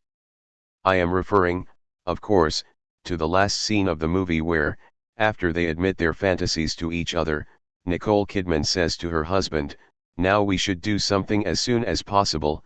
He asks what, and she says, "We should go to bed, fuck." Here we have the lesson of fantasy, because the simple ending would have been that they are fantasizing just because they didn't get enough good real sex. The idea being that you don't have it in reality, so you fantasize it. The belief is simply that with a little bit of good sex you get real satisfaction, so who needs to fantasize? But I think that their sexual act will be an escape, a false act. Her message is not, let's have real sex so that we no longer need to fantasize, but, rather, that you can get lost in fantasy, that it can overwhelm you, and that a real sexual act is a defensive measure to control this explosion of fantasy. So in a way the real here is in the fantasy, and you escape into reality to somehow control this excess of fantasy. It's a defensive act, you turn into reality in order to control, to stifle, the phantasmatic explosion. How does fantasy relate to the dimension of impossibility in the sexual relationship? To elaborate the role of fantasy, the crucial thing is to secure the elementary distinction, which is too often collapsed, between the object of desire and the object cause of desire. The object of desire is simply the desired object, let's say, in simple sexual terms, the person whom I desire. The object cause of desire, on the other hand, is that which makes me desire this person. And the two are not the same. Usually, we are not even aware of what was the object cause of desire. It requires psychoanalysis to learn what, for example, made me desire that particular woman. This is something along the lines of what Freud already called the unary feature, der Einzigzug, le Trait unair, and on which Lacan later developed a whole theory, i.e. some feature which triggers my desire in the other. And I think this is how one should read Lacan's statement that there is no sexual relationship. This means precisely that it is never simply me and my partner. There is at the center of any relationship the object cause of desire. I developed this in Did Somebody Say Totalitarianism? The gap between the object of desire and its object cause is therefore crucial, a feature which triggers and sustains my desire. It is possible that I am not aware of this feature, but what often happens is that I am aware of it but I misperceive it as an obstacle. For example, when somebody is in love with another person and says, I find her really attractive except for that detail, I don't know, the way she laughs, the gesture she makes, this bothers me. You can be sure that, far from being an obstacle, it is, in fact, the cause of the desire. The object cause of the desire would be that strange imperfection which disturbs the balance, but if you take it away the desired object itself no longer functions, i.e., it is no longer desired. It is a paradoxical obstacle which constitutes that towards which it is an obstacle. It is in these terms that we can also understand the nature of the melancholic position. A melancholic is somebody who has the object of desire but who has lost the desire itself. That is to say, you lose that which makes you desire the desired object. In your work you have stressed that the dimensions of fantasy and enjoyment not only affect psychic life but also, more broadly, the cultural and political life of society. How do these dimensions operate? When we speak about fantasy and enjoyment, the first elementary point to make is that enjoyment, in psychoanalytic terms, is not the same thing as pleasure. Enjoyment is beyond the pleasure principle. Whereas pleasure exists along the lines of balance and satisfaction, enjoyment is destabilizing, traumatic and excessive, the Freudian pleasure in pain and so on. Now what I find so interesting is how this level of excessive enjoyment is operative at a multitude of levels in politics. This is what I try to develop in most of my books. For example, in our officially tolerant times I claim that everyday racism survives precisely at this level of being disturbed by what is perceived phantasmatically as the other's excessive enjoyment. Today's racist usually no longer says that Arabs, Turks, or Indians are simply stupid or disgusting. No, he says that they are quite normal, that he likes them, that they are his friends and so on, but that there is something about them which bothers him, some detail, their smell, their food, their music. Or it might even be something more intellectual, linguistic orientation, cultural attitudes, the work ethic. It is some feature that is perceived as excessive. And this is why I think it is so difficult to struggle against racism at the everyday level. But also, more generally, all politics relies upon, and even manipulates, a certain level of economy of enjoyment. For me, the clearest example of enjoyment is the speech by Goebbels in 1943, his speech on so-called total warfare, Total Krieg. After the Stalingrad defeat, Goebbels gave a speech in Berlin in the conclusion of which he asks for total war, let's abolish the last remnants of normal life and let's introduce total mobilization. And then you have this famous scene where Goebbels is addressing a series of rhetorical questions to a crowd of 20,000 Germans and asking them if they want to work even more, 16 to 18 hours a day if necessary, and the people shout yes. He asks them if they want all the theaters and expensive restaurants closed down, and the people again shout yes. Then, after a series of these kinds of questions, which are all about renouncing pleasure and enduring even more hardship, he finally asks an almost Kantian question, Kantian in the sense of evoking the unrepresentable sublime. He asks, do you want a total war, a war so total that you cannot even imagine today how total it will be? and a fanatical ecstatic shout comes up from the masses, yes, yes, yes. Here I think you have enjoyment as a political category at its purest. It's absolutely clear, if from nothing else than simply the dramatized expressions on the people's faces, that this injunction, demanding from the people to renounce ordinary pleasures, provides an enjoyment of its own. This is enjoyment. But to emphasize the point above, enjoyment is not exclusively the perverse product of authoritarian regimes. Yes, many standard Marxist and psychoanalytic critiques of fascism acknowledge that totalitarianism relies on a certain perverse economy of enjoyment. But you cannot simply say that if you get simple direct satisfaction then you don't need these perverse kinds of enjoyment. The problem with enjoyment is that it never functions directly, it always gets disturbed.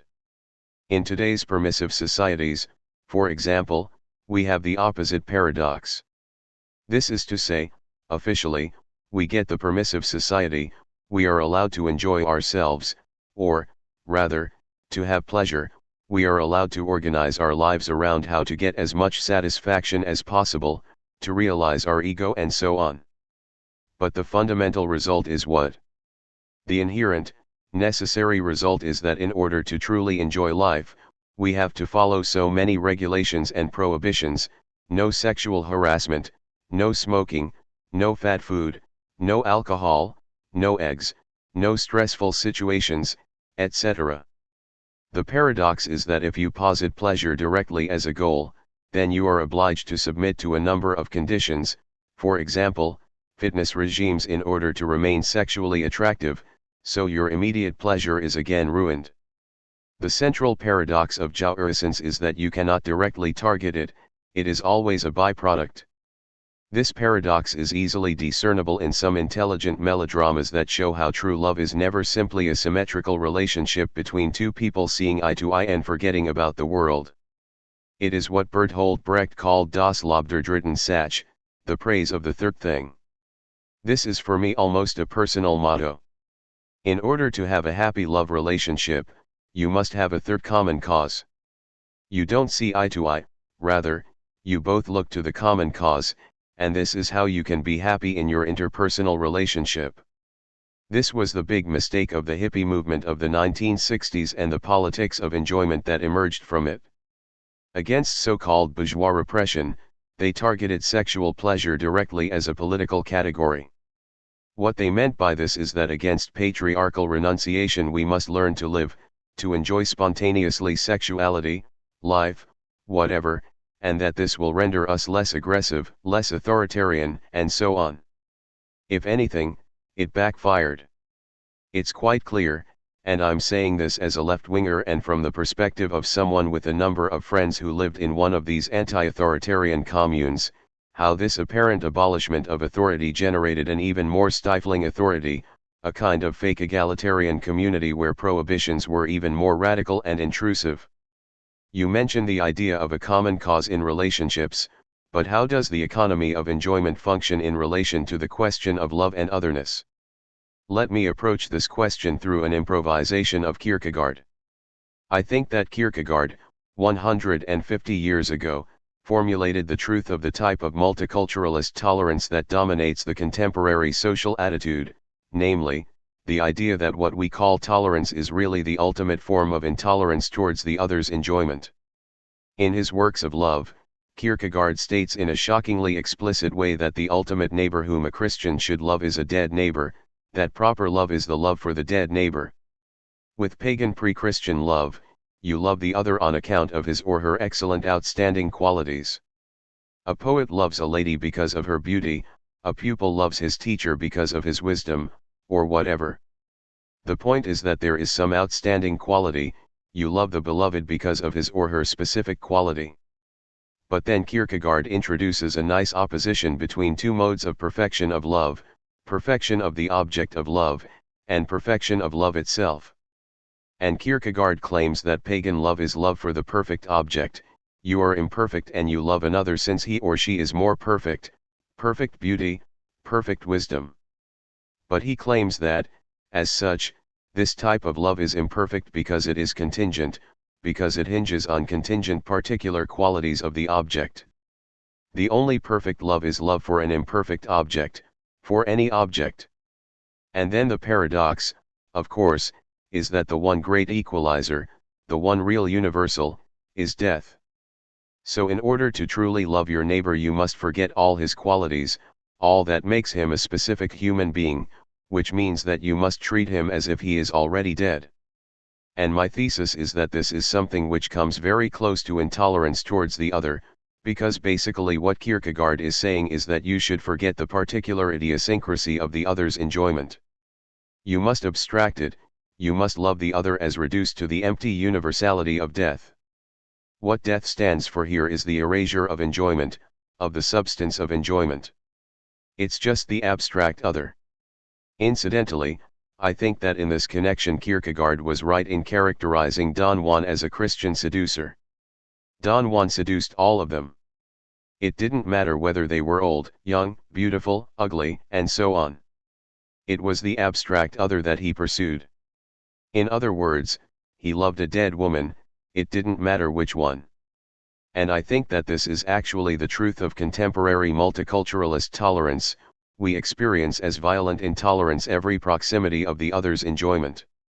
Tolerance means, leave me alone, I don't want to be disturbed too much by you. Is this attempt to abstract the other, to impose death, simultaneously an attempt to conceal a deeper horror of the other? Let me tell you a strange thing which happened to me recently in Los Angeles. I was listening with some friends to a woman singing a blues song on the television and I said that, judging from the voice, she would seem to be Black African American, although her name is very European. And I was immediately ferociously attacked for being politically incorrect. They claimed that it is incorrect to identify people by natural characteristics, that this is reductive and so on.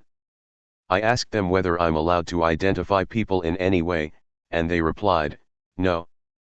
So what we have is a total prohibition of any particular kind of identification, which means precisely that you must read the other as an abstraction, as if they were already dead. This is the truth of their position.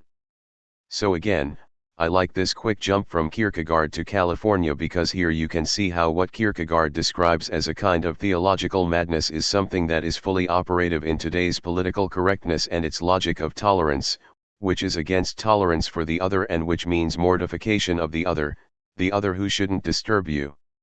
And I think that the horror of harassment accompanying this mortification is part of a general movement today which in primitive psychoanalytic terms could be called a movement towards a logic of pathological narcissism, where again you have this central concern with how to avoid being disturbed, how to retain the proper distance from the other. Presumably the attempt to isolate oneself from the other, in a total sense, is also self-defeating and creates its own pathologies. One of the political problems today I would have said is that this logic of no harassment from the other contains catastrophic psychic consequences and is at the root of the experience of loss of reality, of derealization. I think that many phenomena can be read as desperate attempts to regain some sense of touch with the real. For example, a phenomenon that is typical of today is the so-called cutter, especially in the United States. These are mostly, but not exclusively, younger women who have an incredible compulsion to cut themselves, usually with razors. For a long time psychologists assumed that this was a phenomenon of thwarted suicidal attempts. You want to kill yourself, but you are afraid to go all the way. But now it is becoming increasingly clear that this is not the case. Rather, cutting yourself functions as a kind of terribly distorted strategy of regaining contact with the real. Again and again, if you read interviews with these unfortunate women, their point is, I feel unreal. I feel as if I don't exist. I feel as if I am in a purely virtual state. And when I cut myself, when I feel the warm flow of blood on my skin, I feel then that I am reconnected, that I am back in contact with reality. And here also I see, for example, the importance of a film like David Fincher's Fight Club, a favorite movie of mine in the last few years. The film is the story of a man who is totally alienated, an insomniac, losing contact with reality and then trying desperately to reconnect. First, through love for the neighbor's sympathy, he visits various support groups for people suffering from severe illnesses, basically a voyeuristic sadistic experience. Finally, he gets involved with a group of people who meet regularly at weekends and just beat each other. And the idea is that they do it in a loving, friendly way as a healthy outlet, as a way of reconnecting with the real. In terms of the criticism that it received, I think that it is indicative of the hegemony of this narcissistic ideology of false tolerance that the movie was mostly rejected for its alleged celebration of proto-fascist male bonding. And where it was endorsed, it was done so on the grounds of a critique of this attitude. Few saw in the film something which I think we should have the courage to accept. That is, the emancipatory dimension of this self-beating, and that, in a way, we need to take a risk through this kind of violence. When we live in a virtual isolated space, every reconnection with the real is, of course, something shattering, it is violent.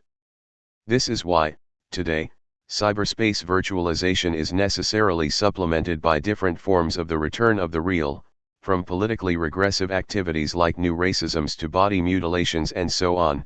These two sets of phenomena are strictly correlative. This recalls your earlier point about passing to the act as a defense against being overwhelmed by phantasmatic introspection, as a way of escaping the real. Although here you seem to be suggesting that passing to the act can also be more ambiguous. With eyes wide shut, the sexual union is precisely a passing to the act in order to avoid the symbolic deadlock. One of the key insights of psychoanalysis is that you cannot simply oppose speech to acts, as in mere talk, and authentic acts. There are acts which are false acts, where you do something in order to avoid confronting some phantasmatic or symbolic entity. For example, you are hyperactive in order to avoid confrontation with some traumatic truth, which happens again at the end of Eyes Wide Shut. And I think that in this sense, when we speak about death drive, suicide bombings, and so on, all these phenomena can be explained precisely by this opposition between passage à l'act and an authentic act. Passage à l'act is false in the sense that it is undertaken in order to avoid a symbolic deadlock. Instead of confronting the deadlock, you pass to the act. Suicide is an example of this false passage à l'act. The symbolic deadlock becomes so unbearable that simply by killing yourself you resolve it. On the other hand, we also have the act as an effective intervention, which is not this kind of escape. However, if we return to Fight Club, I would emphasize that nonetheless the two dimensions, the violent passage à l'act and the act proper, cannot always be clearly distinguished.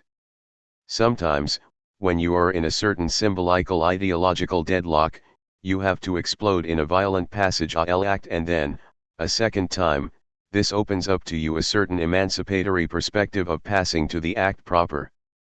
My argument is that this can be applied to certain ideological predicaments where there is a double bind, where the system is giving you one type of message at the public level but simultaneously, at a deeper implicit level, an entirely different message. Let's again take today's discourse on tolerance. At one level this discourse preaches universal tolerance, but if you look closer there is a set of hidden conditions that reveals that you are tolerated only insofar as you are like everyone else. The discourse establishes what is to be tolerated. So, in reality, today's culture of tolerance subsists through a radical intolerance towards any true otherness, any real threat to existing conventions.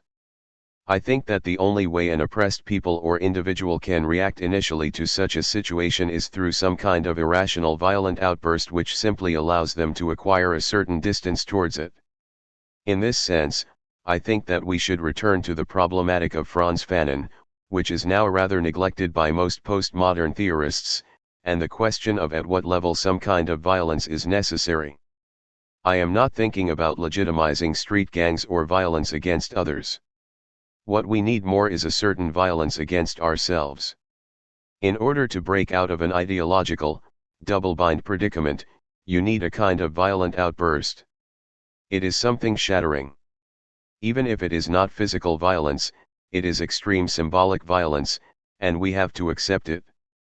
At this level I think that in order to really change the existing society, this will not come about in the terms of this liberal tolerance. it will explode as a more shattering experience. And this is, I think, what is needed today, this awareness that true changes are painful. And perhaps could we not also speak here of the violence of the political itself? If, following Fanon, we define political violence not as opposed to work, but, precisely, as the ultimate political version of the work of the negative, of the Hegelian process of Bildung, of educational self-formation, then violence should primarily be conceived as self-violence, as a violent reformation of the very substance of subjects' being. Therein resides the lesson of Fight Club. In many of the smaller American cities with a large unemployed working-class population, something like fight clubs is recently emerging, toughman fights in which only amateur men, and women also, engage in violent boxing matches, getting their faces bloody, testing their limits. The point is not to win, losers are often more popular than winners, but, rather, to persist, to continue standing on one's feet, not to remain lying on the floor. Although these fights stand under the sign of God Bless America, and are perceived by most of the participants themselves as part of the war on terror, one should not dismiss them as a redneck proto-fascist tendency. They are part of the potentially redemptive disciplinary drive. Contemporary multiculturalism is allegedly based on some universal notion of respect for the other, difference and so on. You insist, however, that ultimately there is something fake about this discourse. Can you expand on this? One of the best examples of the falsity of today's multiculturalist tolerance is McDonald's. Recently in India there was a wide, almost popular, movement which mobilized against the food preparation of the McDonald's Corporation. McDonald's was importing French fries from Europe where they were first prepared using fat that came from beef. So this raised the whole religious problem of sacred cows and so on. McDonald's recognized the complaint and promised that it would no longer use fat from beef. Now some of my multiculturalist friends hailed this as some kind of political victory along the lines of increased tolerance, taking into account cultural differences, respect for otherness and so on. But I have problems with this. Okay, it's a nice thing that this happened, of course, but first I think that it is definitely not a victory against globalization in favor of cultural autonomy. I think that globalization reproduces itself precisely by taking into account particular cultural identities. We have a totally wrong notion of globalization if we think that it means that everyone will just eat McDonald's or American fast food. No, globalization means precisely what we already have in our large cities: Chinese, Indian, Thai, Italian, whatever. So globalization already has a form of different national identities. That's my first point.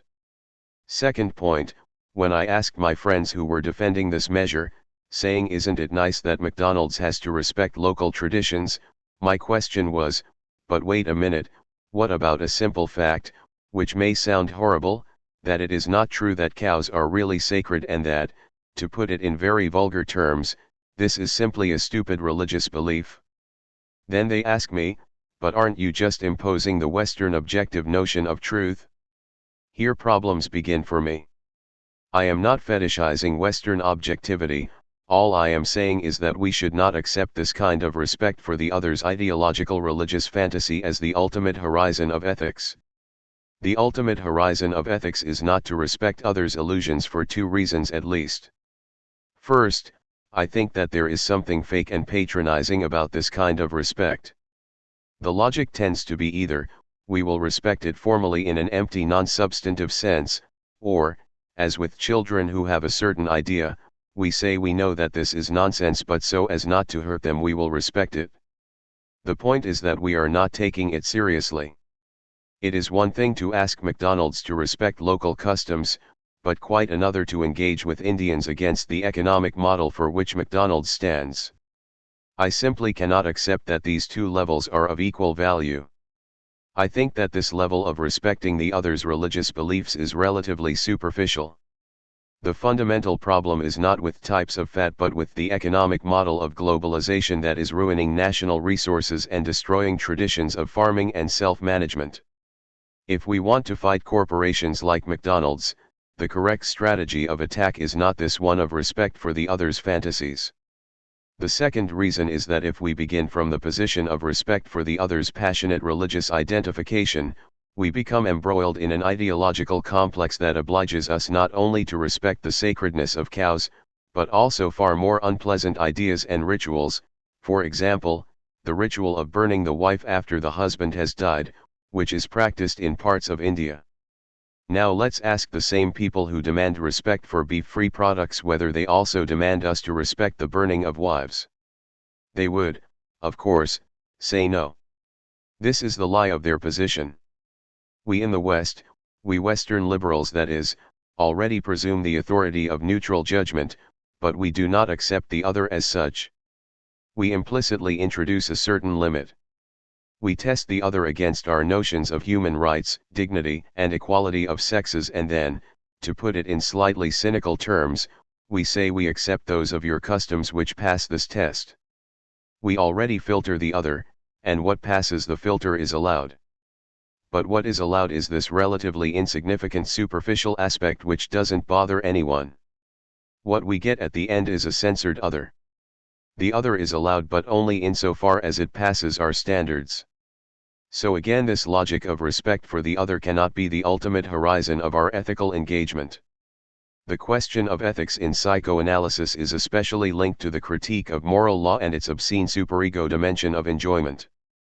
In this respect, a direct relationship is established between the seemingly repressive Kant and the licentious Marquis de Sade. How is this relationship understood? It's not clear whether Lacan knew about Adorno and Horkheimer's dialectic of the Enlightenment, where they developed the idea of an intimate connection between Kantian ethics and the universe of the Marquis de Sade well before Lacan. But when Lacan develops his theories, I don't think that Kant versus Sade is simply symbolic moral law versus the superego. It is not simply that Sade is the truth of Kant. I think it is a much more complex relationship. Maybe the best way to grasp the connection between the two is first to focus on what is so radically new in Kantian ethics. That is to say, the ethics of the autonomy of the subject. The moral act has to be done just for the sake of it. What does this mean? As we all know, this means breaking radically with the ethics of supreme good and of the great chain of being. An ethical act is not organically built into the structure of the universe, rather, it signals a rupture, a break in the causal network or structure of the universe. Freedom is this break, something which begins out of itself. So in this sense, moral law cannot be deduced from any utilitarian consideration or natural propensities. From the standpoint of natural propensities, moral law is idiosyncratic, a caprice, something that cannot be grounded in logical foundations but, on the contrary, reveals a certain abyss. And precisely the same goes for the Marquis de Sade. For Sade, the radical freedom to enjoy involves the same type of absolute caprice. So although they are of course opposites, with Kant, it is fighting against one's natural propensity towards pleasure, just following the ethical norm, while for Sade, it is this absolute unconditional enjoyment. What they nonetheless share is the unconditional character of the act. For Sade, the ultimate act of enjoyment is not that you simply fully live out or realize the propensities of your natural personality in a totally unconstrained way, indulging the appetites for power, sex, pleasure, and so on. The idea is rather to enjoy absolutely, to follow your absolute caprice. So it's not simply a question of realizing the standard pleasures but of breaking with them, of challenging them on the basis of caprice as such. So what Kant and Sade both share is the aspect of rupture, of breaking out of any natural order. Does this mean that Sade can be understood, perhaps even should be understood, as an ethical figure? Lacan's idea is that, on the one hand, the excessive enjoyment in Sade functions as the obverse of the Kantian ethical revolution, but, on the other, neither Kant nor Sade is within the domain of standard moral law and as such allows for new ethical openings. The very space for Sadean excessive enjoyment is opened precisely by Kantian radical autonomy. The ultimate caprice for enjoyment is achieved only insofar as it can acquire this Kantian status of autonomy. In Sade you have basically two levels of pleasure. In a first move, Sada opposes theology morality as a kind of oppressive force that prevents our true nature from expressing itself. Here, Sada seems to speak the language of 19th century materialism, give way to your nature and so on. But this is not all. If this were to be all, then Sada would simply be a naive materialist who preaches the assertion of our true nature and that we find pleasure not only in love and good living but also in inflicting pain on others. Sada is at his most radical, and reaches the level of Kant, when he becomes aware of how it is not only religion and morality that oppress our nature but that nature itself is also a kind of pre-established limitation on our freedom, that our nature itself is something oppressive. This leads to Sada's idea of the absolute crime of breaking out of the natural order itself, which is exactly the Kantian ethical act. In this sense, both Kant and Sada moved beyond this straightforward structure of morality and its obverse of the superego. What Kant and Sada represent are two extremes, two options, of how not to compromise, how not to give way to your desire. Sada cannot be reduced to the superego dimension precisely because the latter emerges when, on behalf of some good, you compromise your desire. This presumably is why you would disagree with those perspectives that try to explain the holocausts of the modern world in terms of a Sadian logic. I was always radically opposed to those readings that interpret the Holocaust, and similar horrible things, as a realization of either the Kantian notion of radical evil and/or Sadian logics. I find this problematic. I don't think that there is any kind of continuity between Sada and the Holocaust because the universe of Sada is the universe of radical autonomy, it is pure caprice with no positive moral norms. The basic problem with Sada is the ethical problem in the sense that there is an absolute injunction to assert your autonomy. And this is absolutely not the case with Nazism. Nazism, on the contrary, is the ultimate perversion of the logic of supreme good. Nazism is not about the ultimate idiosyncratic assertion of autonomy. Nazism means that everything, even the worst crimes, should be undertaken for the good of the nation. The positing as a supreme good some entity, like the nation, is exactly the opposite of Sadian ethics. The logic of the Holocaust is, rather, inscribed in the tension between law, moral law, and its obscene underside superego. More specifically, this also seems to be at the root of your critique of Hannah Arendt and her characterization of the Holocaust in terms of a banality of evil. What is your objection to her characterization? The positive result of Arendt's thesis of banality of evil is that it excludes the opposite, that is, the notion of the heroic or Byronic type of sublime evil. Nazis were not these kind of heroic picture heroes of evil. It is not that the Nazi evil was something banal, it is that the executors of this evil were ordinary banal persons. Banality of evil doesn't mean that evil was just a banality. It means the people who performed these horrible acts were not, to put it this way, at the level of their act. They were simply ordinary. So an important consequence is that evil was in a way objectivized. You will not arrive at the dimension of Nazi evil by doing some sort of psychological analysis or looking for some kind of innate monster. It was anonymous objectivized evil. And that is the horror of it. That's the positive aspect of Arendt's thesis. Where I find Arendt problematic is in her notion that this was pure bureaucratic evil, that individuals behaved as anonymous bureaucrats, caught in a machine, doing their duty and so on. The implied link between Kantian ethics of unconditional duty and the Nazi executors is totally false.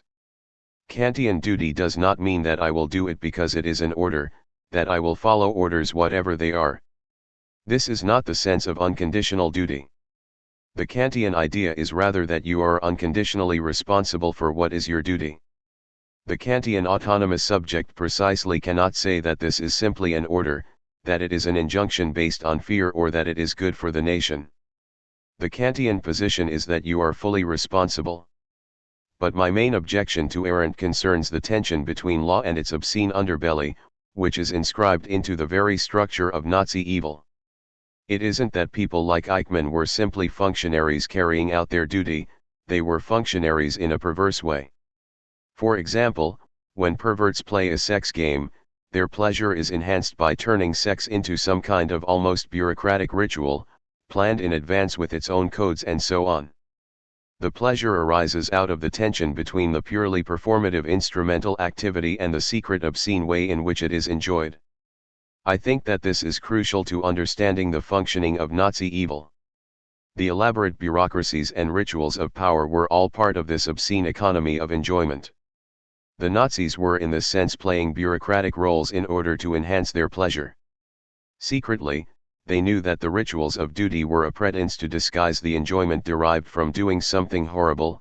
Even the guilt feelings generated here served to enhance their pleasure. So it was a kind of perverted game. And presumably this perverted game is not unique to Nazism, but is also something that you see being played out in contemporary ideologies.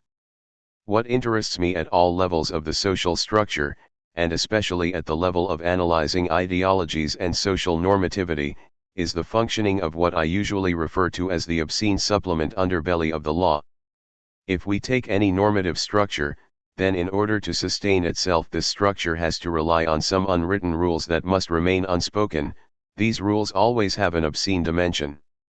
My standard example is that of the military community where, at one level, you have a set of explicit rules, hierarchy, procedure, discipline, etc., but in order for these explicit rules to function they need an obscene supplement, that is, all the obscene unwritten rules that sustain a military community, dirty sexist jokes, sadistic rituals, rites of passage and so on. Anyone who has served in the military knows how the whole military discipline is sustained ultimately by this obscene underbelly. And I think that it is crucial to focus on this relationship in analyzing the functioning of ideology today. This obscene dimension also seems to function in quite subtle ways in ideology. I'm thinking of the new forms of European racism and, in particular, the recent political events in France. Alain Badiou, in his analysis of how Le Pen made it into the second round in the French presidential elections of 2002, renders clear the true stakes of the widespread emotion of fear and shame, panic even, that Le Pen's first-round success generated among many a democratic leftist.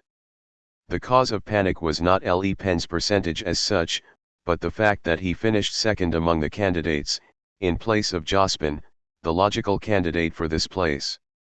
The panic was triggered by the fact that, in the democratic imaginary of the multi-party states in which the political field is bipolar, with the two big parties or blocs alternating in power, the second place symbolically signals the electability of a candidate.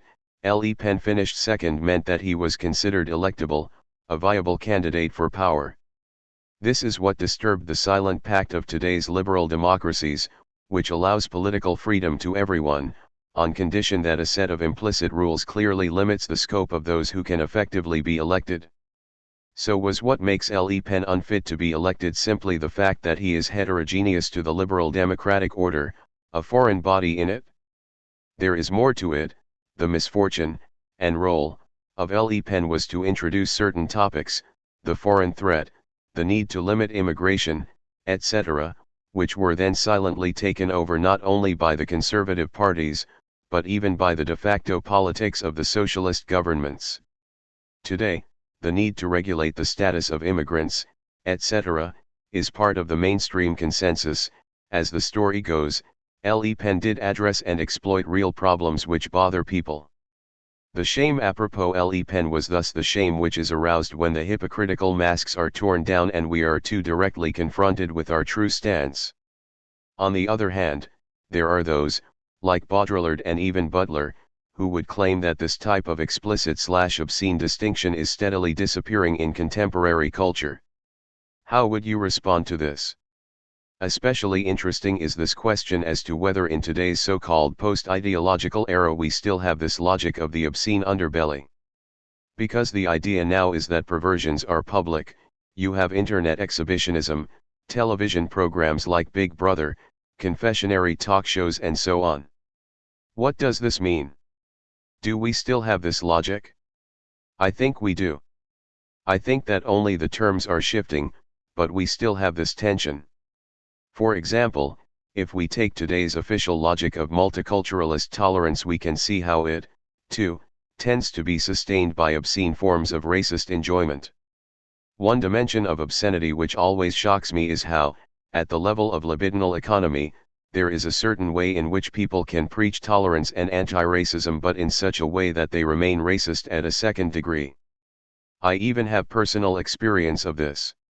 When people in Western countries profess to be shocked about Balkan ethnic cleansing, intolerance, violence and so on, it was clear that, as a rule, their very repudiation was formulated in such a way as actually to bring them a certain racist pleasure. Sometimes this even explodes openly. For example, when I, as a relatively tasteless person, make some joke or vulgar remark which is considered unacceptable, it is incredible how often those people who pretend to be ultra-tolerant and multiculturalist respond along the lines of maybe this goes in your primitive Balkan, but, sorry, here we are tolerant. Their very identification of me in this way engenders a specific obscene enjoyment. I think that in our liberal multiculturalist societies this logic of obscene supplementary enjoyment is more crucial than ever. Rather than a simple social analysis of how it feeds into global capitalism, the critique of the liberal version of multiculturalism needs to focus on this inherent tension, that in order to function, multiculturalism involves a secret obscenity of its own. Along these lines, one should emphasize the ambiguous, undecidable, to use the fashionable term, nature of contemporary feminism in the developed Western countries. The predominant form of American feminism, with its legalistic twist à la Catherine MacKinnon, for example, is ultimately a profoundly reactionary ideological movement. It is always ready to legitimize U.S. Army interventions into feminist concerns and does not shrink from making dismissive patronizing remarks about third world populations, from its hypocritical obsession with clitoridectomy to MacKinnon's racist remarks about how ethnic cleansing and rape is in the Serbian genes. And in contrast, you would argue that with Kantian Sadian ethics it becomes possible to break free from this inherent tension between law and superego enjoyment? Where we have a Lacanian reference to Kant with Sada, the usual idea is that Sada is the truth of Kant in the sense that Kant developed a pure ethic of duty and Sada renders visible the sadistic truth of it. So when you are thinking that you are doing your duty for the sake of duty, secretly we know you are doing it for some private perverse enjoyment. The disinterested point of the law is a fake, as there are private pathologies behind them. The proverbial example is that of the teacher who terrorizes his pupils out of a sense of duty, for their own good, but secretly he enjoys terrorizing pupils. But I think that one cannot emphasize enough that when Lacan proposes the thesis of Kant with Sada, it is not that the truth of Kant is a sadist attitude. It is not that behind the apparent disinterested duty you should look for a secret pathological pleasure. It is the opposite. The argument is not that Kant was a secret sadist but rather that in order to understand Sada's injunction to unconditionally enjoy you must conceive Sada as a Kantian. This is the fundamental insight of Lacan, that Sada was a Kantian. At its most radical, the only way to conceive the Sadian injunction to enjoy is to read it as a Kantian categorical imperative, that you follow it not out of any pathological considerations for your pleasures. This domain of radical autonomy is precisely the domain outside the law/obscene superego couplet. The big opposition for Lacan, and the ultimate ethical opposition, is between this radical assertion of autonomy and the Kantian heteronomy, a heteronomy which means that ethics is grounded in some supreme good, and that the price you pay for it is the obscene superego dimension. For both Kant and Sada the ultimate problem is that of human autonomy and freedom in the strict sense of, again, the ability to break the constraints of your nature. It is the assertion of pure subjectivity as the void which can cut the limitations, the constraints of your nature. Despite this tradition, you maintain that today's Western societies are generally orientated towards utilitarian ethics. This form of ethics not only leads in a different direction from that of Kantian Sadian ethics but also possesses totalitarian propensities. Can you comment further on this? The true opposite of both Sada and Kant is utilitarian ethics, the entire line from Bentham to Peter Singer, precisely because utilitarian ethics is the ethics of non-autonomy. The public position of utilitarian ethics is that each individual has the right or the natural propensity to follow his or her own pleasures. And this sounds nice, Why shouldn't I have the right to maximize pleasures and not to be terrorized by some abstract moral injunction? But there is an underside to utilitarian ethics. The true wager of utilitarian ethics is that we are not autonomous, we try to maximize our pleasure, and this is a mechanism which determines our behavior.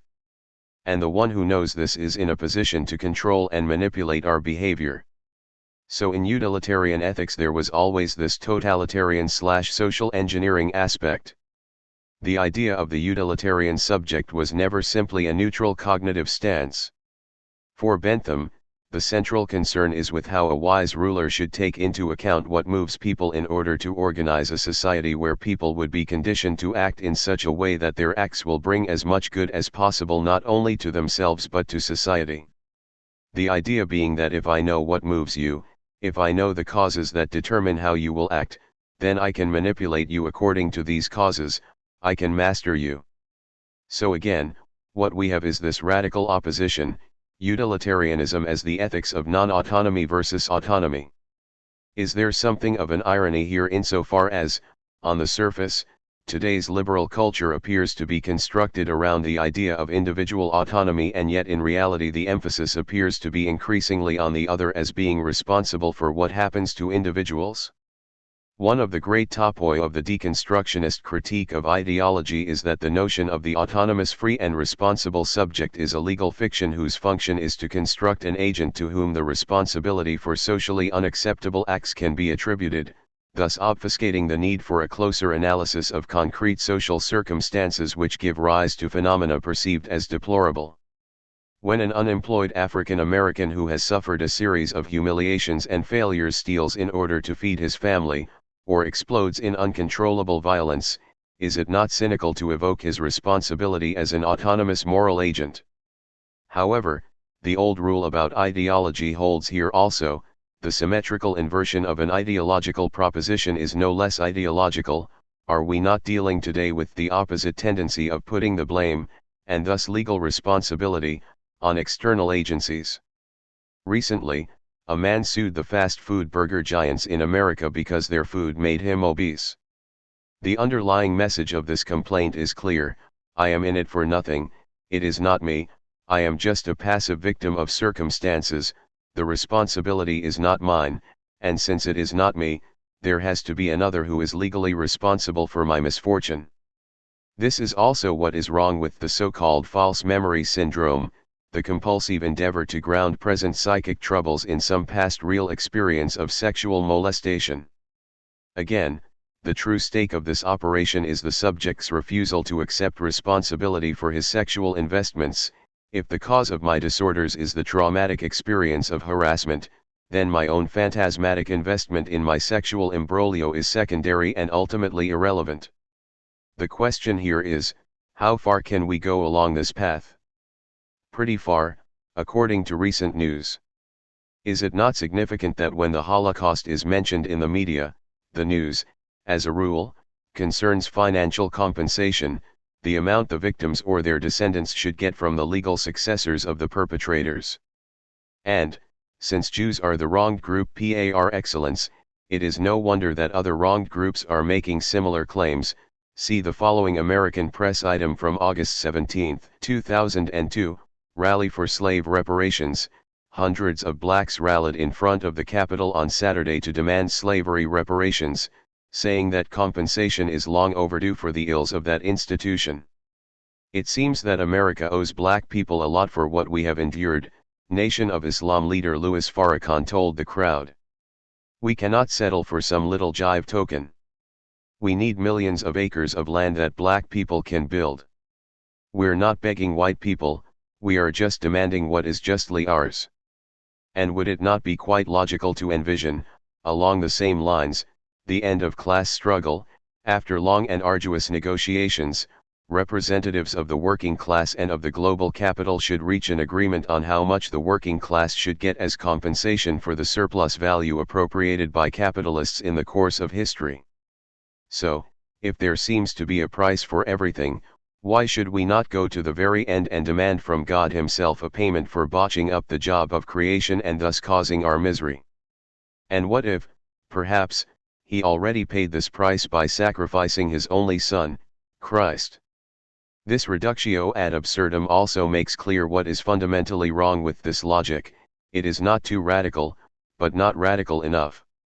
The true task is not to get compensation from those responsible, but to deprive them of the position which makes them responsible. Instead of asking for compensation from God, or the ruling class, one should ask the question, do we really need God? And against utilitarian anti-autonomy ethics, your argument is that psychoanalysis is on the side of Kantian-Sadian ethics? Yes. Paradoxical as it may sound, psychoanalysis also opts for autonomy. The psychoanalytic name for this autonomy is death drive. Death drive is not something manipulated by circumstances. Death drive just is this non-functional thrust of our libido, or will, that cannot be explained in objective terms. It means that there is in human beings an aspect of behavior that persists beyond any instrumental activity towards achieving certain goals: pleasure, reproduction, wealth, power. It's a kind of self-sabotaging drive. Against the usual inscription of psychoanalysis into the naturalistic determinist framework where the human being is controlled by unconscious desires, I think that paradoxically psychoanalysis is the strongest assertion of autonomy. Death drive is a name for autonomy. Does the logic of autonomy allow for wider possibilities in respect of breaking with existing paradigms and historical order, the so-called notion of event? The dimension behind the notion of event is undoubtedly autonomy. It's interesting here to bring together three philosophers for whom the notion of event is central. The obvious reference is Alain Badiou and his idea of truth as an event that explodes the chain of being. It is irreducible to the order of being. But we should also consider Deleuze. In what I consider to be his best book, The Logic of Sense, we have an idea of the emergence of sense as an event. For Deleuze there is a substantial dark impenetrable being and then the surface of the pure fluidity, the becoming of the event of sense. And finally we shouldn't forget Heidegger, whose late thought tries to think of the so-called destinality of being as a pure event. Destiny is not grounded in some meta-entity which pulls the strings. It is, rather, a succession of the different ways that being is disclosed in specific historical constellations. These constellations are events in the sense that they are abyssal happenings, without a cause.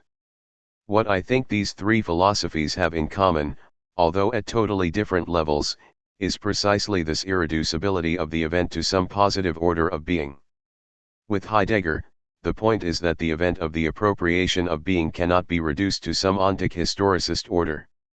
For Heidegger, you cannot say that we moderns perceive the universe in a certain way, for example, as susceptible to technical manipulation, because of some positive social development, the development of productive forces, the advance of capitalism and so on. No, it's the other way round. The original dimension is that being is disclosed to us in terms of gestal, which is usually translated as framing or enframing, that is to say, the disclosure of entities, of beings as objects of potential technological manipulation. We have a similar point with Badiou, where the idea is that event is something that emerges out of nothing. You have in the positive reality of being what Badiou calls side evenementially, the potential side of the event, but the event is, as it were, an abyssal self-grounded autonomous act. You cannot derive event from or reduce it to some order of being. Is there a certain paradox here in the sense that event represents both a break with history and at the same time requires historical conditions of possibility? The paradox is that an event is a self-positing retroactive phenomenon. It is an act which, as it were, creates its own conditions of possibility. Badiou's example would be the French Revolution. You cannot explain the French Revolution simply from its social conditions. It was an autonomous act which allows us to read conditions as revolutionary conditions. You cannot objectivize history in this sense. Deleuze develops this argument in relation to neorealism, but I think that an even better example would be film noir. Of course you can point to the circumstances which gave birth to film noir in Hollywood, the shattering experience of World War II, the crisis of patriarchy or whatever, but the idea is that you cannot explain it out of this. There is a kind of original act of creation, a certain universe of meaning emerges, as it were, out of nowhere. Now my problem with this logic of event is that I am more and more convinced that it is too idealistic. In contrast, what the Lacanian notion of drive tries to account for, and this I think is maybe the ultimate materialist problem, is, to put it very simply, how an event can emerge from the order of being. How does being explode into event? Although he would reject this insinuation, I think that on this question even Badiou remains stuck in some kind of Kantian opposition between being, which is simply a deposited order of being, and the magical moment of the event of truth. The materialist problem is rather how to think the unity of being and event. That is to say, how does the order of being have to be structured so that something like event is possible? This is something that, in different ways, Alenka Zupancic, Mladen Dola, and myself are currently working on. My particular focus is on the notion of drive and what Lacan refers to as la doublure, the redoubling, twist or curvature in the order of being which opens up the space for event. Let's take the disintegration of socialism a decade or so ago. There are two main interpretations. On the one hand, there is the view that this was an event, although Badiou would deny that it was an authentic event, in the sense that something emerged out of nothing, nobody expected it. On the other, there is the view that retroactively we can see all the signs pointing towards it. I think that both interpretations are wrong. It is incorrect to claim that one can simply derive the collapse from the existing circumstances, economic deadlock, crisis of the Soviet Union, the inability to catch up with the digital revolution and so on. This is not enough to explain it. But I also think that one should not just opt directly for this notion of event as if there is simply another order, a different ontological dimension.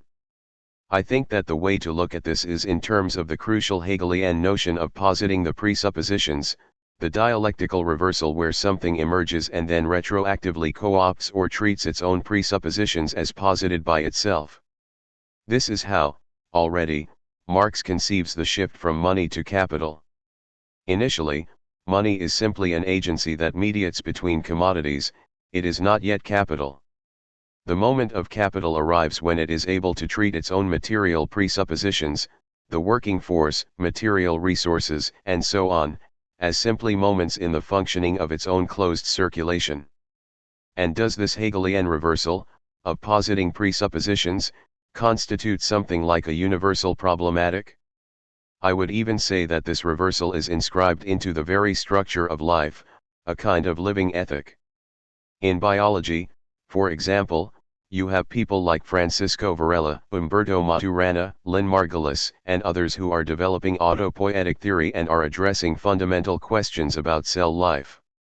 If you take the elementary organism, a living cell, the problem is not simply how does the cell adapt to its environment, the problem is, rather, that in order to have a cell you must have something like a membrane, a limit or frontier, that can establish a basic inside and outside that is necessary for any living organism.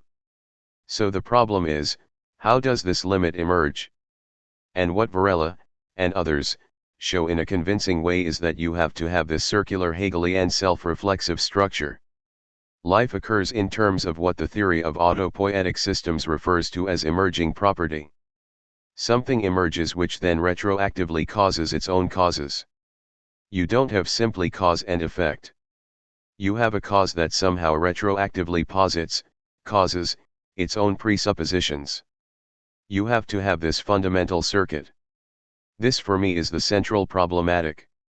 When we speak about a cause retroactively causing or positing its own presuppositions, we are speaking about a certain elliptic self-enclosure. And this is precisely the elementary structure of the Freudian drive. Conversation 5. Miracles do happen, globalization, and politics. Glyn Daly. Since the collapse of the Berlin Wall, an abiding concern of yours has been to disrupt the Western gaze and to break the spell of its fascination with the myth of Eastern Europe as a preternatural other. Is this part of a deliberate strategy based on the Lacanian traversing of the fantasy? Žižek. Up to a point, yes, although what interested me was this kind of mutual fascination. This is the structure of fantasy. For Lacan, the ultimate phantasmatic object is not so much what you see, but gaze itself. What fascinated the West was not the eruption of authentic democracy, but the Eastern gaze on the West. The idea is that although we know our democracy is corrupted and we no longer have democratic enthusiasm, out there are still people who look towards us, who admire us and would like to become like us. Although we do not believe in ourselves, there are people out there who still believe in us.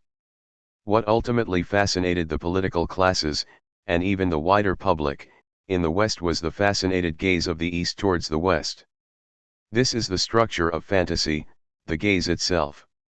And it wasn't only the West that was fascinated with the East, it was the East that was fascinated with the West. So we have a double implication. The Bosnian Serb movie director, Kusturica, is an interesting figure in this respect. He is a perfect example of how this fascination with some allegedly authentic not yet aseptic order is a fascination with something that is already staged for the Western gaze. My thesis is that Kusturica's representation of some kind of original pre-modern natural state Balkan epic is a fake. I reproach Kusturica not because he plays a primitive, or because he is too Balkanesque, but rather because of the extent to which he is caught up in the Western gaze as the very perspective for his Balkan epic. The ultimate object of fantasy is the gaze itself. And I think that this goes not only for politics but also for sex. Here one should always ask the basic question as to how pornography is possible. The controversial answer of psychoanalysis is that it is possible because sex as sex is always already pornographic. It is pornographic in the sense that even when I am with my lover or lovers, let me stress the plural so as not to be accused of a binary logic, I always imagine a third gaze, that I am doing it for someone. One might say that there exists a fundamental structure of shame. When you are engaged in sexual activity, there is always a fascination/horror as to how this would look in the other's eyes. Even with our most intimate acts, we always act for a potential virtual gaze. So this structure surrounding the idea that somebody is observing me is already inscribed into sexuality as such. Fantasy concerns not so much the idea of observing others having sex but, rather, the opposite. The most elementary structure of fantasy is that when I have sex I fantasize that somebody is observing me. On this question of the gaze you also draw attention to the way in which contemporary culture itself is projected through a certain paradigm of perceived victimization, a kind of victimology. What do you mean by this? With all due respect towards suffering and the extent to which victimization is a serious problem, I maintain that this is not a neutral fact. The ideology of victimization penetrates intellectual and political life even to the extent that in order for your work to have any ethical authority you must be able to present and legitimize yourself as in some sense victimized. The consequent philosopher here is Richard Rorty, who gives the definition of a human being as someone who can suffer pain and, since we are symbolic animals, as someone who can narrate this pain. So, in a sense, from Rorty we get the fundamental coordinates of our postmodern predicament. We are potential victims and the fundamental right becomes the right, as Humibabo puts it, to narrate, the right to tell your story, to formulate the specific narrative of your suffering. This is the most authentic gesture you can make. But at the same time, hasn't this type of narrative pluralization also contributed to a widening culture of social rights? The problem here is that the starting point for narrative pluralization is not the right to truth, as I would have put it in more Leninist terms, but the right to narrative. The ultimate ethical dimension is to construct a space in which each group/individual would have the right to narrate their fiction, their version of events. So the dimension of truth is suspended here. Again, the whole idea is to propose some network of tolerance. For example, we have the ultra-utilitarian, Peter Singer, who takes the next step and claims that if you look into the eye of an ape then you can see that it also suffers. His similar conclusion is that what qualifies us as ethical subjects is not human reason, dignity, or whatever, but the capacity to suffer, and so, if we are consistent, why should humans have any precedence over animals? The truth of Singer's position, and this was given to me in a conversation with Alain Badiou, is that the secret model of human rights today, the liberal tolerant version where each of us has the space to formulate his or her fantasy, is that of animal rights. Isn't the hidden logic of the struggle for gay rights, ethnic rights, marginal communities, and so on that we treat them as endangered species? Now, of course, you can say, what's wrong with that? I think that what is fundamentally wrong with it is that ultimate authenticity is based on the idea that only the person who is immediately affected by circumstances can tell the true story about his or her suffering. Let's say only a gay black woman can really know and say what it means to be a gay black woman, and so on. But, as Deleuze puts it somewhere, the reference to your unique experience as the basis of ethical argument always ends up in a reactionary position.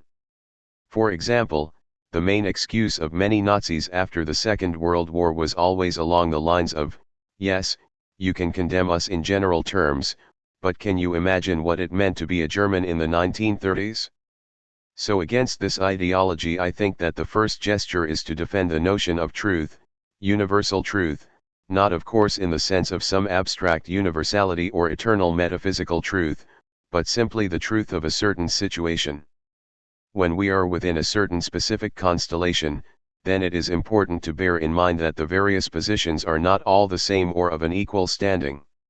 Here of course I follow the political philosophy of authors like Badiou and Rancière, who try to reassert the notion of truth as precisely linked to a certain excluded abject position.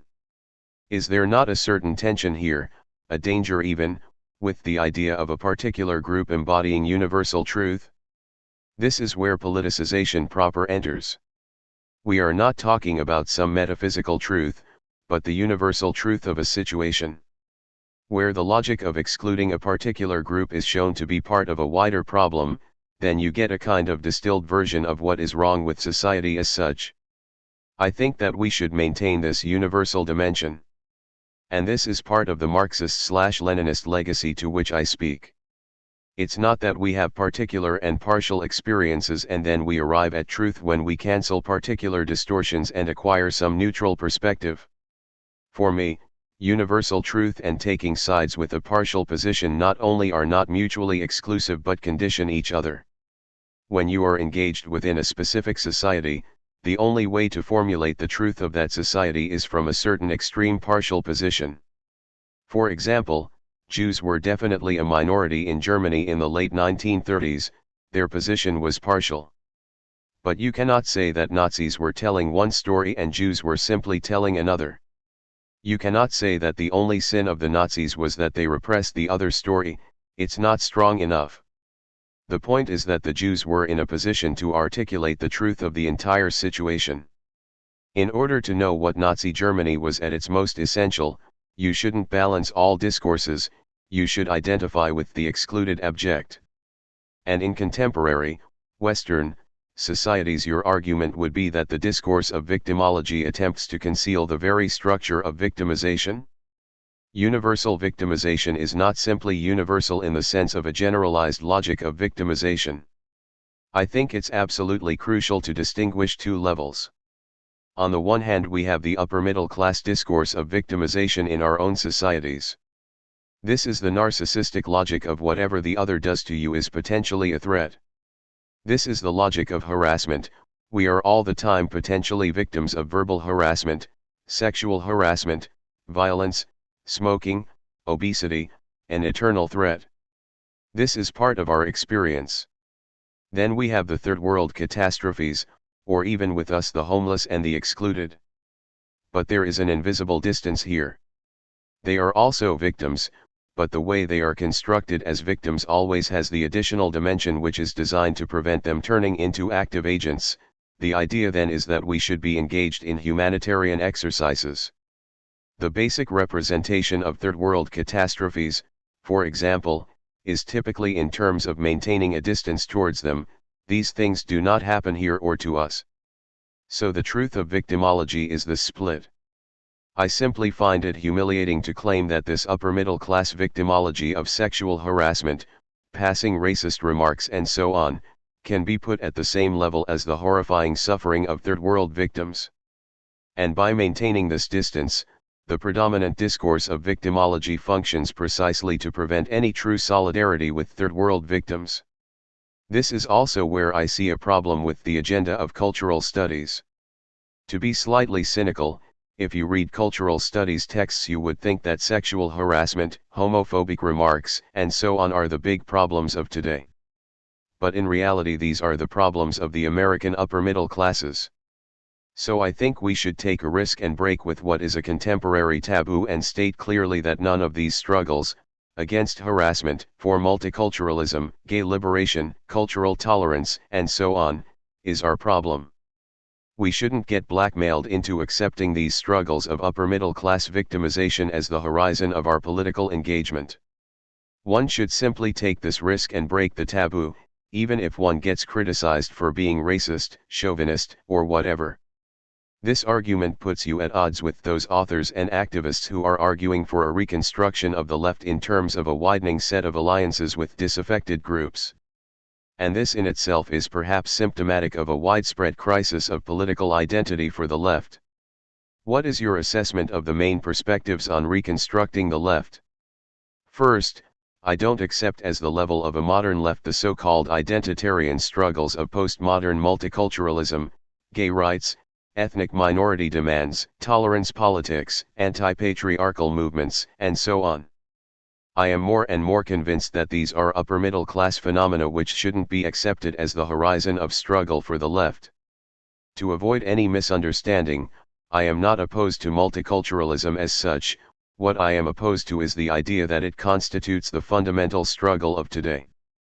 The second form of leftist politics, which I also reject, could be characterized as a kind of pure politics which is associated mainly with Badiou and at least a certain version of Lacan and Mauve. What Badiou formulates, and Balibar could also be included here, is a kind of a pure emancipatory politics, and although he would insist that he belongs to a Marxist lineage, it is basically clear that there is no need for a Marxist critique of political economy in his work. I think that Badiou is really a Jacobin, the last surviving Jacobin in the French tradition. He focuses on a pure egalitarian democratic logic, and although of course he is anti-capitalist, there are no specific political demands regarding the economy. Rather, what we have is an unconditional demand for more equality or, as he puts it, égalibert, combining the notions of equality and liberty which exploded with the French Revolution. I would say that Lacan and Mauve, with their project of radical democracy and an insistence on anti-neoliberal hegemony, also fall into this French Jacobinism. And although the French Jacobin orientation of pure radical politics and the more Anglo-Saxon orientation of multiculturalist struggle are opposed to each other, they nonetheless share something, the disappearance of economy as the fundamental side of the struggle. Apart from these two main orientations, we also, of course, have a classical Trotskyism which I think represents something of a tragic position because it is always addressed to the fetish of the working class as a revolutionary party. When I speak with some of my orthodox Marxist friends, it is typical how, with their vision of all the upheavals from solidarity in Poland to the disintegration of communism and, more recently, the fall of Milosevic, they are always telling the same story, that those who truly brought down these corrupt degenerate communist regimes were workers strikes, workers' movements, and so on. So the story goes that there was always a chance of an authentic workers' revolution, but since there wasn't a proper political party there, the workers' movement was co-opted either by nationalists, neo-capitalists, CIA agents, or whatever. Sometimes there is an element of truth in this. With the early mobilizations of solidarity, for example, the original demands were for greater socialism and not private property. But nonetheless, I think that the standard idea that in all these cases we had a missed opportunity for socialist revolution is a deep delusion. It doesn't function in this way. And then, of course, there is the official discourse of the contemporary left which is third-way politics. How do you view the development of this discourse? Of course I am radically opposed to third-way politics, but I'm tempted to perceive it as the most honest of these four positions, because at least third-way ideologues played the game honestly. They openly say that capitalism is the only game in town and the whole idea is how to engage with global capitalism while maintaining a certain level of equality, social rights, and so on. I doubt that even the third way will deliver on its own promises, but I think that what is now emerging, with figures like Berlusconi in Italy and Haider in Austria, is that you get the same politics as third way, but combined with not necessarily neo-fascism, but more organic nationalist notions. So what we have is a situation where global liberal capitalism can be supplemented, on the one hand, by slightly more welfare-orientated multiculturalist politics and, on the other, by new kinds of moral majority and ethnic closure. Both can coexist with global capitalism. And this is, I think, how both the right and left are restructured today. But again, what I find honest about the third wayists is that at least they openly show their cards. They don't bluff in the sense of relying on some fetishist notion of the left, nor do they rely, as some multiculturalists do, on some empty anti-capitalist rhetoric which amounts to nothing. What all these four positions have in common is that either they endorse capitalism or they ignore it as a central problem. You have argued for a leftist politics that returns to the dimension of the economy, but what exactly do you mean by the economy? I don't mean economy in the vulgar sense of, yes, we must do something for workers' lot. I am aiming here at something more radical. I think that there is a central idea developed by George Lukács and the Frankfurt School which, in spite of all my criticism of the Western Marxist tradition, is today more actual than ever. The idea is that the economy is not simply one among the social spheres. The basic insight of the Marxist critique of political economy, of commodity fetishism and so on, is that the economy has a certain proto-transcendental social status. Economy provides a generative matrix for phenomena which in the first approach has nothing to do with economy as such. For example, we can speak about reification, the commodification of culture and of politics and so on. At the level of form, the capitalist economy has a universal scope. So what interests me is the global structuring dimension of what goes on at the level of capitalist economy. It is not just one domain among the others. Here again I disagree with the postmodern mantra, gender, ethnic struggle, gender, whatever, and then class. Class is not one in the series. For class, we read, of course, anti-capitalist economic struggle. You insist upon the importance of class, and yet the idea of class as a unified agency has been heavily critiqued from a variety of perspectives. Do you still consider the working class to be a revolutionary agency in the Marxist sense? Well, yes and no. The problem for me is, what is working class today? I think that we should certainly abandon any fetish about the centrality of the working class. But at the same time we should abandon the opposite, postmodern, fetish, that the working class is disappearing, that it is meaningless to speak about the working class. Both are wrong. There are a couple of trends today. One trend is the growing structural role of unemployed people. It is clear that with this new logic of contemporary capitalism, the tendency is more and more for you not to have a lifelong permanent job, but to change jobs every 2 or 3 years. Some postmodern ideologists celebrate this as a new liberation in the sense that you don't have a fixed identity, to use the fashionable term, you have portfolio subjectivity. This is a typical postmodern ideological operation, where the horror of never being certain whether you have a job or not is sold as the new freedom. You are not fixed to one identity, you have to reinvent yourself every 2 or 3 years. So this stratum of unemployed is no longer simply an excess but is something that is structurally inscribed.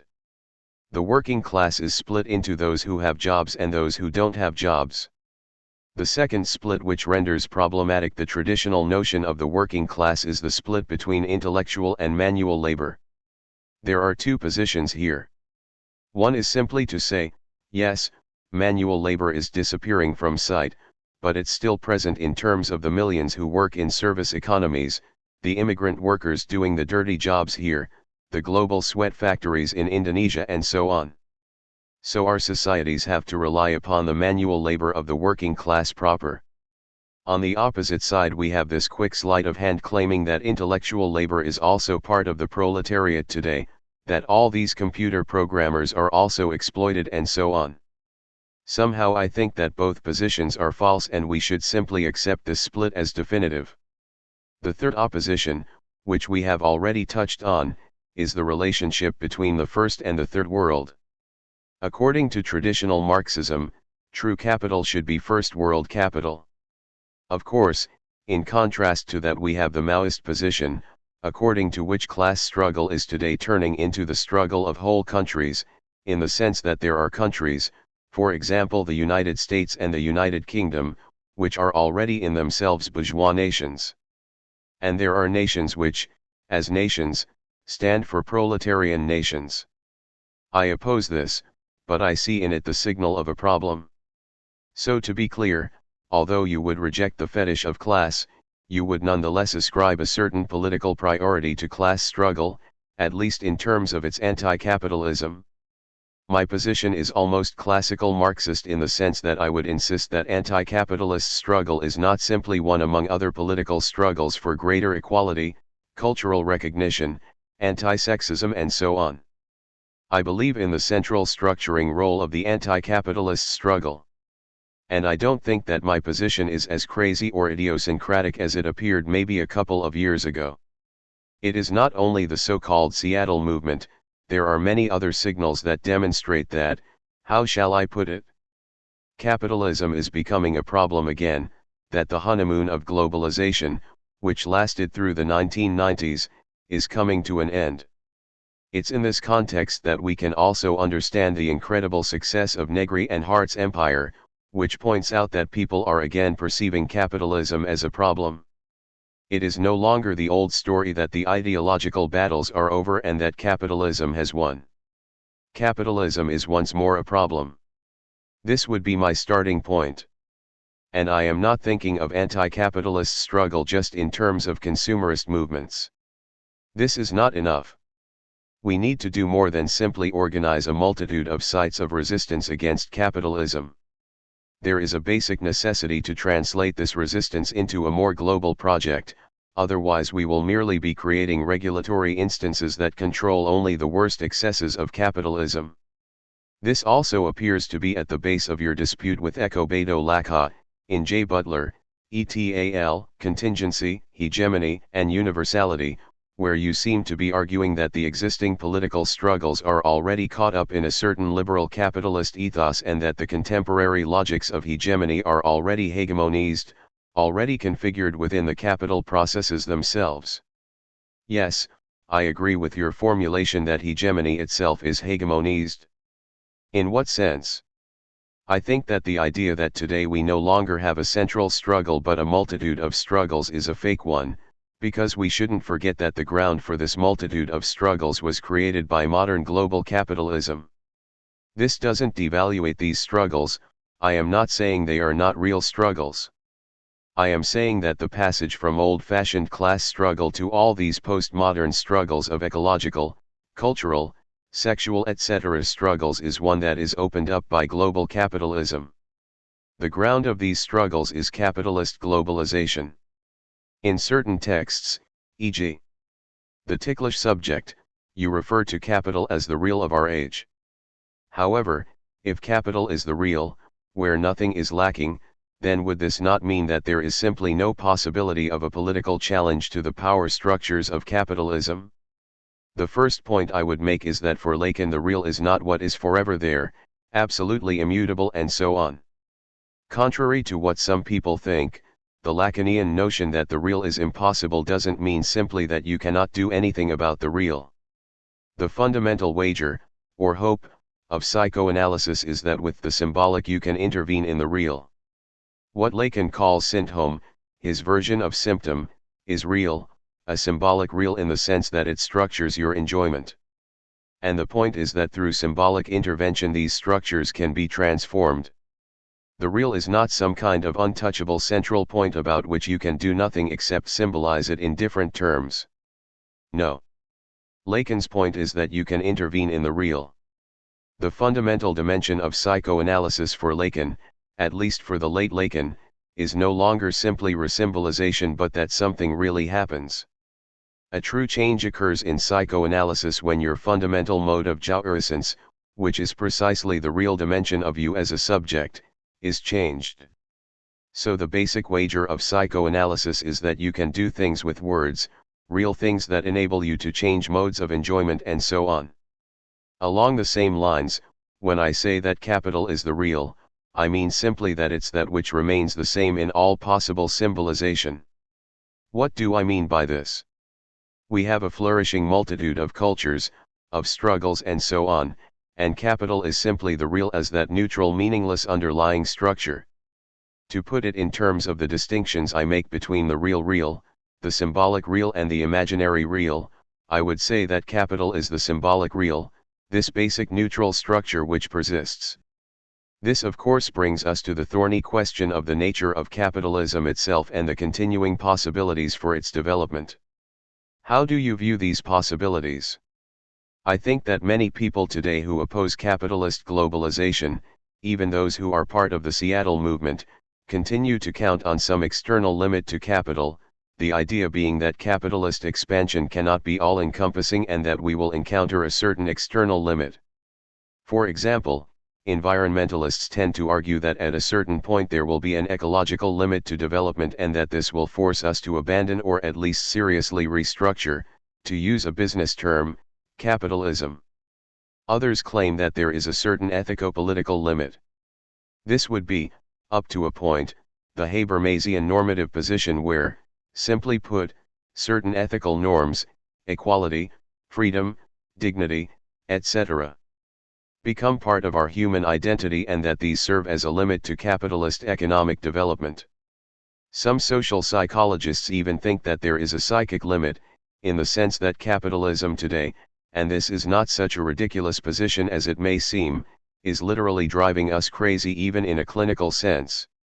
Would this be a kind of twisted version of Deleuze and Guattari? It's virtually the opposite of Deleuze and Guattari, because they have this idea of capitalist schizophrenia, the bad paranoia, which then explodes into a good revolutionary schizophrenia. But I think that Deleuze and Guattari are dangerously close to some kind of pseudo-anti-psychiatry celebration of madness. I think that madness is something horrible, people suffer, and I've always found it false to try and identify some liberating dimension in madness. In any case, the limit that the social psychologists are referring to is of a far more straightforward kind. For example, according to some American estimates at least 70% of today's academics and professors are on either Prozac or some other form of psychotropic drug.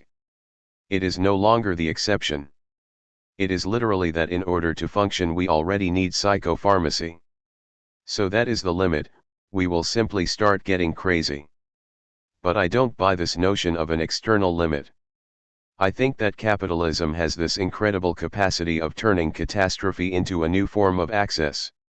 Capitalism can turn every external limit to its development into a challenge for new capitalist investment. For example, let us assume that there will be some big ecological catastrophe. I think that capitalism can simply turn ecology itself into a new field of market competition, like, who will produce the better product, which will be ecologically better. As we already see with periodic crises, like mad cow disease and the foot and mouth virus, there is now a far more concerted drive for organic food. Yes, and it is clear how so-called organic food, although it likes to paint itself as a kind of oriental wisdom with an anti-Western capitalist flavor, is simply turning more and more into one of the central components of agricultural marketing and production. So I think that we must stick to the Marxist insight that the only thing which can destroy capitalism is capital itself. It must explode from within. Do you see any current signs that this kind of implosion is taking, or will take, place? I do. And even conservative economists are becoming aware of this implosive process. For example, it is increasingly clear that these new developments in biogenetics, in digital economies and so on are not rendering the notion of private property obsolete, but are depriving private property of its central role in the sense that it can no longer function as the axiomatic regulator of social authority. Let's take some superficial observations. If you look at the recent extreme oscillations on the stock exchange, then it is clear that the system is becoming so virtualized that what determines stock value is not only expectations but already expectations about expectations. So we are tending to get oscillations which are simply too irrational for the system to sustain them. Moreover, today's social authority, and this argument has been developed by many people, including J. Rifkin in his Age of Access, is increasingly linked with having access to information, and this in turn is no longer regulated mainly through private property. In fact, the structure of ownership is very complex today. If you take a typical capitalist today, he or she is usually a manager in a company that is taken over by a second, which is controlled by a third, which in turn is answerable to a bank. So authority is no longer simply a question of who is at the end of this chain. If we take digitalization or biogenetics, then the problem of so-called intellectual property becomes even more irrational. As you know, some biogenetics companies are already patenting certain human genes. What does this mean? That these companies will own us? Obviously at some point it doesn't work. If we look at multinationals, then we can also see that a typical practice is for corporations to take over smaller successful companies for the explicit purpose of prohibiting further research and technological advances. The point is that with intellectual property we are confronted with a paradoxical situation where, if the results are too strong, then we end up either giving it away free, as with internet technology, or we have a crazy situation where corporations try to control the very way we think. To clarify, your argument is that the contemporary functioning of intellectual property is leading to certain kinds of excess that open up more radical possibilities? The paradigmatic example here is probably Microsoft. Microsoft Word has more or less established itself as the predominant computer language, but this has nothing to do with normal market logic. Why do the vast majority of people use Microsoft? Not because it's the best. Almost every hacker will tell you that other languages are better. The answer is simply one of communication. We use Microsoft because we know that this is the only way we can communicate with everybody else. Otherwise, sending files and so on becomes a nightmare.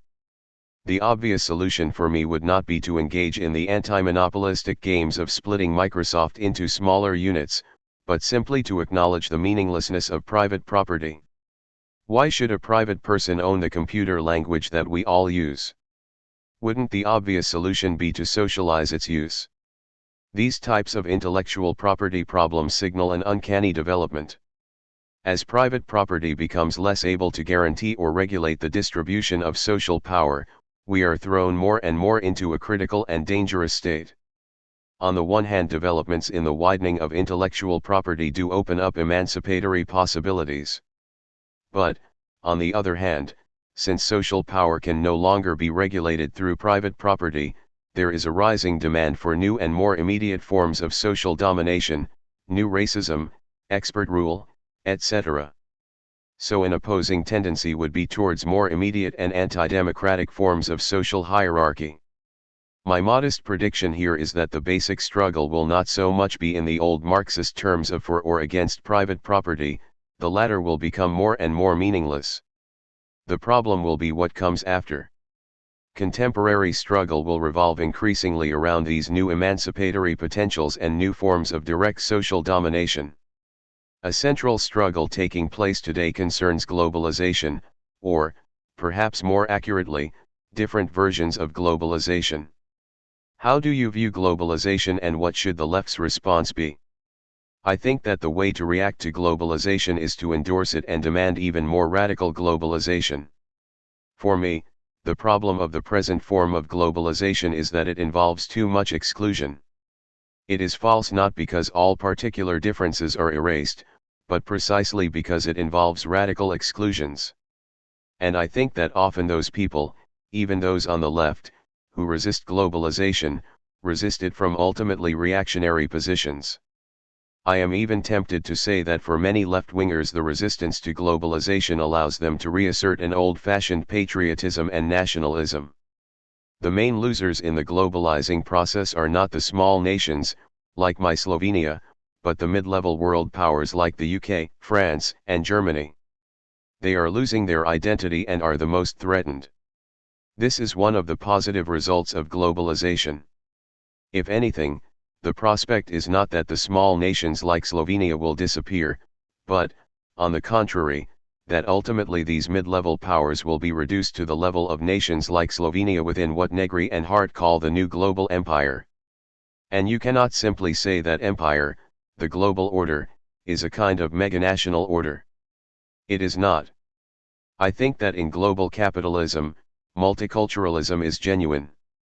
I don't think we can pretend that capitalism is a cover-up for a certain cultural domination, i.e. that capitalism really means a predominance of European, or American, culture. No, modern capitalism is truly multinational and multiculturalist, in the sense that it has no ultimate socio-cultural reference. The true horror of capitalism is that it is literally without roots. And in this sense it is real, it is a rootless abstract symbolic machine. And against this abstract machine, you are arguing that assertions of cultural autonomy are at best ineffectual?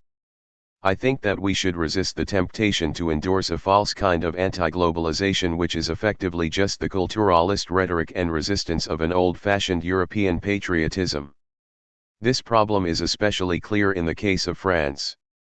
The French are much worse than either the Germans or the British. One of the positive aspects of Britain is that because of its type of colonization there was at least a certain multiculturalist tolerance that developed. In Germany, because of this horrible experience of Nazism, they have a kind of primordial fear of nationalism. Even now it is a little bit suspect to assert German patriotism too openly. But I think in France it is a very dangerous and sad phenomenon that, in the guise of a struggle against capitalist globalization, revivified forms of French patriotism and nationalism survive. Or let's take the Yugoslavian context. I am often accused in a very strange way, which I really cannot understand, of being a Slovene anti-Serb nationalist. When I converse with members of the so-called Serb democratic opposition, they say they are in favor of a cosmopolitan democratic Serbia whose defining quality is citizenship and not national belonging. Okay, I accept this. But this is where the problems begin, because if you speak with them a little bit longer, you discover a certain political vision that tries to disguise cultural particularity as democratic universalism. For example, if you ask them about Slovene autonomy, they will argue that Slovenia is a small self-enclosed nation and that they, by contrast, are in favor of an anti-nationalist democratic society which is not self-enclosed. But in reality what they are practicing is a kind of two-level nationalism in which they go on to affirm that the Serbs are the only nation in Yugoslavia that is so structured that it can sustain this open principle of modern democratic citizenship. So we have this double logic. On the one hand they criticize the Milosevic regime from a democratic standpoint, claiming that the Serbs are fundamentally democratic and that Milosevic perverted them, but, on the other, they deny this democratic potential to other ethnic groups in ex-Yugoslavia. You Slovenes want to be a state but in reality you are a primitive Alpine tribe. So this operates along the same lines as pseudo-progressive forms of French nationalism where the idea is that the French are the only, or the leading, democratic egalitarian nation, they are the only nation where democracy is inscribed into their very identity. A typical French view here is that the Germans are too feudal and authoritarian, the English are too liberal and vulgar, and that it is only the French who have this authentic democratic pathos. In the sense, the Serbs in ex-Yugoslavia occupy a similar position to that of the French in Western Europe. And this is often how racism functions today, at this disguised reflexive level. So we should be very careful when people emphasize their democratic credentials. Do these same people also allow the other to have the same credentials? For me a true Serb Democrat would not be the one who claims that we Serbs are truly democratic and that Milosevic terrorized us, but the one who is prepared to argue that the Albanians have the same democratic potential. This is a far more difficult challenge. This is the true problem, to acknowledge the democratic potential of the other. This question of the democratic potential other brings us to the ongoing crisis, or crises, surrounding September 11, 2001 and the politics of confrontation between Western liberal democracies and so-called fundamentalist forces, Bush's axis of evil. How should we understand this politics? First, I think that when one hears this phrase "nothing will be the same," the first approach of a truly thinking person is simply to doubt this.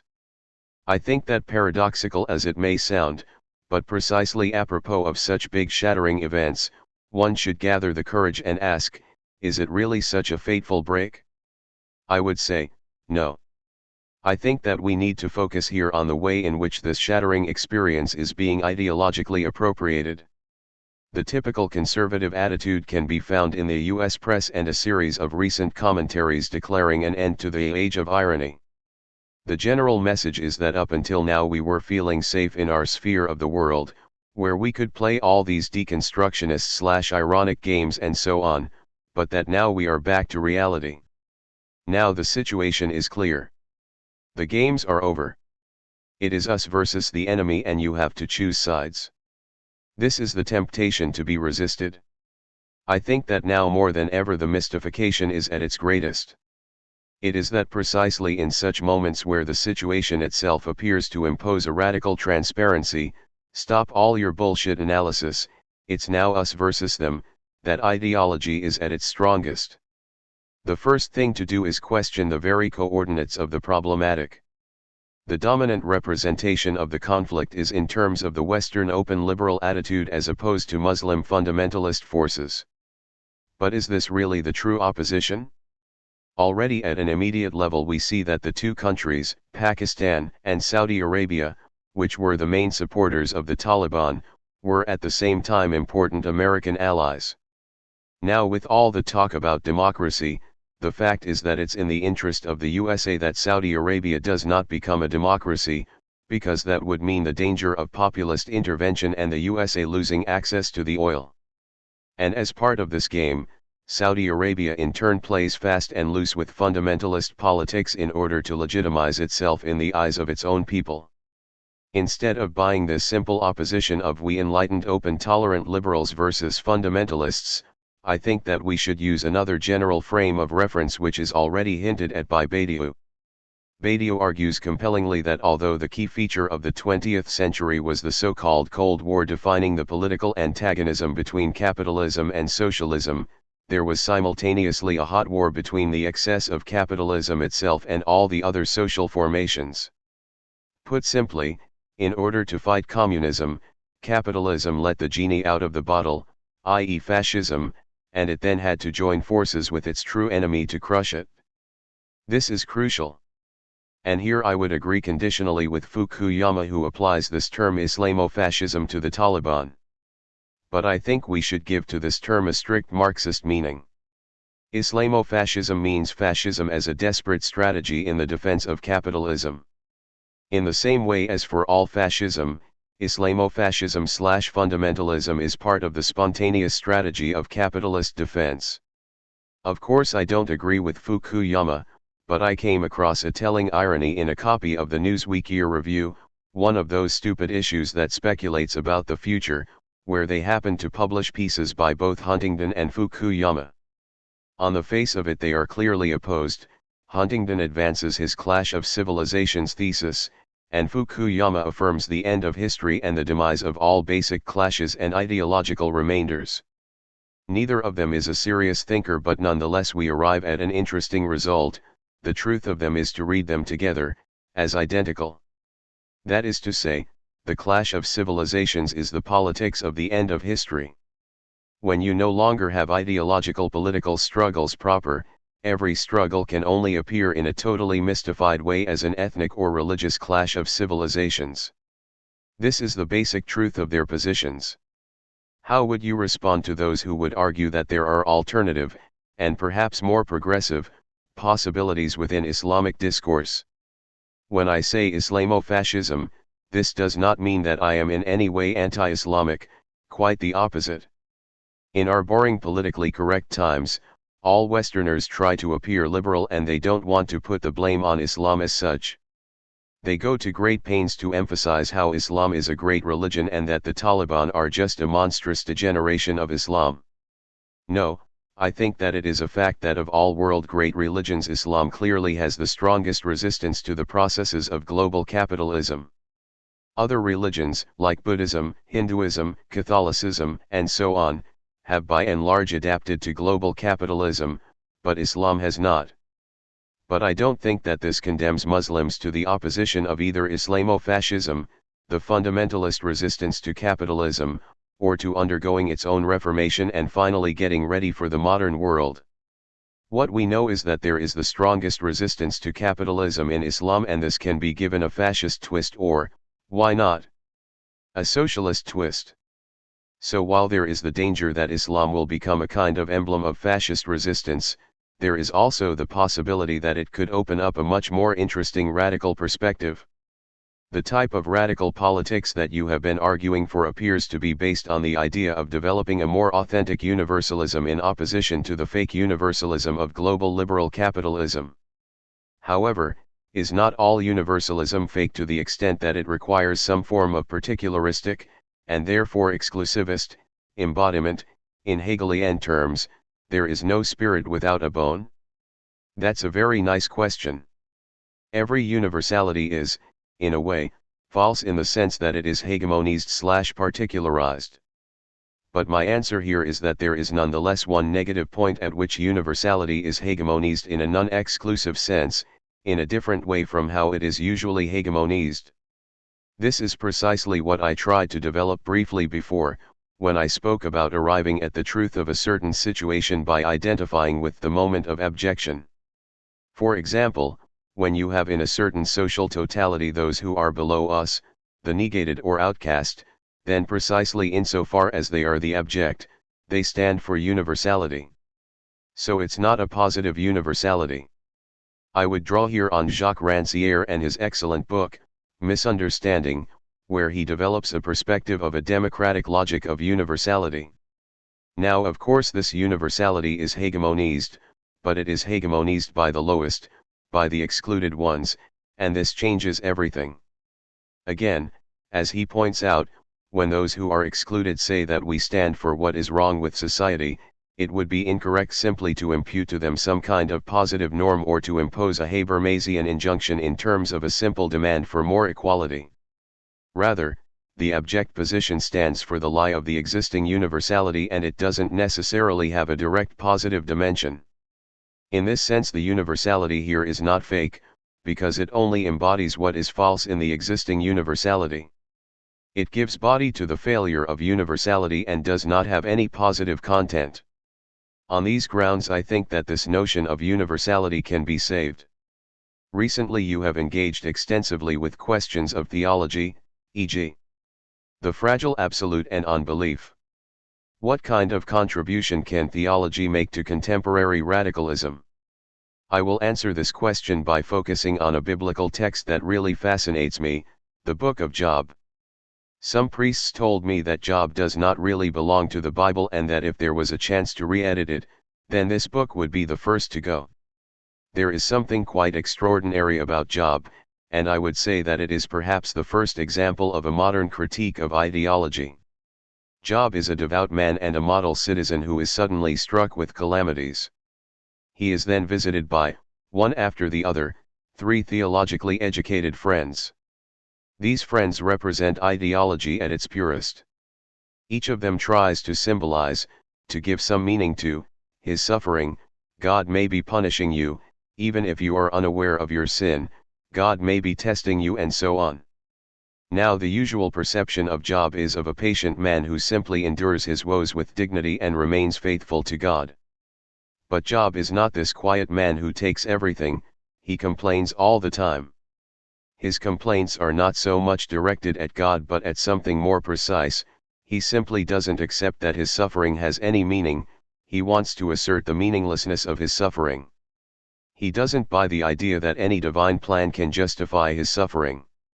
And then, at the end, when God appears, he says the 3 friends were totally wrong and that everything Job said was right. And the moment you accept suffering as something that doesn't have a deeper meaning, it means we can change it, Fight against it. This is the zero level of the critique of ideology, when you don't read meaning into it. This is truly an incredible breakthrough. And it is through Job that we should also read the God-Christ relationship. When God appears for the first time in Job, it's a bit like a Hollywood spectacle, where he goes on to declare that he can create monsters with 7 heads and so on. But all his boasting and declarations of power are actually an attempt to mask the opposite. What God demonstrates is his defeat. In this sense, Job's suffering points towards the suffering of Christ. We pass from Judaism to Christianity when this infinite split between man and God, the point where man simply cannot find meaning in his suffering, is transposed into God himself. This is how one should read Christ's desperate cry of "Father, why have you forsaken me?" This is not to be read as "Why did you betray me?" but rather in terms of a child's expectations vis-a-vis a father who cannot help. It's a much more desperate issue. The reproach is more against the father's impotence. God is not omnipotent, and in this sense Christ represents both the impotence of God and the meaninglessness of his own suffering. This is a crucial aspect of the religious legacy, which, I would argue, applies to contemporary globalization. We have almost the same logic as we do in Job with today's preachers of globalization, like the 3 theologian friends, who argue that people are suffering but that this is just a vital part of restructuring, a temporary problem in the great scheme of things, and that soon life will be better. No, we should adopt a Job position and not accept any necessity or fatalism. There is a growing tendency in contemporary thought to try and reintroduce a sense of the religious through a separation of ethics from politics. How do you view the relationship between ethics and politics? Although I try to isolate a certain emancipatory kernel of religion, I must nonetheless emphasize that I am an absolute materialist. I think that one of the trends to which I am very much opposed is the recent post-secular theological turn of deconstruction, the idea being that while there is no onto-theological God, there is nonetheless some kind of unconditional ethical injunction up to which we cannot ever live. So what re-emerges here is a split between ethics and politics. Ethics stands for the unconditional injunction which you can never fulfill, and so you have to accept the gap between unconditional injunction and the always contingent failed interventions that you make. Ethics becomes the domain of the unconditional, spectrality, otherness and so on, whereas politics consists of practical interventions. This Levinasian otherness can then be formulated directly as the divine dimension, or it can be formulated just as the messianic utopian dimension inherent to language as such, and so on. I think that Lacanian ethics breaks out of this.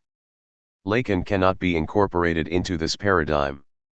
What Lacan does is precisely to assert the radical politicization of ethics, not in the sense that ethics should be subordinated to power struggles, but in terms of accepting radical contingency.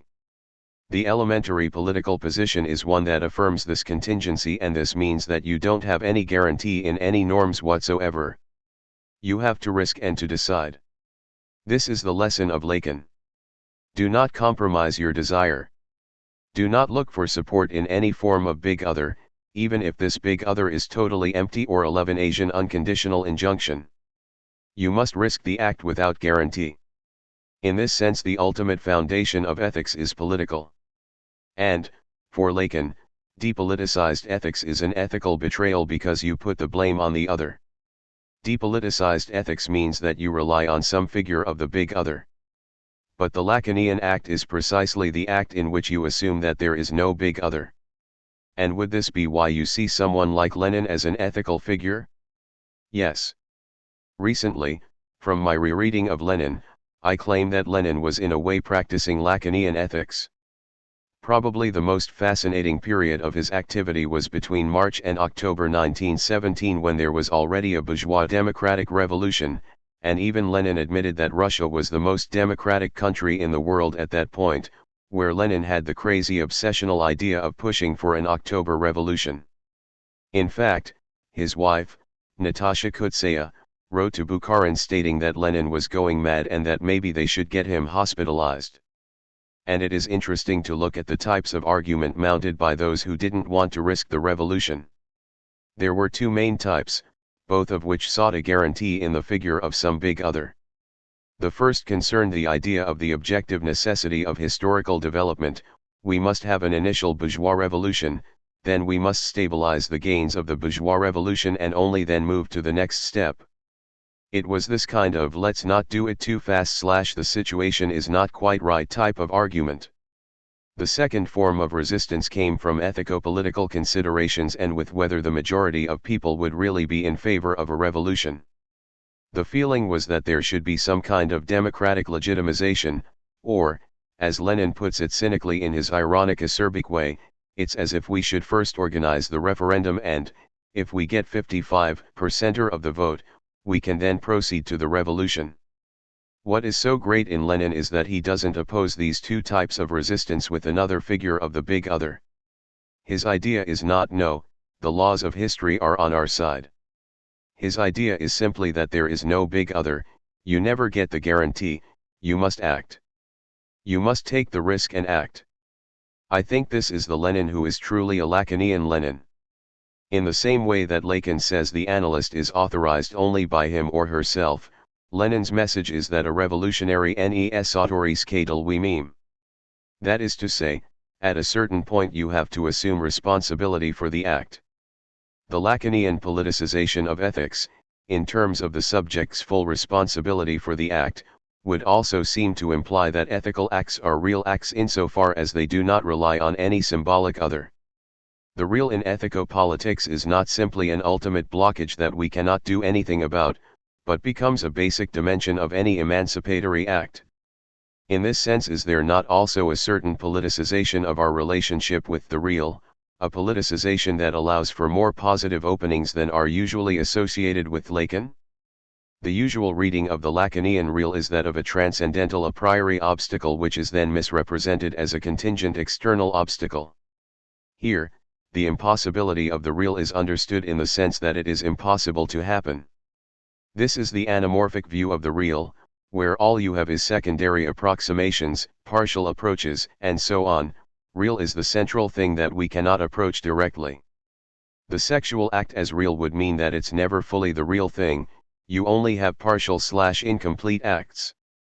This perspective on the real presents Lacanian theory as a kind of elevation of failure. All we can do is fail in an authentic way and then we can never get the thing itself. But, as I argue in On Belief, this is not the ultimate horizon of the Lacanian real, and that in a way real as impossible means that it happens. For Lacan, miracles happen, and that's the Lacanian real. The real is impossible only in the sense that you cannot symbolize or accept it. For example, when you do something crazy, like a heroic act, which goes against all your interests, there the real happens, you cannot justify or explain it. So the Lacanian real is not real as impossible in the sense that it cannot happen or that we can never encounter it, and this point has also been well made by Alenka Zupancic. No, it happens, but it's too traumatic to assume. Let's say that the ethical act is real. Now if we read real as impossible in this basic sense of failure, then this would simply mean in Kantian terms that we cannot ever be sure that we really did the real thing, that it really was a free act. As Kant says, we cannot ever be sure that any of our acts was truly an ethical act. There is always a suspicion that we did it for some pathological reasons. Even if you truly risk your life, maybe you had a narcissistic fantasy of how you would be admired afterwards and so on. So you cannot ever be sure. This would be the real as impossible in this elementary sense. But I think the proper thing is precisely to turn it around. That is to say, that we do perform the real thing, the free act, but we find it too traumatic to accept it, which is why we like to rationalize them in symbolic terms. But real acts do occur. This also connects with Kierkegaard's reversal of the sickness unto death view of human beings. The true horror is not that I am mortal, the true horror is rather that I am immortal and I try to escape that. And in German idealism it was Kant, and especially Schelling, who said that the most horrible thing to encounter for a human being is this abyss of free will, when somebody simply acts out of free will. And that's very traumatic to accept. One should also turn around along these lines the fear of biogenetical reductionism. Usually, we think it is horrible if we are reduced to biologically/genetically conditioned objects, but I think that the true anxiety is caused by the awareness that we did a free act. That's the most difficult thing to accept. Lacan is not this kind of poet of failure. The truly traumatic thing is that miracles, not in the religious sense but in the sense of free acts, do happen, but it's very difficult to come to terms with them. So we should reject this idea of a poetry of failure. For Lacan, real is not this kind of thing in itself that we cannot approach. Real is, rather, freedom as a radical cut in the texture of reality.